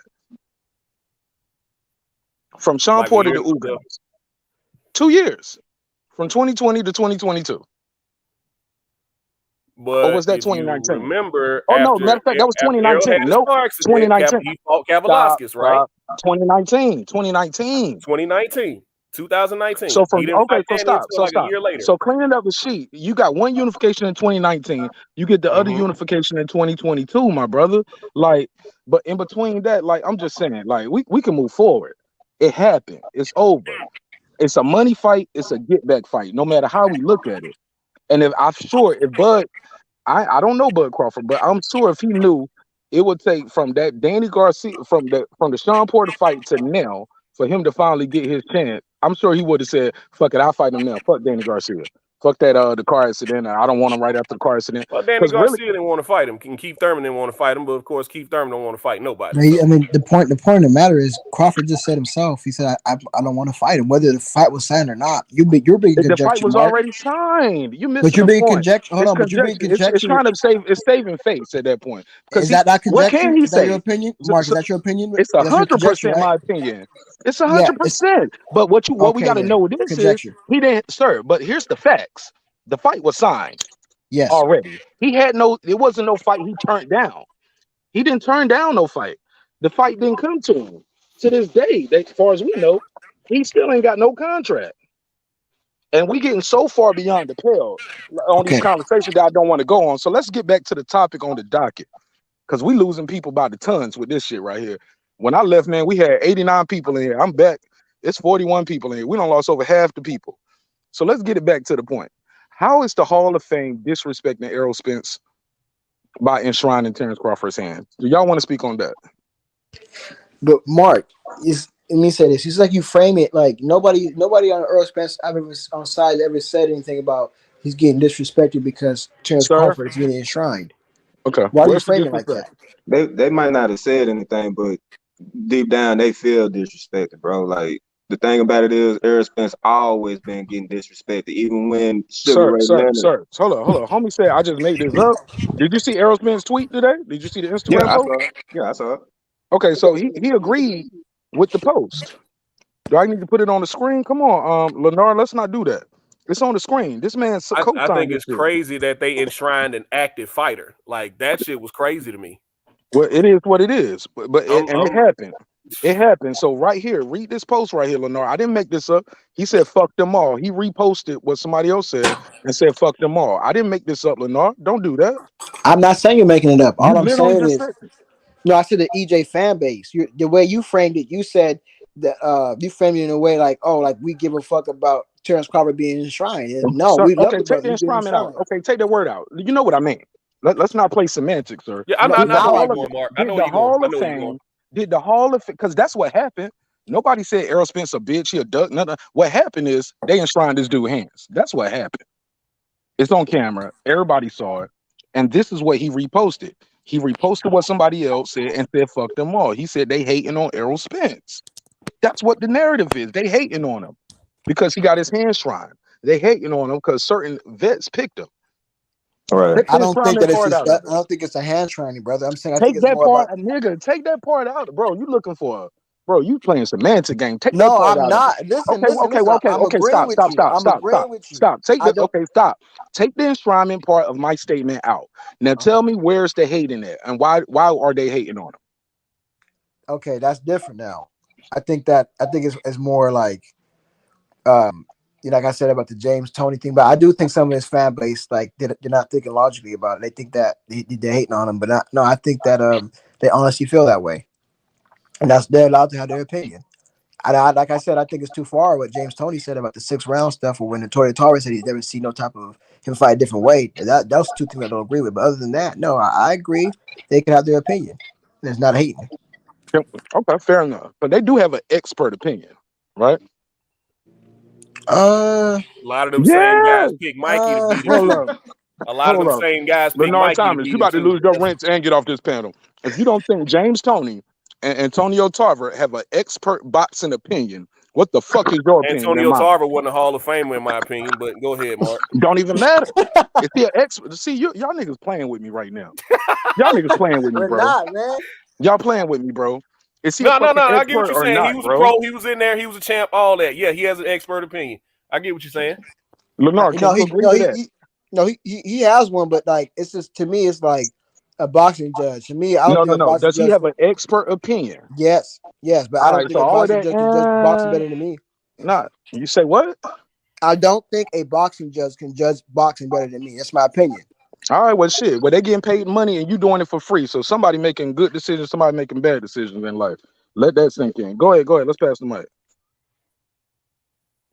Yeah, I mean, it's the same stuff they've been saying. Like Roy Ben said that Bud was gonna beat him. I mean, the whole 6 round thing by James Toney was kind of crazy to me. Like I'm still blown away. Like he's a bona fide Hall of Famer, but I think it's crazy that they started the whole enshrinement thing while he's still active. That was crazy to me. But you know, them sitting up there gushing over Terence Crawford didn't really bother me. I didn't see it as disrespect.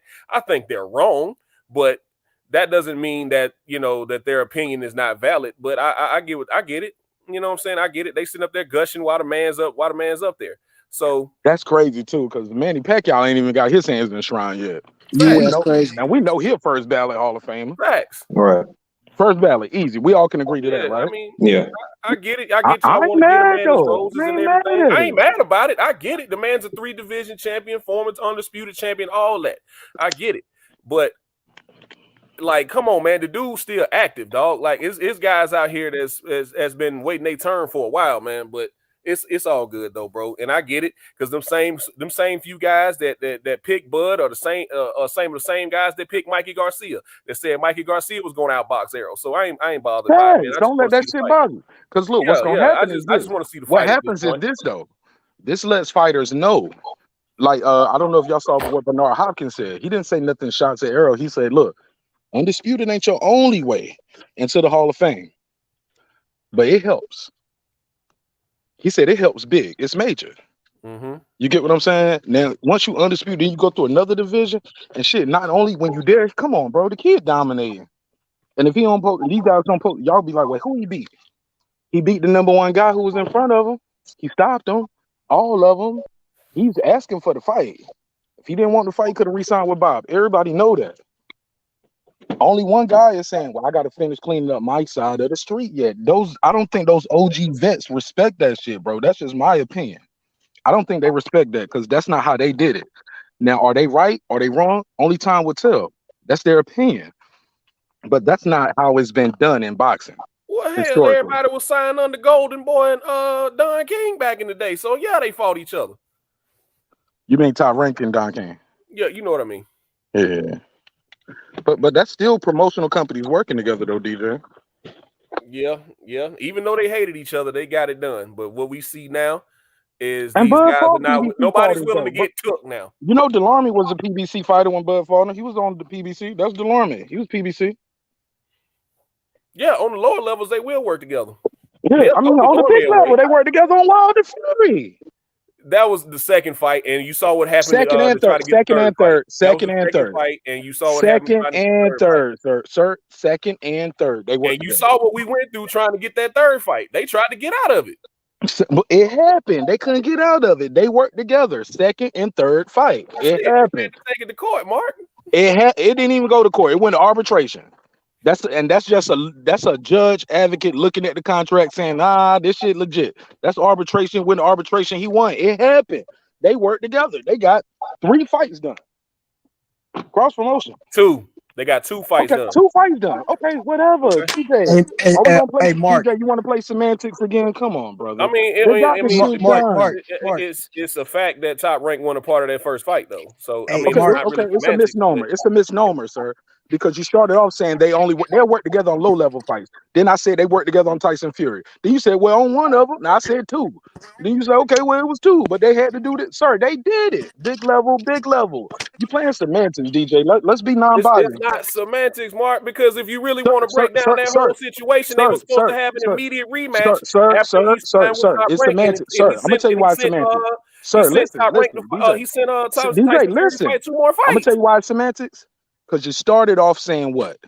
They work on lower level fighters. Yeah, sure. True. Then I named. Hold on, stop. Don't cut me off instantly. Because I'm repeating what you just said. You said they start with low level fights. Yes, you said that. Then I name a big fight. Then you had something to say about it. It should have just been like, yeah, they work together on little fights and big fights. Because that's a fact. since you want to speak facts. It happened.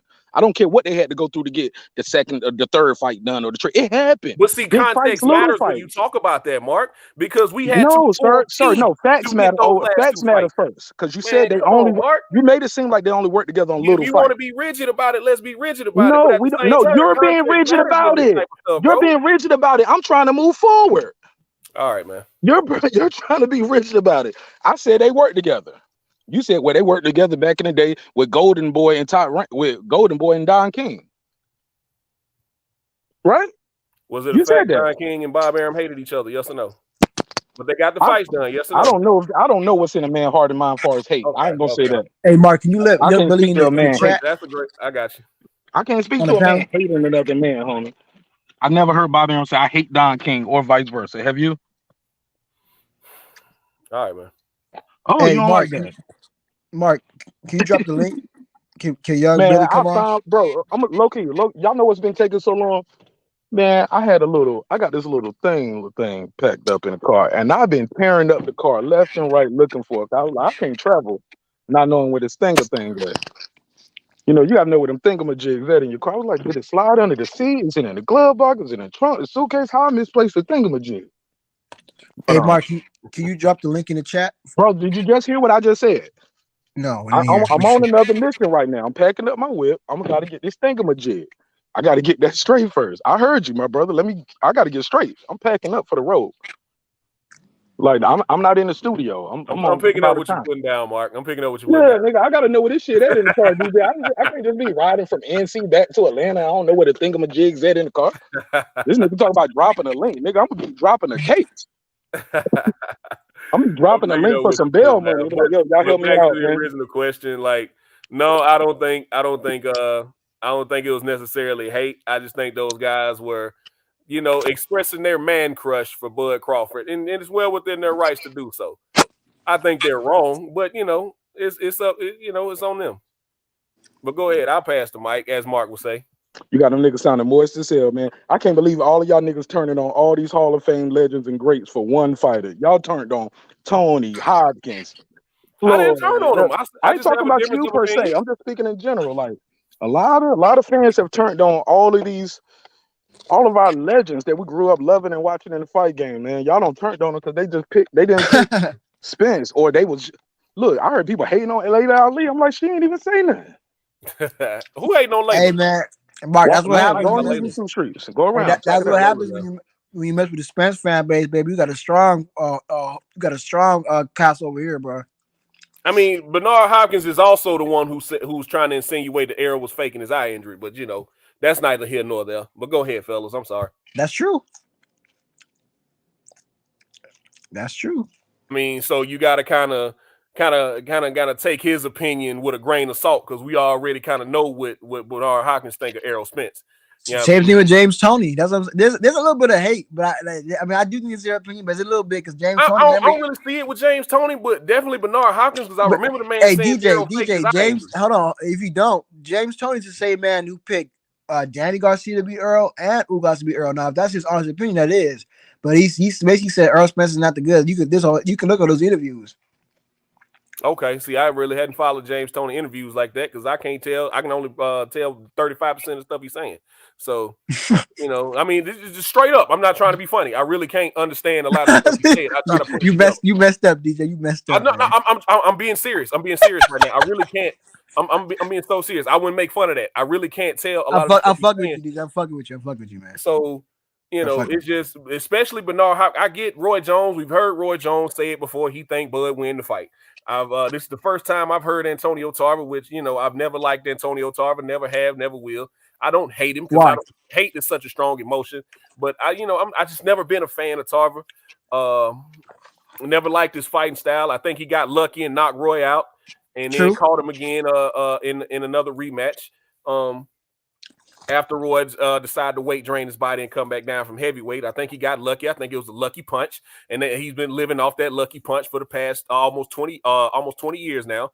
So, I mean, it is what it is. I didn't think Antonio Tarver was a Hall of Famer. I think he was a good fighter, but I don't think he was a Hall of Famer, especially after the 2 ass kickings he took from Bad Chad Dawson. And we all saw what Andre Ward, another Hall of Famer, did to Bad Chad Dawson. So, I mean, it's just, All right, I can go on the rant, but I'm sorry, y'all. I keep trying to pass the mic, man. Go ahead.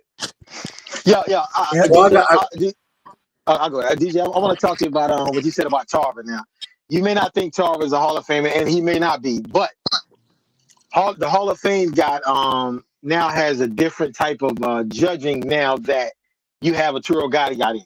Once a Turo Gotti got in, you got to Yeah, lower the standard the bar, because yeah, the bar got set pretty low. the bar is low because I know Tarver's career had to have been better than a Turo Gotti, even though the Turo Gotti won multiple weight classes. But you got to think, Antonio Tarver, he beat Jones. You may say Jones was weight drained, but Roy Jones was #1 pound for pound when he moved back down. He could have fought Tony. He could have fought Tony before he moved up. He was ducking that fight. He moved up and fought the weakest heavyweight at the time, John Ruiz. So that's his fault. Don't blame Tarver for that. Tarver was trying to get that fight for years. Yeah, he should have stayed. He should have stayed at heavyweight. That's it. That's Roy Jones' fault. Don't blame Tarver for that.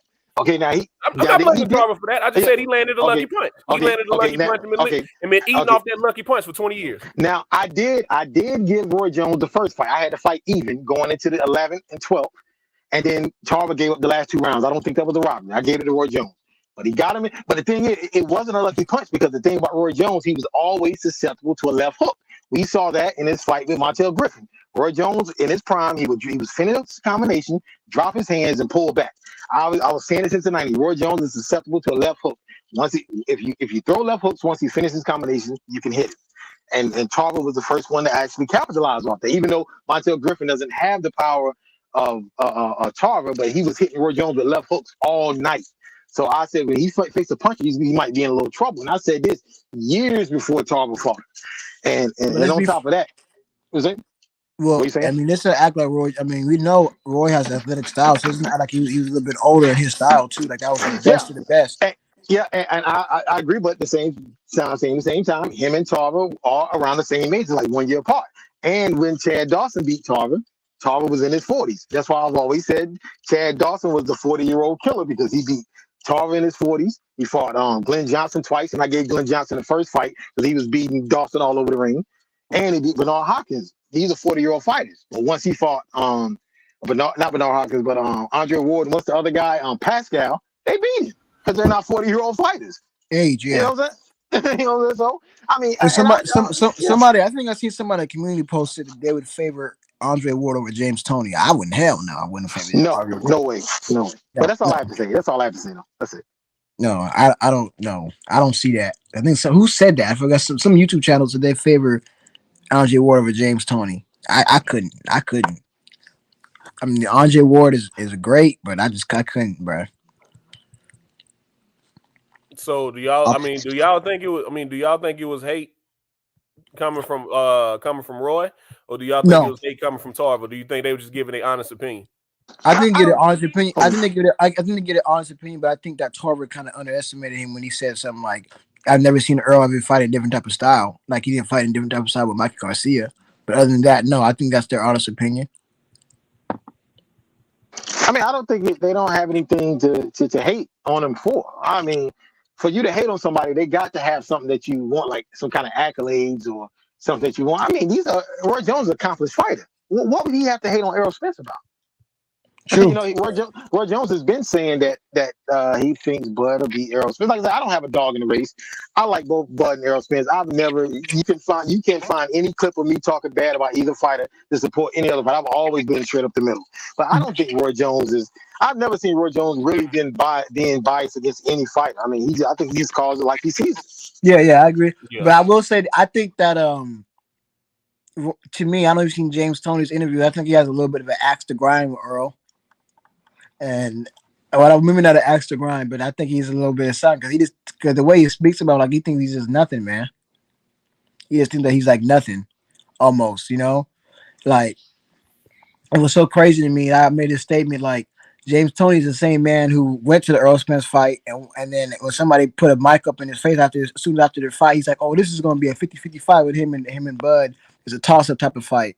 But as soon as you see James Toney at the Hall of Fame ceremony, his ass switches up and says Errol Spence wouldn't last 6 rounds with him. I mean, that's crazy to me, man. Well, to Tony's credit, he hardly likes anybody. He talks about everybody. True. Yeah, like I said, I disqualify myself with James Toney because like I said, I've never heard him say anything out of line other than today or yesterday or whenever they did the whole Hall of Fame thing. But Bernard Hopkins I definitely disqualify his opinion because you think a man faked his injury. Like when you come out and say that, anything you say after that pertaining to that fighter, I'm sorry, I'm not gonna look at it the same. But DJ, If you think a champion is gonna fake injuries to not fight Manny Pacquiao, the fight of his life, the biggest fight of his career, like come on, DJ, man. you froze. but Also, but DJ, never forget, Charlo said that about Castano. So now that his brother is injured, like the twins, like they said, remember they were saying Castano faked the injury because he wasn't ready for camp. They said he was cycling off. They thought he was cycling off because Vada, he asked for Vada testing on Tuesday, and by Thursday, Castano pulled out the DJ, fight. can you hear me, or are you just gonna keep talking over? Can you hear me? I was talking in kind of before you kind of cut me off, so I heard my bad. you. Go ahead, Mark. My bad, bro. Cut my throat. I just want to say this: fighters have said that before. They said. Remember, Charlo said that about Harrison, faked the knee injury.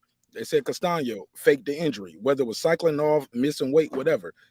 People have accused people of faking injuries before, so I mean that's gonna come and go with the business. I don't think we got to discount everything a fighter says. They say some shit like that, right? I mean, what makes that different, Mark, is you're going into Bernard Hopkins is not going to fight Errol. Those guys had fights lined up with their opponent.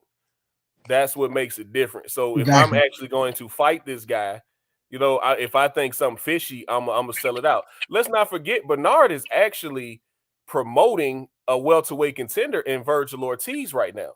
So I mean, take that for what you will, but I just, once an inactive fighter and a co-promoter on another promotion says that one of the fighters faked an injury, I'm gonna take that. I'm gonna take your opinion with that fight and with a grain of salt from after that.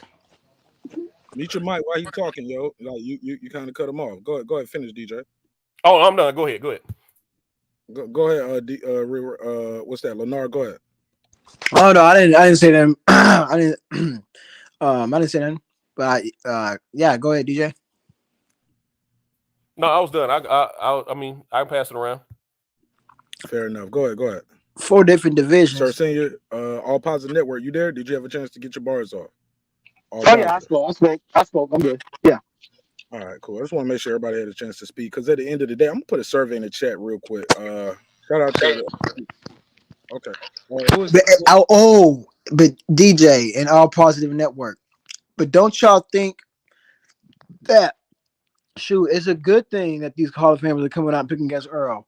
Doesn't it almost is not a good thing that we're gonna see a best version? We're gonna get even a better fight now, and we're gonna, EJ's back is against the wall, so to speak. All my favorite heroes are speaking against me, so I got to prove them wrong. You know what I'm saying? That makes does not even kind of if you are picking EJ, does that even kind of make you a little bit more confident? Because it kind of seems like EJ is the type of person he'll take everything in and just perform better and show up. So since you're more confident, then once Bud beats him, there should be no excuse. If he would have beat him, if he would have fought him before the accident, or he waited him out, or EJ was weight drained, or anything else, there should be no excuse. Oh, well, it was his trainer who actually threw in the towel. There should be no excuse at all when Bud beats him, correct? Right. Correct. No excuses. Yes, Bud will get his full credit if you win, you lose. It is what it is. No excuses on either side. That's my take. So DJ, what do y'all think of All Positive Network? What do y'all think of what I just said? Asked. I agree. What you think of what Sir Senior said? No excuses on either side. No excuses on either side because both guys know the magnitude of this fight. Both guys are coming in this fight healthy.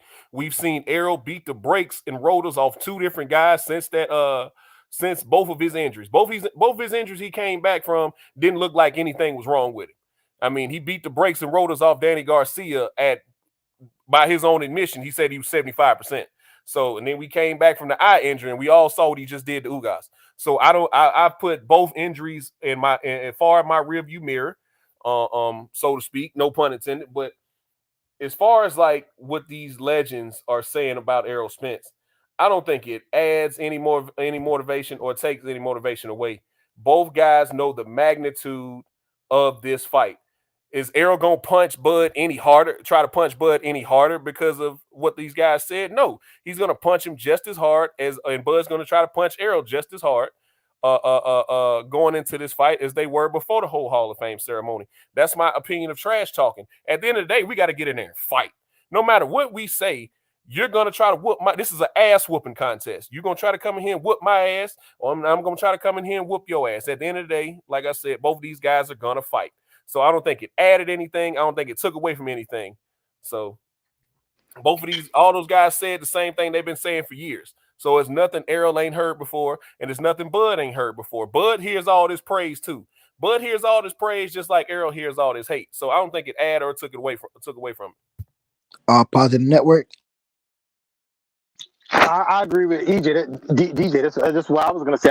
So I don't think Bud is looking at these at the social media and looking at the boxers saying that, oh man, now I got to really go in and knock Crawford out, and that might leave himself open for a counter. I think Errol's gonna fight the same way that the plan that he had in place before anybody was saying anything. I don't think that he's affected by it. I don't think he's gonna go in like, yo, I got to get this knockout and I got to really beat Bud up. I don't think he worries about that. I think it was more perspective. I just think he's going to train harder in the gym. That's what I think. That's how I kind of take it. He's going to put it in the gym where it counts.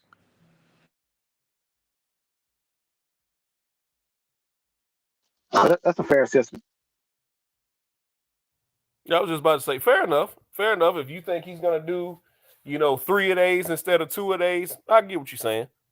Or maybe, I don't know his regimen, but let's say he goes for 2 hours. He might go for 2 hours and 30 minutes now because of that. Who knows? You know what I'm saying? So I don't know, but I'm just saying, like, he seems the type of person who'll put it in, he'll internalize it, and he'll perform. I think he'll put it in the gym. That's what I'm talking about. Not necessarily in the fight, but it'll show up in the gym, which will by circumstance will show up in the fight.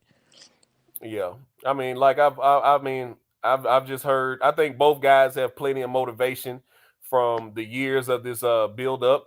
I mean, Errol has heard everything that Bernie the Boxer and Bo Mack has had to say about him, and Bud has heard everything that Derek James and the Charlos have had to say about him. So, the motivation is there. The stakes are there. The stakes are high. Damn it, just make the fight.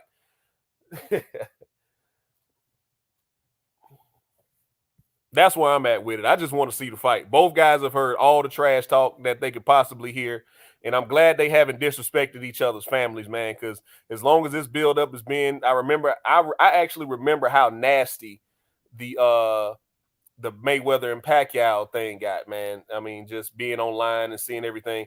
I remember how nasty that got. And I'm actually grateful that these two champions haven't went that far. Their fan base has, though. They went. The fan base definitely has on the side. That's true.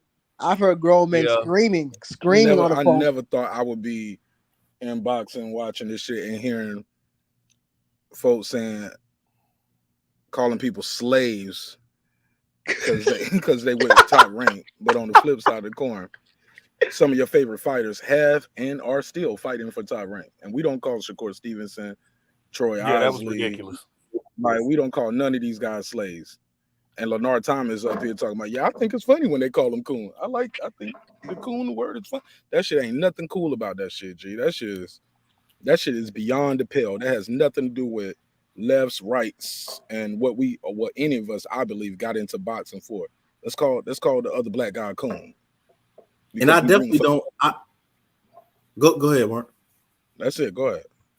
I definitely don't like that. Like, how are we going to talk about these are 2 black fighters with black families, but you're sitting here talking about this man and throwing racial slurs at him? But if any one of these other races came and start saying the same thing that you're saying, you'd be like, oh, well, we need to riot and all this other stuff. It's black power all the rest of the time. But then when it comes to Bud, oh, well, he a slave and he's some type of faggot and all kinds of stuff, especially when these are the EJ fans, when EJ is out here hugged up kissing dudes. But then his fan base get to call some other dude a faggot who only you seen kissing women. Sir, we got to use that F word a little light on YouTube. I'm not as big as Corey Holcomb where I can just let the F-bombs fly. I apologize. About to say, it's Pride Month, man. What's wrong with you? Yeah, and we right. And his pride. At symbol. Yeah, we passed that though. We passed that, and we passed the yellow peasy picture. We trying to support both of these guys. We want to see the fight. Let me make this call back because I'm back set. Who needed the link, homie? Somebody said somebody needed the link. I'm set now. I found everything I need to find. So I think you might be gone now. Let me call back. I think this is my boy Philip Jackson. Let me let him. I'm gonna call him back, see if he can get his bars off real quick, because I did miss some calls. And then from there we can move forward. And shit, I guess I can. Damn, it's been 4 hours already. I like doing the early show.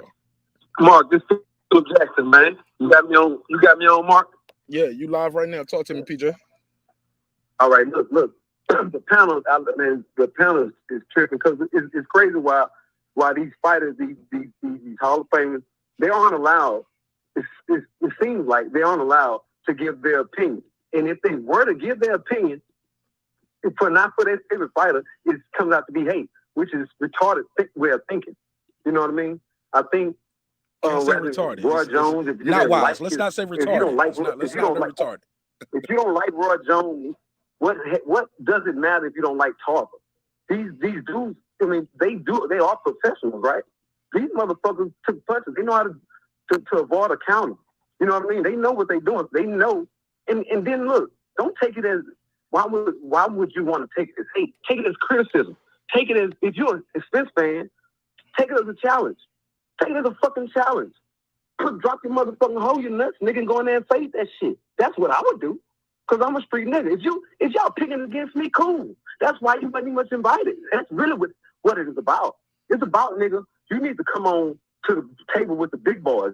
Because Bud is challenging everybody. He's willing to challenge himself when he goes up in different divisions. He's willing to challenge other motherfucking fighters, whereas with Charlo, you have to respect somebody that's calling people out, that's looking for trouble. Spence don't go calling people out looking for no trouble. He calls people out who he know he can beat. You know, the Garcias and all this other shit. He ain't do that. But you notice this motherfucker don't look for no smoke. Bud is the only nigga I know that's looking for smoke. Stevenson, they look for smoke. They look for trouble. These are the type of shit. That's when we got into fighting boxing, this is what boxing about. You can't talk like you got something. Then when the nigga challenge want to look at your motherfucking ass, you gonna talk about the other side of the street. Get the fuck out of here. That's pussy shit. That ain't how boxing goes. You say you got something, okay, niggas want to see it, and then you prove them wrong. You know what I'm talking about? That's what it's all about. So I'm far from all that. Man, when Tarver fought, well, he got lucky on some, man, that's irrelevant, bro. That's neither here nor there. Tarver is a professional. I don't give a damn if he didn't beat Raw or not. I don't give a damn what they did in their past. I respect their opinion because their opinion matters more. And because, you know, in what they're talking about, ain't like they're talking about NASCAR. These dudes talking about the sport of boxing. Want your favorite fighter to challenge himself. Don't look for no excuse no way out and try to bash these goddamn Hall of Famers. And try to bash, come on, man, I feel it's fucked up because Bud is the only active fighter there. No, that's a compliment to Bud. These other fighters should want that same compliment. These other fighters should be like, God damn, y'all see that? This man got his hand cast, and he's the only active fighter up there. Man, I would like to. What is he doing? Think about it. Think about it. Make it say, what is he doing to get this type of accolades, get these type of attention, to get challenged? Look at yourself, favorite fighter. What you ain't doing.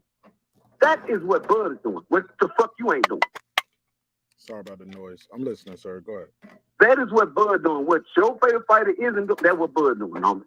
Bud putting in that extra work. He's challenging himself to be great. You know what? You might fail. I like Devin Haney. Devin Haney challenged himself, went all the way across the world. You got to challenge yourself to be great.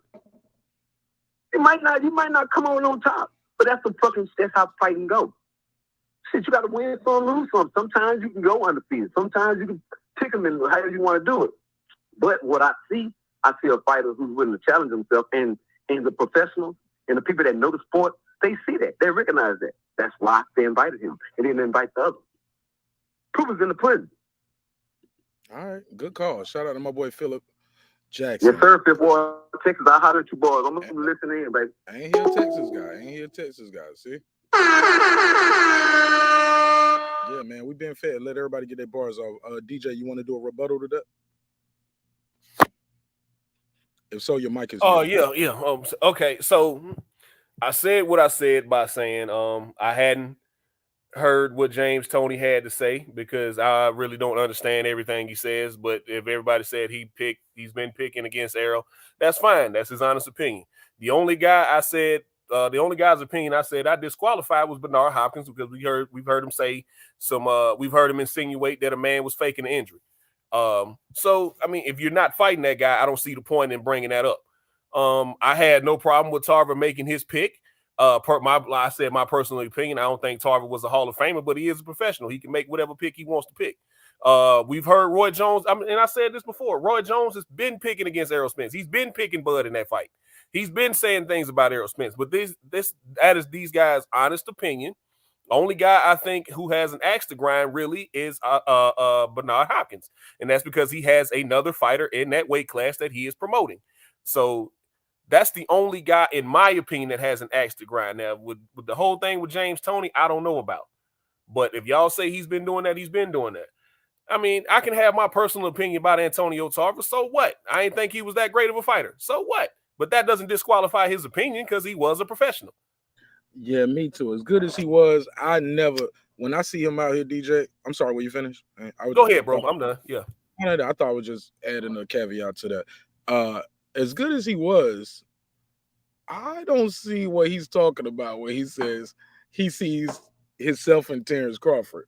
He was like, yo, he can switch, he can go forward, he can go backward. Ain't nobody gonna say it, but I'm gonna say it. I see me in him. Hey, look, I appreciate it. That's, you know what I'm saying? If I was Terence Crawford, I would like, thank you. That's a compliment to a degree. But in Terence Crawford mind, I believe he thinks he's better than Antonio Tarver. I think he thinks he's better than Tony. I think he's better than Roy, and he's gonna be bigger than Floyd and better. I think Spence thinks this about himself too. I don't think none of these guys think like, yeah, I'm good, but I ain't better than him. Especially while they're an active fighter, undefeated champion, don't know what it feel like to lose, to get a count. You know, now one of these dudes got a count before. So absolutely, it is what it is, man. I like Tarver. Cool, good guy. He beat my favorite fighter at one point. You know what I'm saying? I remember watching it live with my mom. I was like, what does this mean? She was like, it means he lost. I was like, no. Yeah, I cried, man. Get up, Roy, get up. I was like, yo. I cried, bro. But you know, it's just. Oh, my bad, man. I'm sorry. No, just saying, I ain't cried, DJ. I didn't cry. I cried, bro. I cried. I was in middle school. I cried. I was enjoying that. I enjoyed that. But I mean, I understand praising. Get off my panel. See, I do kick them off. That's what I do. Get off my panel. No, I'm joking. I understand praising Bud for moving up 3 divisions, but I feel like sometimes fans punish Errol because he was never 135 pounds. Like on one hand, like one hand doesn't wash the other in that situation. Like we can appreciate Bud for moving up from 35 to 40 to 47, becoming a champion in all 3 weight classes. But Errol ain't never did that. Well, I mean, come on, man. Let's stop punishing Errol because he wasn't 135 pounds. I feel like that's what fans do a lot, but you know, that's just my opinion. I'm sorry, I don't get the punishment, my brother. What you mean? I mean, when they praise Bud, like I'm with y'all. I'm with Bud fans, and I'm with Bud when everybody say, "Oh, he's a 3 division champion. He's a Hall of Famer. This, that, and the third." But in that same sentence, you'll hear fans say, "Errol ain't never did nothing like that. He been in the same division his whole career." Well, so was Marvin Hagler. What one thing got to do with the other? You understand what I'm saying? And people love Triple G. Triple G been in the same division his entire career. He just now moving up. So I don't understand. I don't understand taking it against Errol because he's been in one division. But I agree with you halfway on that. But yeah, most people, no, I don't think those same fans are the same Triple G fans saying that thing. I think those are 2 different groups. And I've never heard nobody other than me give Triple G his flowers, especially black folks. Yeah, he everybody can go anyway. Say he's overrated. Yeah, he can go ahead. I think he's a complete manifestation of HBO, but that's just my opinion. You could be right. You could be right, but I never heard people use the Triple G argument. And damn sure, look, shout out to Errol Spence. but he's no Marvin Hagler, bro. If so, we haven't seen that yet. Marvin Hagler never said, I got to clean up the side of my street yet. Marvin Hagler didn't come out the Olympics highly touted. You know what I'm saying? He just didn't. He didn't come in with no fanfare. Errol Spence came in with the fanfare from giving Floyd Mayweather a black eye. He came highly regarded. And on the other side, Triple G had he had the silver medalist, or was he a gold medalist? He was silver medalist. Gold medalist. Right? Was it gold? Gold medalist. Nah, Triple G didn't win gold. He didn't win gold. He didn't win gold? Okay. Yeah, silver. You know what I'm saying? So he did come in with some fair, like and he was knocking guys out left and right, guys that we didn't think he would beat.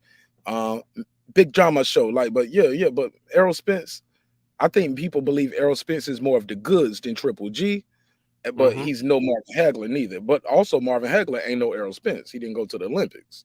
So it's those. I don't think those three are fair comparisons, but I get it. All one division, but I just hate that we be trying to tear these guys down, because if you really want to go ball for ball, fight for fight, shout out to the Queen Lisa Bell. She said it best. Marq, none of these dudes are big stars. They big on YouTube. That's what Lisa Bell said, and I believe her. She's right. They big to us. They big to boxing fans. They big on YouTube, but they're not big stars. Like, they're not global icons. It just is what it is, unfortunately. And we just got to, like I said, man, we got to stop all the nitpicking, because, like I said, you can nitpick any and everybody's resume if you want to. You could say, well, he fighting his leftovers. Well, everybody, somebody leftovers if they got a loss, right? Absolutely. And at the end of the day, people are going to be able to say Errol Spence never fought Keith Thurman, even though by the time Keith Thurman wanted that fight, we all know we was there. By the time he wanted to fight, he ain't got shit to offer. You could have fought him, but you chose the money grab. You wanted to fight Pacquiao, and you lost. Got your shit taken. Pacquiao came over here from the Philippines and took your shit and went home with a bowl of rice with your shit. And he went home and cried 2.5 years. And he took your ponytail with him. He took your ponytail and your belt. Right. And your hairline. It came back with the Pennywise lineup. You feel me? And your flute. He took your flute too. He took everything from Keith Thurman. Took his pride, he took his rib, took his body with them body shot. He took his jaw. Damn, Warriors won tonight. Fuck. I'm sorry. My bad. The Warriors lost? Nah, they won, man. They won. Damn it, man. Oh, good. Look at God. Look at God. I'm gonna end the show right here with DJ Mad. Look at God. That's what we need. 3-2. Man. 3-2. Yeah, it's 3-2 going back to Boston for game 6. Damn it. Come on, Boston. Y'all, man. I'm gonna owe so much money. Come on, man. They're playing stupid, man. Boston, they got to be one of the dumbest teams I've ever seen. The refs and jacking up threes and missing. They cannot shoot threes, and all they doing is shooting threes in a game. With Golden State goes small, and the tallest player they have on the floor might be 6'8", and all they do is come down, jack up threes. I don't understand it. I don't understand. That ain't how they win them games. When they took turns abusing Steph in game 3, but yet they don't want to do it in game. But it is what it is. They've been splitting these home games, though, so who knows? Maybe Celtics will come back and make it something special, and we'll get a game 7. If not, that's going to be a Rizzy. It's going to be. They got to beat them 2 straight now. They got to beat them 2 straight. Ain't nobody won 2 straight in this series yet, bro. Yeah, the Golden State just did. Oh, you know what? You're right. They won one at home. Man. Yeah, but they got to win in Boston. This will be the last game in Boston. So. Man. Hey, and the thing y'all was talking about earlier about and it was brought up maybe a few days ago as well on the panel about being multiple division champs. I think it should matter that Crawford's a multiple division champ. I think we should give him his accolades for that as well. I mean, I don't have a problem with it, but sometimes being a multiple division champ isn't always the best respect you should give to a fighter, because at the same time, Adrian Broner is a 3-division champ. I was just about to go ahead. Adrian Broner's a 3-division champ. And there's a lot of guys that only won belts in one division, and Adrian Broner is not better than. 4 division. He's a 4-division champ? Yeah. Oh, that's even worse. 126, 130, 135, and 147. Oh, that's even worse. He won at 147? It must have been one of those extra belts, right? No. He won I think he won the super belt from Paulie. Oh, yeah, that's right. I forgot about that. Hold on. I thought he won 30, 35, 40, and 47. Yeah, that's what I thought. 35, No, 40, 47. he skipped from 35 to 47. No, he went back down to 40 though to get the fourth title though. He never won. His I don't fourth think he title. ever won a title at 40. Hold on, I can Yeah, look it up. he Hold went on, give me a second. backwards. I think he did an interview with Marq Nash. He said it's not really about winning this other belt. It's really about such and such. He was like, "Have you ever won one title?" Okay, well, don't tell me what being a 4 division champ mean to me. But I think it was he went back down to 40. Quick. Yeah. Yeah, but there's a lot of guys with belts in only one division that are way better than Adrian Broner in his 4 division titles. You know. Let me see. Go down. I respect that, but you can't put Yeah. He won with... it. He won a super lightweight. Yeah, he beat. I can't pronounce that last name, but yeah, he won a WBA title at super lightweight. So he started. So he won. So he got 26,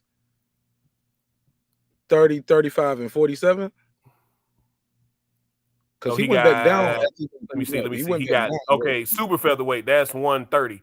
So 30, 35, 40, and 47, not 26. There we go. Cool. Okay. I can't picture Adrian Broner, a big head, as getting 126. I remember when he missed weight going up to lightweight. Yeah, remember how he lost his belt from 130? He came in, he came in at like 133 for that fight. He was like, I can't make the weight no more. He ain't have to take the fight. So, yeah, I remember that fight. Is he one of boxing's biggest disappointments of our generation? Did we see that in the generation of yesteryear? Who was Adrian Broner of yesteryear? What? Probably Ike Biabuchi. Because I had a big promise for Ike Biabuchi. I thought he was going to be the future man. A lot of people believe he was going to ice Lennox Lewis, but he got in trouble. So yeah, Ike Biabuchi, because he beat David Tua. He's still toe to toe with him. This is when David Tua was undefeated. Knocked out Chris Bird. He knocked out Chris Bird, undefeated Chris Bird at the time on Boxing After Dark, and then the sky was the limit. He was thinking, who's going to beat this guy? And then he gets in trouble with the female and all this other stuff, and he went to prison like 15, 20 years, something like that.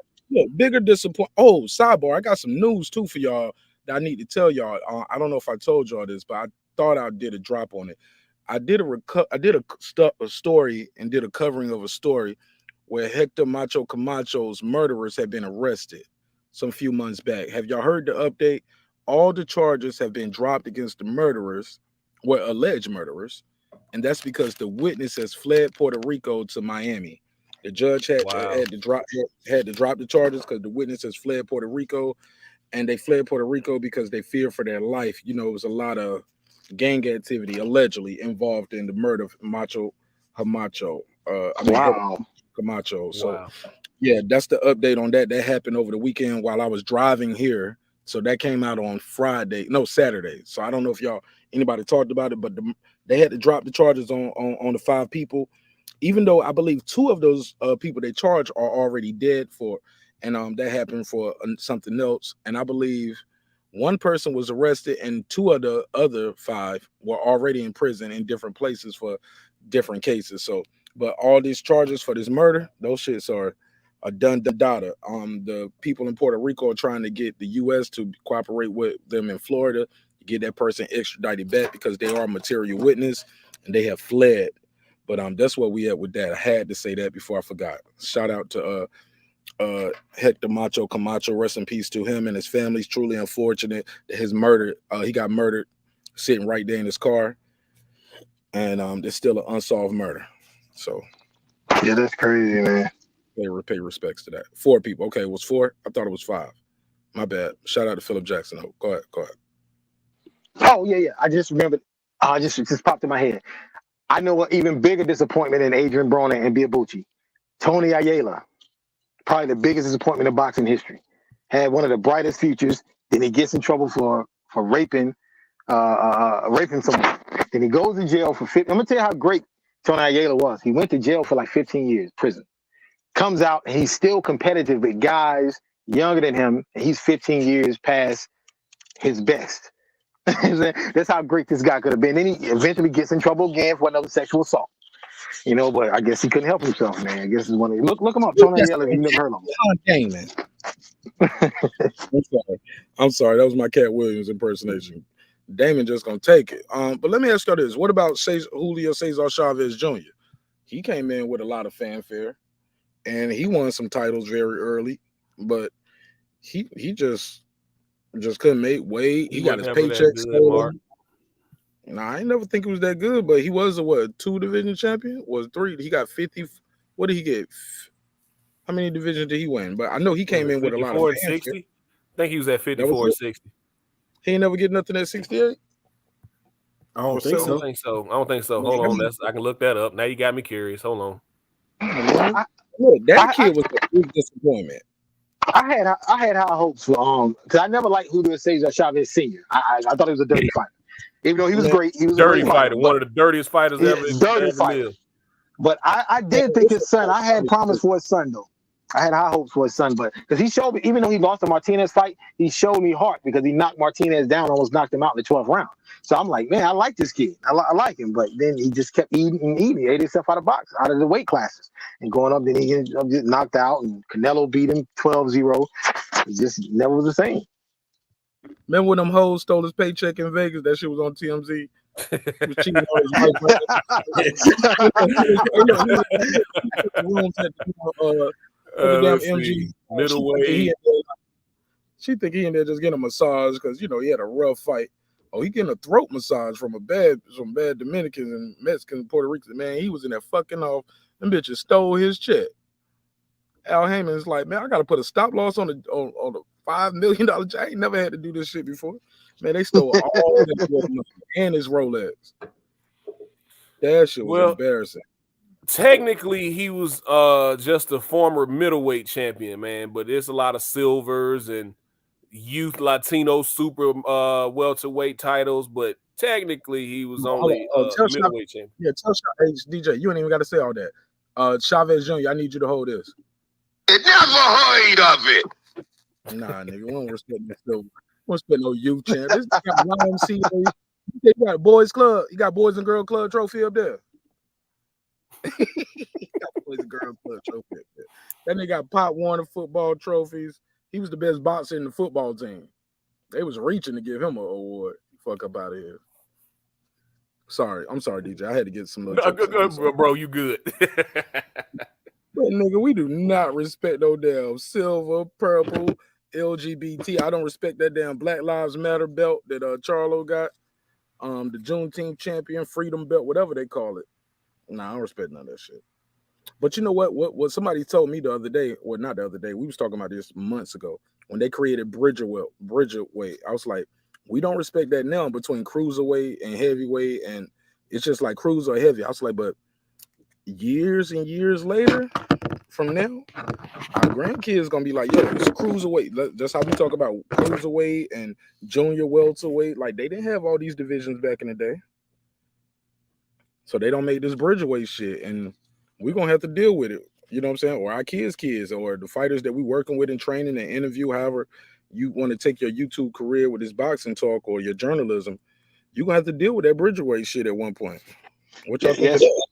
Yes, sir. You are correct, because back in the day it was only 8 weight classes. Then it went to 10, and they started adding a little by little, because I think the last weight class that just got added most recently was 168 before the Bridgerweight. Because prior to that, it was 16 weight classes, and then 168 was the 17th one, because that came in during Marvin Hagler's reign in the early 80s. And then Marvin Hagler never went for 168 because there was nobody there. You know, he could easily make 160. So, yeah, eventually it's going to be an 18 weight class. One day. Huh? I said we're gonna have to deal with that Bridgerweight. Yeah, I agree with you. Yeah, it's gonna be an 18 weight class. It's permanent. All the other belts they're gonna eventually fill out and put belts for the Bridgerweight eventually. Do you think they made that weight just for Deontay Wilder to make sure that he doesn't, be in the heavyweight no more? Because it's right around his weight. How much is it? What's the weight? 220. I think it's 220. I think it's 220, 225, right? 225? I think it's 220. So are they telling guys 220 or whatever that is, they can't be heavyweights no more? They got to do Bridgerweight? That's what I heard. I heard an interview they was talking about it, and it was like that's what it's going to be. And independent research. No, I haven't. No, I couldn't find nothing other than other people talking about that same interview. Okay, I'm just trying to figure out, like, do all 4 sanctioning bodies recognize that, or is it just WBC shit? Oh, it's just the WBC for now. Yeah, this is WBC. Yeah. Well, never heard of it. Put a drop on them. I'm good on that. So that shit ain't even official. That's a franchise shit. That's a franchise weight class. We got a franchise belt and a franchise weight class. Look, I ain't saying they made it for Deontay Wilder, but salute to the champ. He should have. Look, you gonna make a franchise champ, nigga. He should have been a franchise champ. All them defenses. So you know what I'm saying. Say what you want to about the man can't box. It ain't easy getting no bronze medal at the Olympics. It ain't no easy test being no heavyweight champion.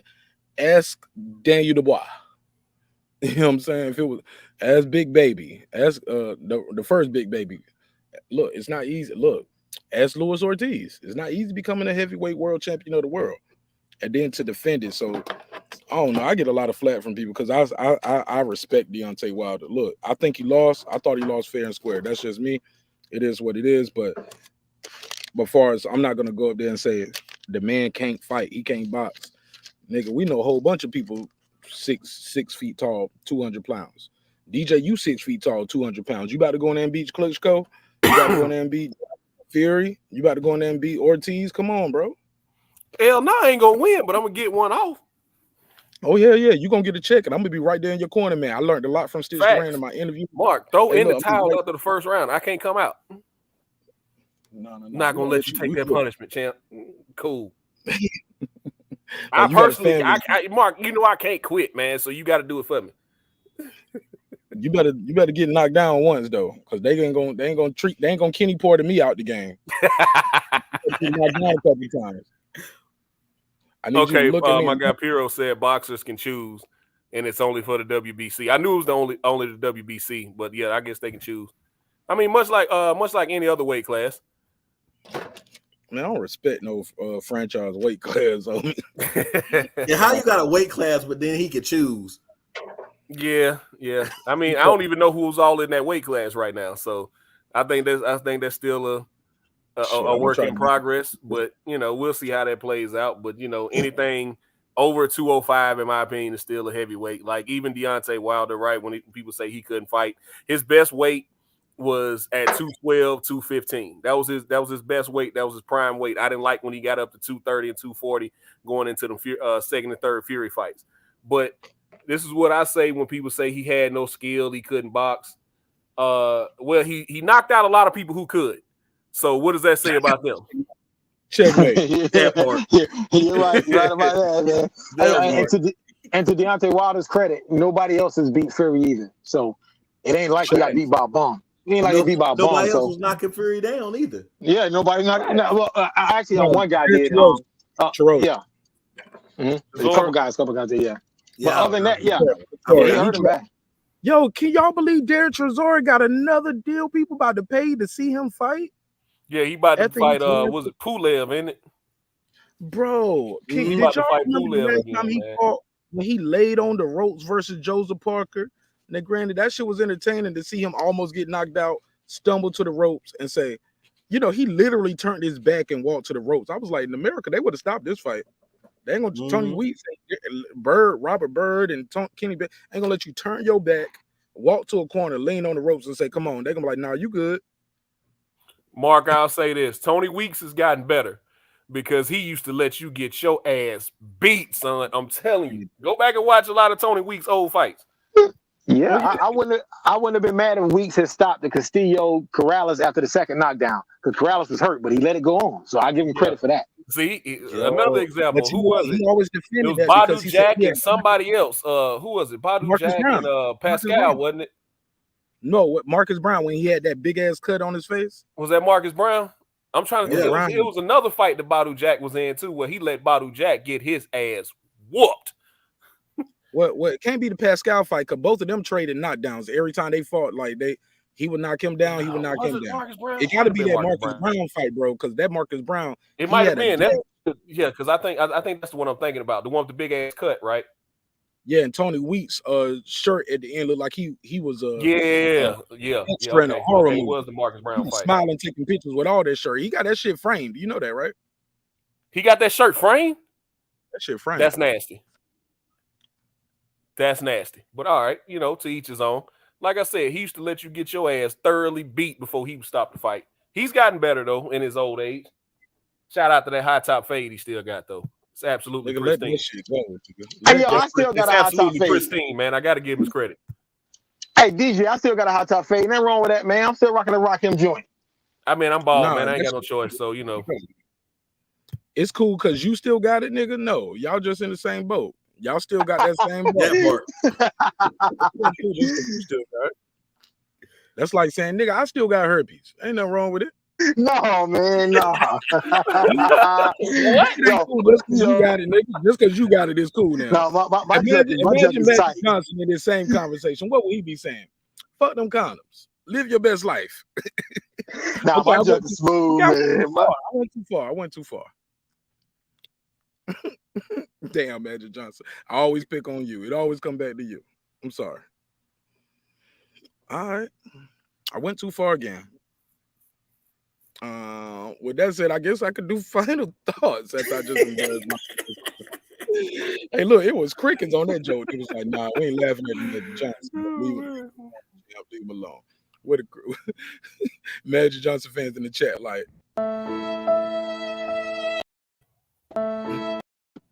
All right. Shit, man. That's it, man. That's all I got for this one, man. Y'all about to go live over there at the boxing section. What up? I think so. I hadn't talked to him in a while, but I do believe we are. I'll hit him up here in just a second. But more than likely, we are, man. We got a lot to unpack from the weekend, including biting Berlanga. We're going to talk about that for a little while tonight. Can you get some bars off of that real quick? Because I never got to talk about it. I just did a quick YouTube short on it. What's your take on that? And and his reply. I'm gonna put his statement. I took a screenshot. He released a statement after that. Did you guys see a statement? No, I didn't see a statement. No, I didn't see it. Well, no. Yes, I did. It was talking about because he kept headbutting him or elbowing him or something, so he bit him. And look, and I got that sequence. That dude did not elbow you or headbutt you in that sequence. In fact, he was just walking your ass down and didn't fear your power. Which I think Berlanga, he won the fight because he boxed. He got on his stick and he kept boxing. But this has been the second or third questionable fight in a row where Berlanga. I'm starting to think that my man is going to be target practice once he really starts moving up in the ranks. Because he's ranked, I think they got him ranked at like number 9 or number 7 right now. He's in the top 10 for sure in the WBA. So you can't go backwards from that. I was saying before this fight, like they gave him the perfect opponent to knock out, and he couldn't knock him out. So instead, he was the one getting walked down, and he got frustrated. He couldn't knock a guy out. He couldn't knock a guy out who was standing right in front of him and was eating all his punches. And he, I think the stardom got to Berlanga, and I think he definitely fell in love with his power. I definitely think he started reading his own press clippings instead of keeping his nose down and kept working. I think his father and Fat Joe and everybody from the Bronx and Brooklyn started getting in his ear. You look in the front row, you see rappers at your fights. That could start getting to you, especially when you're a young kid, man, because he's still a kid. He's only like 24, 25 years old, even though he has a family. But, he's still young. So that type of shit, it impresses him. And I think he started putting the fame before the work, and it's starting to show in his fights. Not to say he's not a talented kid, because I think he can rebound, but at the same time, he keeps changing trainers. That's also not a good sign. I think he's only like his 3rd or 4th trainer. So, yeah, I mean, that's just my opinion on it. If he just really just goes and sequesters himself in Puerto Rico like he did before this fight and gets everybody and gets all the nonsense out of his ear, I think he can get back on the right track. I don't necessarily think he's gonna be knocking people out in the first round again, but it's something going on mentally, because I think he has the skills to do it. I think he has a mental block right now. That's just my personal opinion. DJ, I do not disagree. I don't disagree with anything you just said. And what me and Kyle was talking about the other night, Kyle was trying to clown me because I said Berlanga may be the next Omar Sheik. Because Kyle had never heard of Omar Sheik. I was like, when Omar Sheik came in 168, when he turned pro, he had Kevin Rooney as his trainer. He had the peekaboo style, was knocking out everybody. But once he started facing guys he couldn't knock out, that became a problem. You know, and you know what I'm saying, and also another guy, he wasn't at 168, but Joel Julio. Everybody was saying he was going to be the next Felix Trinidad, and he lost to Quintana, and then after that, it was all downhill from there. I mean, these guys, man, they're bringing them along right, but they just don't have that it factor. You know, and I've always said Berlanga. I think Berlanga is a decent fighter, but I don't think he's as good as everybody's making him out to be. All right, fair enough. Let me bring up this tweet right here. He said, I want to apologize for my actions and what I said yesterday about Mike Tyson's bite. I was in the moment and I got a little ahead of myself. It doesn't take away from the embarrassment that I've caused upon myself, my team, top ranks. I don't even know what you're talking about. I mean, it's multiple top ranks. Must be 2 ranks, top rank, and many others. Then he went on to a tweet again. He said, I reacted poorly and I take full responsibility moving forward. I'm going to be more mindful and encouraging my behavior. Once again, I do apologize. So that first tweet wasn't enough, so he doubled back with the other one. DJ, no excuse. No excuse. Absolutely no excuse for biting a man outside of a street fight. Like, this is a sanctioned fight. You know, I mean, you taking ass whipping, you taking ass whipping, man. It is what it is. You got to do something else to get this man off of you. But biting him wasn't the answer, bro. You could have taken a loss. You could have taken an unnecessary loss on your record, for no reason. You know, it could have been a Roy Jones situation where Roy Jones punched Montel Griffin while he was down. Took a loss on his record for years for no reason in a fight that you win. Mike Tyson got suspended. At least he got an immediate rematch. Mike Tyson got suspended for that. Lost his boxing license. You know what I'm saying? I think Berlanga will eventually become a champion. Eventually. But he definitely is going to have to slow roll this thing now, man. We definitely going to have to pull back the reins. But it looks like now, especially from watching that top ranked card from Saturday, Xander Zayas is going to have to carry Puerto Rico right now, because a lot of the Puerto Rican prospects got their ass brutally beaten over the weekend for Puerto Rican Day up there in New York. One that Jose Vargas that got his ass beat. Yeah, Jose Vargas got his ass beat. And I think that's like the 3rd fight he's lost in a row, or 2 out of his last 3 fights he's got knocked out. I think 2 out of his last 3 fights. I thought he only lost his last 2. I thought he was undefeated until he got beat up that last fight. Nah, he lost to what's his name, man, about to fight for the belt. Zepeda. Yeah, that was the last fight, right? Nah, he had another fight in between that. I can't remember the guy's name, and then he just got beat this past weekend. What y'all think about that stoppage? They were saying the referee should have stopped it a lot earlier. Okay, yeah. So he got beat by Zepeda, then he beat DeMario, and then he got knocked out again by Linger. And this was supposed to be a get back fight. A guy who's 12 this was and supposed 5. to be a tune-up. This was supposed to be a tune-up. And he got knocked out. So I mean, he's full on journeyman status now. Travel on, young man. Young man will travel. What y'all think about? Let me get Sir Senior and All Positive Network. What y'all think about Edgar Berlanga's apology that's on the screen for the bite? I don't really appreciate his apology, for the simple fact that you said what you meant up front. You're just trying to cover yourself, and the simple fact that you know that you won't where you thought you were, because you had to bite a man in a boxing ring when you had to sit here and he tried to bite him twice. So that alone shows that was a conscious thing that you did on purpose. It wasn't a reaction. He didn't hit you with some smoke and you just lost your mind and just said, well, I'm gonna bite him.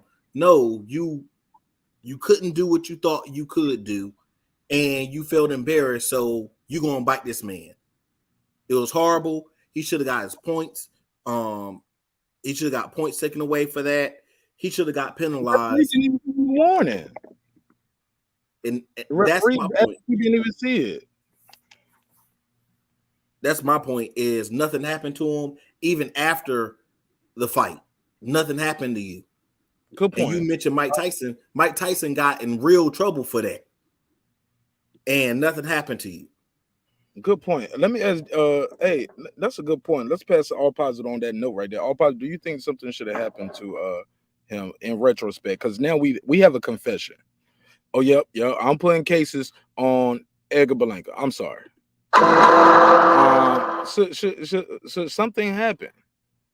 Yeah, something definitely should happen because you got to think he was in New York too. New York got a very strict commission. So why would they just let this go? I mean, they probably will let it go, but they shouldn't because this is a very strict commission in New York. They're gonna let it go probably because he top ranked ESPN keep doing events up there. Exactly. With him and what's the other kid? Xander. Yeah, they keep doing those events up there. They like the 1-2 punch. They trying to do what it was remember it was Chocolatito and Triple G, big drama, little drama. They kept doing those top rank good for doing those type of things together. Like just boxing in general. Try to get that 1-2 punch, a bigger guy with a little guy on the car. Floyd used to be on cars with Roy. Remember that? Yep. Yeah, so but something should be done to this guy. I'm sorry. We have a confession. We see it on camera. What's to stop somebody else from doing it again? Because the referee didn't warn him. It was Tim Bradley and the people in the truck who put it on the screen and the commentators. Referee did nothing. They got replay in New York, right? Don't New York got a replay? Yeah, but I think it's only in fight ending sequences. Okay. Yeah, I think once they review it, they can't. They gonna have to stop the fight after that. So, but yeah, he should definitely be fined. Like they can't do nothing about the result now. They should probably, if anything, if they were gonna disqualify him or review it, if anything, go back and turn it into a no contest. Nah, I don't think we got to do that. Definitely fine. The bite didn't affect the fight, but definitely a fine. Like he needs to feel this in his pockets. Like, yo, you're not gonna ever try to bite somebody in the ring again. Let's make sure clip this in the bud or nip this in the bud very early on because and got to make an example out of him. Like this can't be accepted, bro. Like and then make a joke about it. Nah, it's nothing funny about about biting an opponent in a boxing match. Nothing funny about low blows or hitting behind their head or the fight over going over there hitting the dude. No. All of that shit is street shit. This why we get into boxing to leave the street shit alone. I don't respect it and truly disappointed in this young man. And he made a mockery of it, made a joke about it, and the joke's on you. You thought people was just gonna laugh, like, yeah, I did try to bite him a little bit. You know what I'm saying? I went Mike Tyson on it, you know what I'm saying? Yeah. No. The fuck you mean? That's one of Mike Tyson's lowest points, to the point where he has now made a joke about it. 30 years later, we had to make a joke about it to get because people he got to laugh at himself because he know that was some fuck shit. He bit off a piece of that man's fucking ear, yo. That ain't nothing cool. You know what I'm saying? Yeah, I'm saying, like, that's who you want to be, man. Go for it, but you got to pay a fine. Then you got to pay a fine. But I passed the mic. Anybody got anything else on any of this? If so, I'll get your final thoughts, and I want your final thoughts on that other shit that I was talking about with Eddie. They had this talk about the young lady had a tenant in her home that refuses to leave. I'll share the screen from my Instagram so y'all know what I was talking about. But she basically said she subleased or had a Airbnb situation, and now the lady just won't leave and don't call the police. The police don't came out. The police said she's a tenant. Now there's nothing we can do. Any of y'all familiar with this story? No, I'm not familiar with it. DJ, Sir Sin, y'all familiar with it? No, sir. Yeah, now I'll cook on that a little bit. All right, so give me your final thoughts on anything we talked about with the boxing thing. Try to keep it under 2 minutes or less. I'm gonna play this video so y'all can give me your final thoughts on that, and we're gonna land the plane and we're gonna go over there and turn up at the boxing section. Final thoughts. All right, I'll just go through real quick. I'll definitely say that I don't think that is hate when fighters give their opinion. Now, if they say something that's blatantly disrespectful about you, that's out of pocket. You should never punch down on somebody. But if you just think they don't have the goods to beat somebody who is just as skilled, if not more skilled, that's just your opinion. The next thing I will say is you can't bite somebody in the ring and then make jokes about it. That's totally disrespectful, not just to the sport, but to even yourself as a man. You should have more respect than that, let alone more respect for the sport that you say you love and you're trying to be a true contender in. Now I pass the mic. Good job. Go ahead. Anybody else? Final thoughts. Yeah, I didn't think it was hate from most of the guys. You know, I appreciate these guys giving their opinion, because they could just give a political answer and say, I just want to see the fight. I don't care. These guys are two great competitors. It's a 50-50 fight. They could just say that. I appreciate them speaking what's really on their mind and what's really on their heart, and saying, who they believe is going to win the fight. I can agree or disagree with them as much as I want to, but they are certified professionals. I have no problem with it. Berlanga should be fined, and I'm looking forward to this weekend seeing two of the best prospects in boxing, and Shushu Carrington at 126 and Troy Isley at 160. Yes. As well as watching the Terminator Archer Betterbeeve get his third belt. So let's go ahead and I appreciate you for letting me come on, Mark. And that's all I got, man. No, stay right here, Kyle. I want your take on this one right here. You're gonna love this shit. This is gonna be my last call. 832. What it do? Oh no, I'm sorry. 424. You got the floor. Well, Mark, it's Puro. Puro, talk to me. Oh, I just wanted to comment real quickly on the Berlanga biting situation. I definitely think he should be reprimanded. I comment in the chat, whatever. I just wanted to call in and just make that point. Also, we got to put it into context. I don't know if you guys noticed in that fight, Angulo was holding behind Edgar Berlanga's head, and he hit him with a few elbows in the fight. But he was the holding behind the head and hitting. He was doing that constantly. And I think not in that sequence when he bit him, sir. And even if he did, that is not what you do. You don't bite somebody. A biting. Bro, elbow him back. Elbow him back. Tell your corner. Was his corner working the ref saying, yo, he elbowing this ref? You just gonna go to the biting? Nah, Puro, we ain't doing that. Sorry. Yeah, but what's the difference between a headbutt and a bite? We're not doing that, bro. We're not, both of them fouls. If the guy's fouling you, no, I understand, and I think he should be reprimanded, like I was saying, Mark. But the thing is that we're all human, and there's like kind of like first a of all, elbows happen reaction. in a fight. Hold on, sir. Headbutts and elbows gonna happen. Did he jump into him like Victor Ortiz jumped into Mayweather? I didn't see that. I didn't see him. But he was holding behind the head and hitting. That happens. That's part of the fight, bro. That's part of boxing. That doesn't happen. Yes, it happens sometimes. Look, Mayweather used to forearm you down, and while you down, he'll uppercut you. Tyson Fury, when he dropped Wilder, he held him behind the head, holding him down. Referee said let him go. He let go, popped him with an uppercut, dropped him. You know what I'm saying? My G. But biting. Come on, bro. No excuses. Floyd said. Some people say Floyd sucker punched him. I don't think so, but what do you expect? No. The referee, you can see on the camera. Referee said box.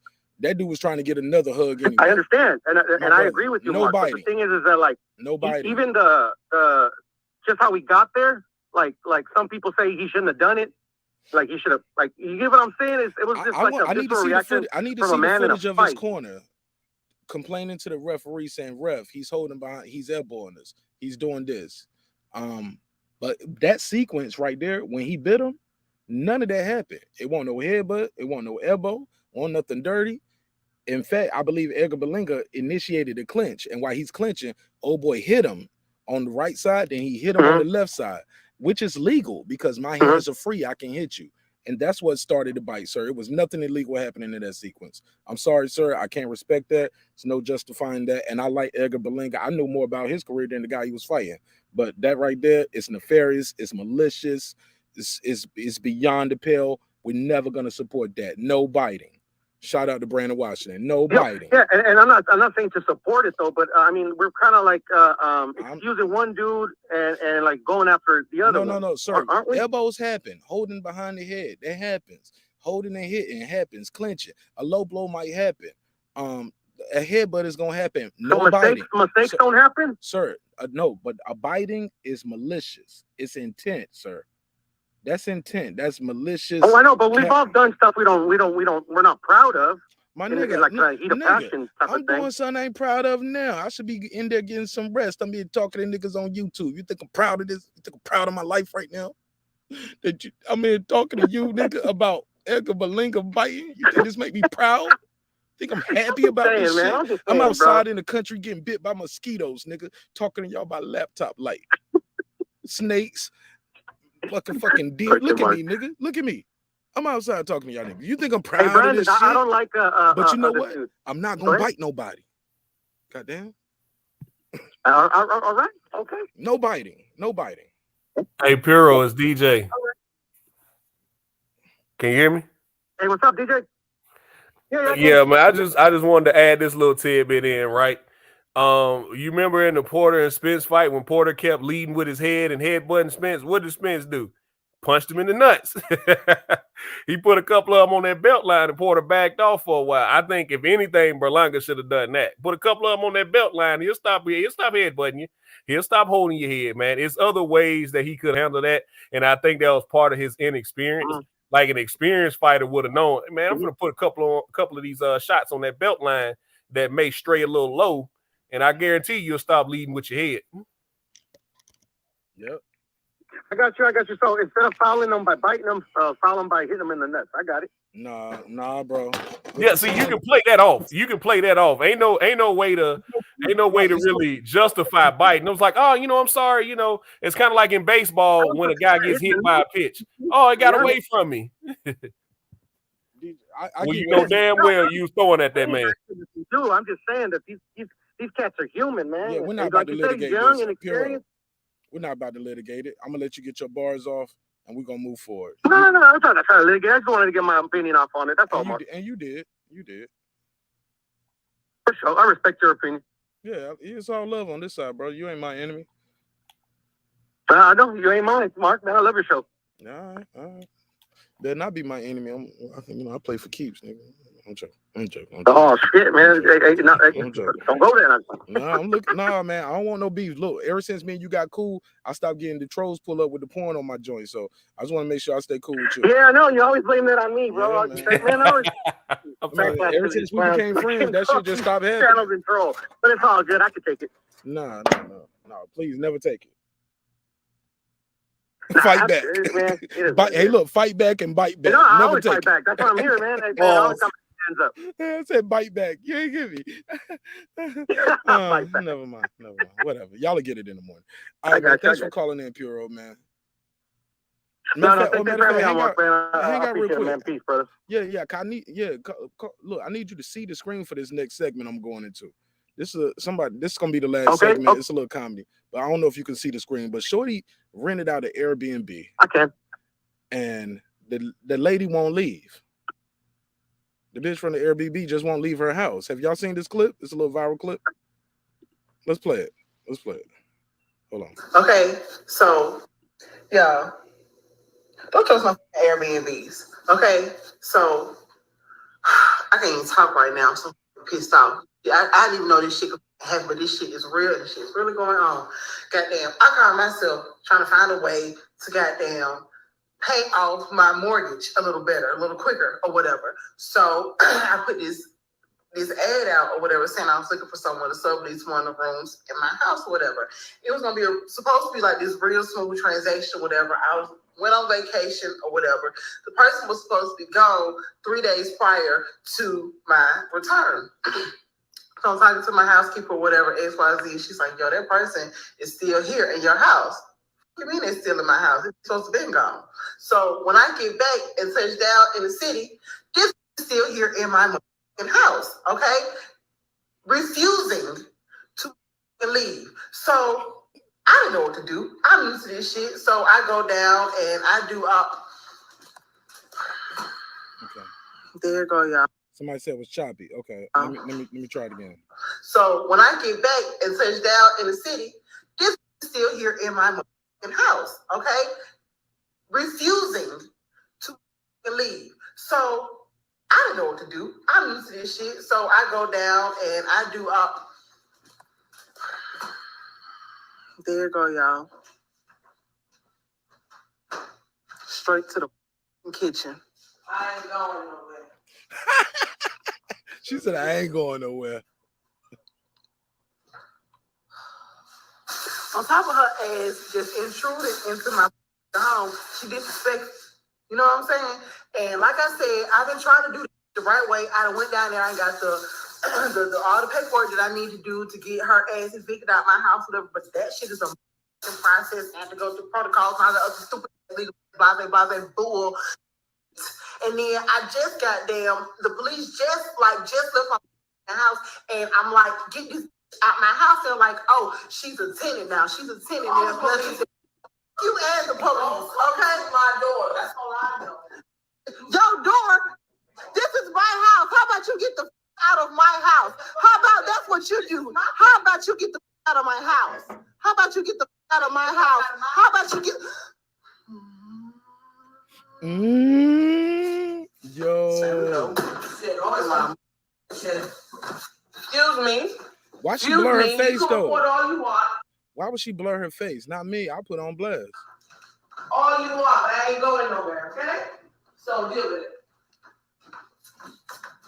This is what I'm dealing with, y'all. I'm Airbnb. So don't trust it. Don't do that. Make sure you know exactly who to let into your house, because it is some freeloading motherfuckers who would just use you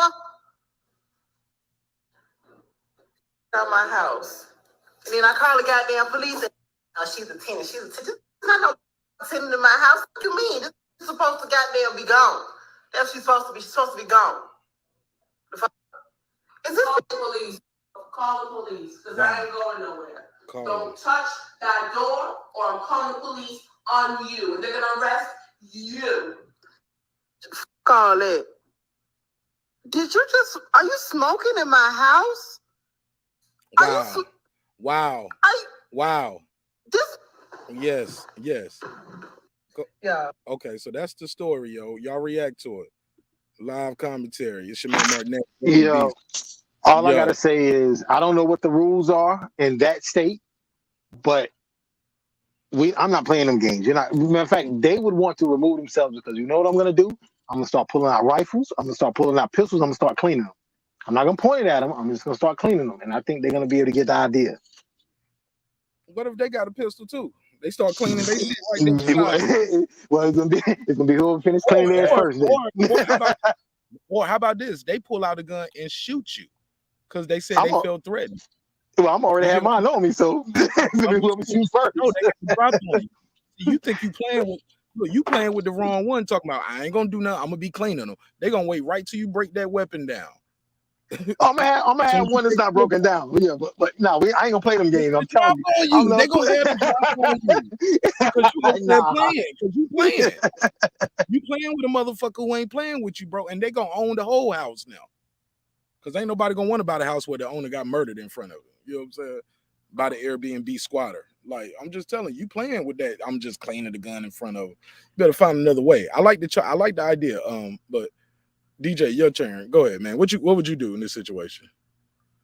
I wouldn't have went there without the county sheriff's department there if I'm truly trying to evict somebody. But it gets dicey, like All Positive Network said, depending on what state you live in. Some people have if they don't have a lease, some people have what they call squatters' rights. Like, you can't really put them out.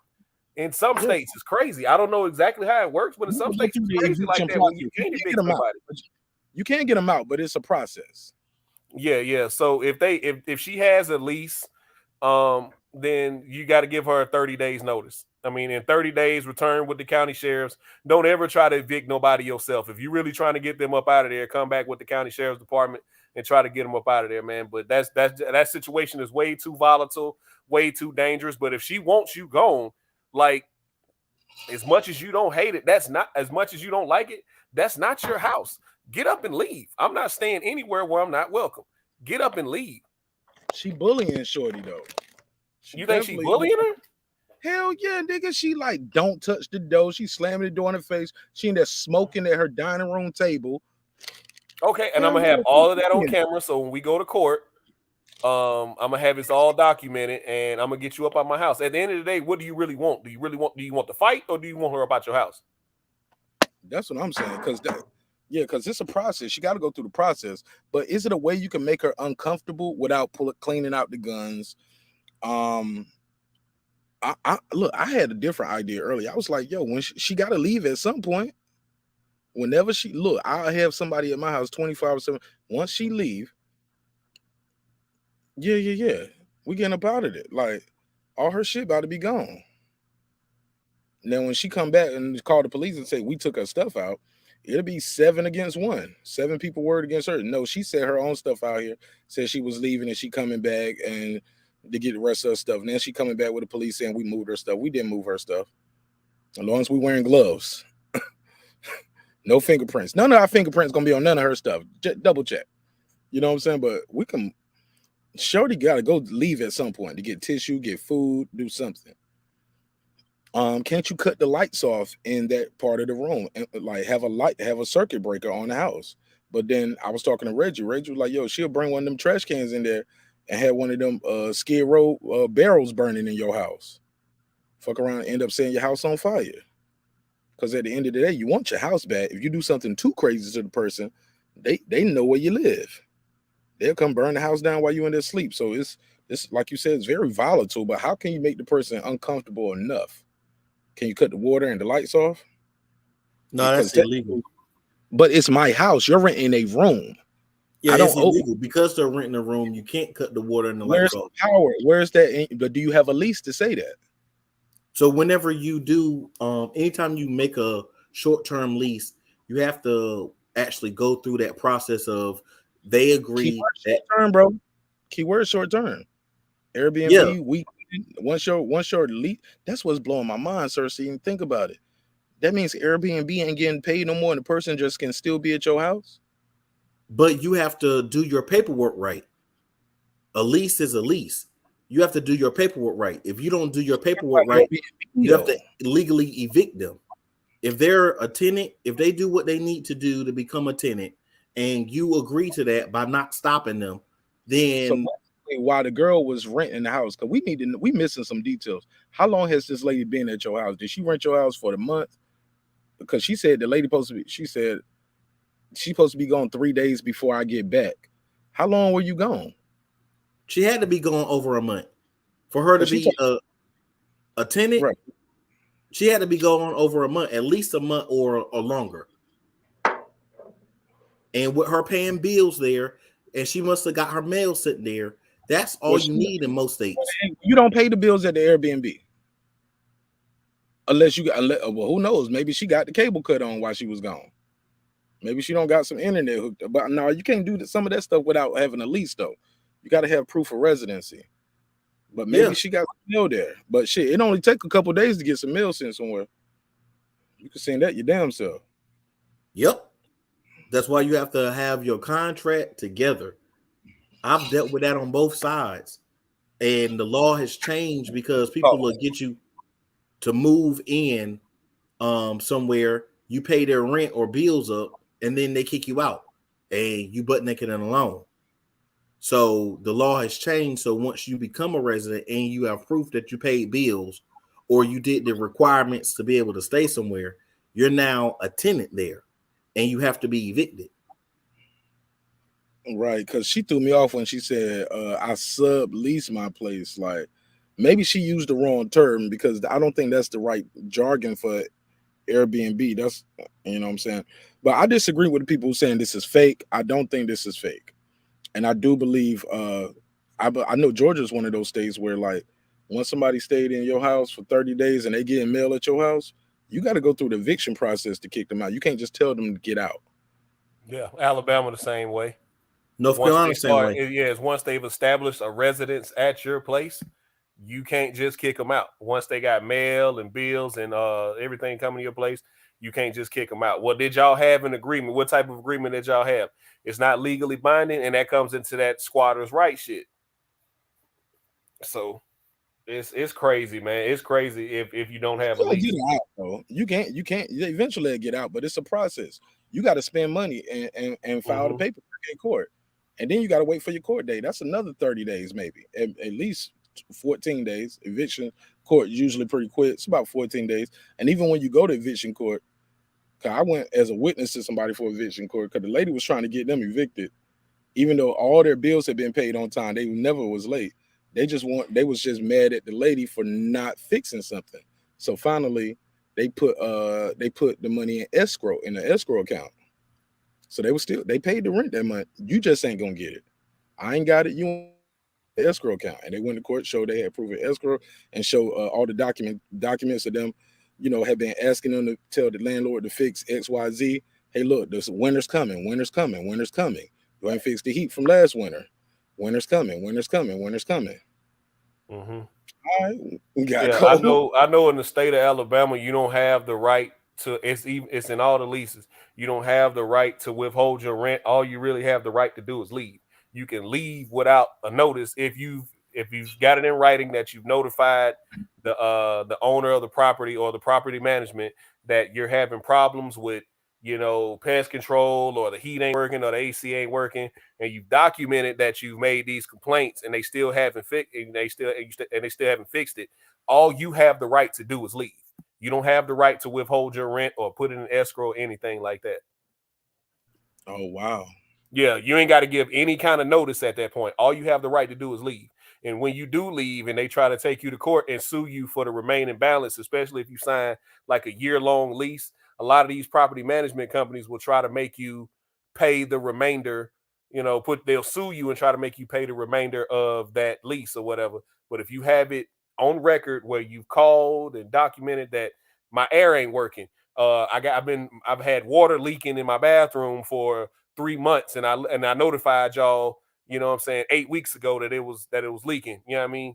So if you got proof of all of that, then you can take that to court and you won't have to pay a dime. All you have the right to do is leave. But as long as you stand there, you got to pay rent. That's just in Alabama, though. I don't know how it works everywhere else. For sure. Let's pass it around. Everybody give me their final thoughts. Let's land the plane. Puro, you still there, right? Mark. Yeah, I'm still here, Mark. I wanted to say that I actually went through this situation that this young lady went through. I didn't have an Airbnb, but it was my mother's house. We rented it ever since we moved. We moved to Carson, but it's a long story. But at the end of the day, we actually had to do this thing called a cash for keys contract, where we gave the tenant a date to surrender the keys, and then we had to pay him $5,000. So I totally understand the situation. Yeah, and I'll give you cash for ass too, because we coming for your ass after you get this cash, motherfucker. I'm be looking for you. I'll close the account. And we fucked up though, because my mom was too trusting. I'm sorry to cut you off, Mark. No, we had no contract. I'm just telling you, I'll cancel the check after that. I'm sorry. You have to take me back to court. You'll have to find some money to sue me for that. Yeah. For that $5,000. Yeah, you have to find a way. Hire you a lawyer. It's gonna cost you about $5,000 to get that done. Yeah, I'm gonna play with you just how you was playing with me. But you out of here though. And we did all that. At the end of the day, we still had to pay Mark to get him out. Okay, yeah, fair enough. Fair enough. I'll stretch it out though. But that's fucked up though. It's a crazy game. Thanks for calling in, Puro. Plug your channel before I let you go. All right, thank you, Mark. Oh yeah, Puro Suceta al Boxeo. I don't go on live a lot, but I do every now and then. Subscribe if you like, unsubscribe if you like. But hit the like for Mark, subscribe to Mark. He's the homie. Shout out to DJ. Shout out to Sir Senior. Shout out to All Positive Network, man. I'm out. Peace. All right, man. I'll see y'all when I get back to Atlanta, man. Peace. All right, go ahead. Anybody else got anything they want to say to take us on? Sir Senior, All Positive. All Positive, go first, and then I'll let Sir Senior close it. Oh yeah, man. The things you're saying about, man, Errol Spence and Bud Crawford issue, man. I don't think that was hate, because I think it's final thoughts on the boxing talk already. So what? I thought you already did your final thoughts on the boxing talk. But go ahead. Fuck I didn't. Go ahead. I don't think that's hate and all that stuff, man. I just think people are giving their opinion, and I just want to see a good fight. I mean, I'm just tired of both sides taking sides and saying negative things about the other person, and I just hope we get a good fight out of it. I hope the fight actually occurs, and I wish that the fans on both sides would stop. And that's basically all I have to say. And I don't think Edgar Berlanga is going to be as good as people make him out to be. But other than that, it's another great show. I appreciate you having me on the panel. It's all love, peace, and positivity. Peace and blessings, my mans. All right, God bless. I want to say this before you go. Fuck Judge Judy. Somebody say, Judge Judy say, if the landlord not fixing nothing, just move because you can't get out of paying rent. Well, hold up. When I agreed to pay rent, but I agreed to pay for what I signed up for. You get what I'm saying? And now, and that's not fair because it's not just so cheap and easy. Judge Judy a rich bitch, so it's easy for her to just hop up and move. But some people spend everything they got to get into a home. Some people might have just had a house fire. You get what I'm saying? And a house came from being flooded. So they pay the first month rent, pay the last month rent, pay the security deposit. You pay to get your lights transferred, get your gas transferred, get your heat transferred. You pay for a U-Haul. You move your kids to do school. Okay. And then this motherfucker ain't got no heat in the winter and no air in the summer. Like, no. And you say just get up and leave. It ain't just easy for people to just get up and leave. And if I get up and leave, are they gonna give me back all my money, Judge Judy? How I just get up and leave? No, I need to save this money by not paying you until you fix this shit, and I can get up and leave. But no, man, that's some bullshit. Judge Judy a piece of shit. I'm sorry. She don't understand the plight of poor people. She's been rich for a long time, and that's not the American way. That's called bait and switch, where you just tell somebody, "Hey, yeah, we got central air, central heat," and then you get in there and you ain't got no air and no heat. Okay, I'm gonna keep the refrigerator. You're gonna have a refrigerator. The refrigerator break down. You don't replace the refrigerator, and people got their food in fucking deep freezers and coolers and shit, and they want all the money. No, I had to go get the refrigerator, so I'm gonna deduct this from the rent. This your house, right? All right, this your house, this your refrigerator, but I deducted that from the rent since you couldn't fix it all month. Fuck Judge Judy. And tell the bitch I said it. Go ahead. Respectfully. That part. Go ahead. But yeah, honestly, she definitely didn't know what she was doing. She said a sublease for Airbnb. You did the paperwork wrong then, and you didn't understand what you were doing. So it's really your fault. As my brother used to call it, it's your fault insurance. So you need to make sure that you cross all your T's, dot all your I's, and read the contract first. And if you ain't make a contract, that's on you. You played yourself. So take that L. Yep. Hold that near and dear to your heart. Appreciate you, sir. Saying you want to plug in thing before I let you go, my brother? Yeah, most definitely. I'm coming back this month. I'm coming back. Your boy Sir Singing back in these YouTube streets. So check me out. Man. We need you, man. We need you back. But most definitely, always come and follow the neighborhood. He's dropping crazy shorts, man. They be fire. The shorts be just as good as the show. You love the show, watch the shorts. Hit the comments up. Man, we be going crazy in the comments. Come get some of this work. I think you probably got some of the most popular comments on most of my shorts too. Like your comments got 500 likes and comments and replies. One of them I think got about almost 1,000 likes and replies. So yeah, you out there working, man. Sure, seeing you killing the comment game. Yeah, most definitely. But Appreciate always show love to Marq Nash, man, and hit his website up. He got some dope stuff. I'm about to get me another shirt, man. Don't let me out. Hold off on that because I'm dropping some new designs. I'm trying to do them this week. I got them set up though. I got some new dope designs. So if y'all like these right here, the dream requires sleep, ghost require effort. If you like the what can I say, y'all gonna love like the new design is on par with these right here. Trust me, y'all gonna love it, yo. And it's like geared towards boxing. So that's what I'm saying. Y'all gonna love it. It's geared towards boxing. So definitely dope. But I appreciate it. And yeah. Definitely, man. Save yourself 15% too. Because this gonna be the last month. I know I said that several times, but save yourself 15% and put in the promo code Nash27. All capital letters. All cap. All cap. You know how niggas be saying no cap? Yeah, all cap. Nash27. All cap. But yeah, I appreciate y'all, man. Thank you so much for the support, Sir Senior, man. We looking for that new content, man. Let's get that shit popping. All right? Yeah, most definitely. Hey, look, bro. Hey, look, and I want y'all to be careful. Watch y'all surroundings, man. It's a lot of dudes out there, you know what I'm saying, that's lurking in the rooms, lurking in these chats.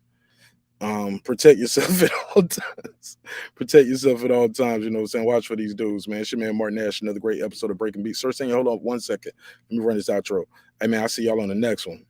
Peace. I built this shit. Me. Brick by brick.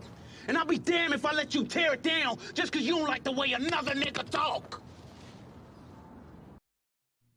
Drive, motherfucker. This that squad sound. This is madness.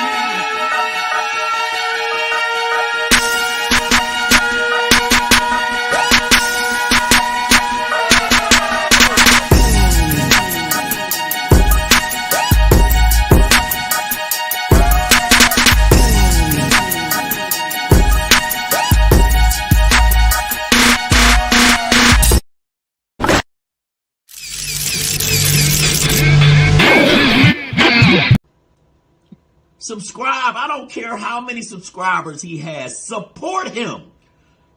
So he made all this possible. He made this possible. Nah, God made it possible, Dr. Marq. But I love y'all. I see y'all on the next one.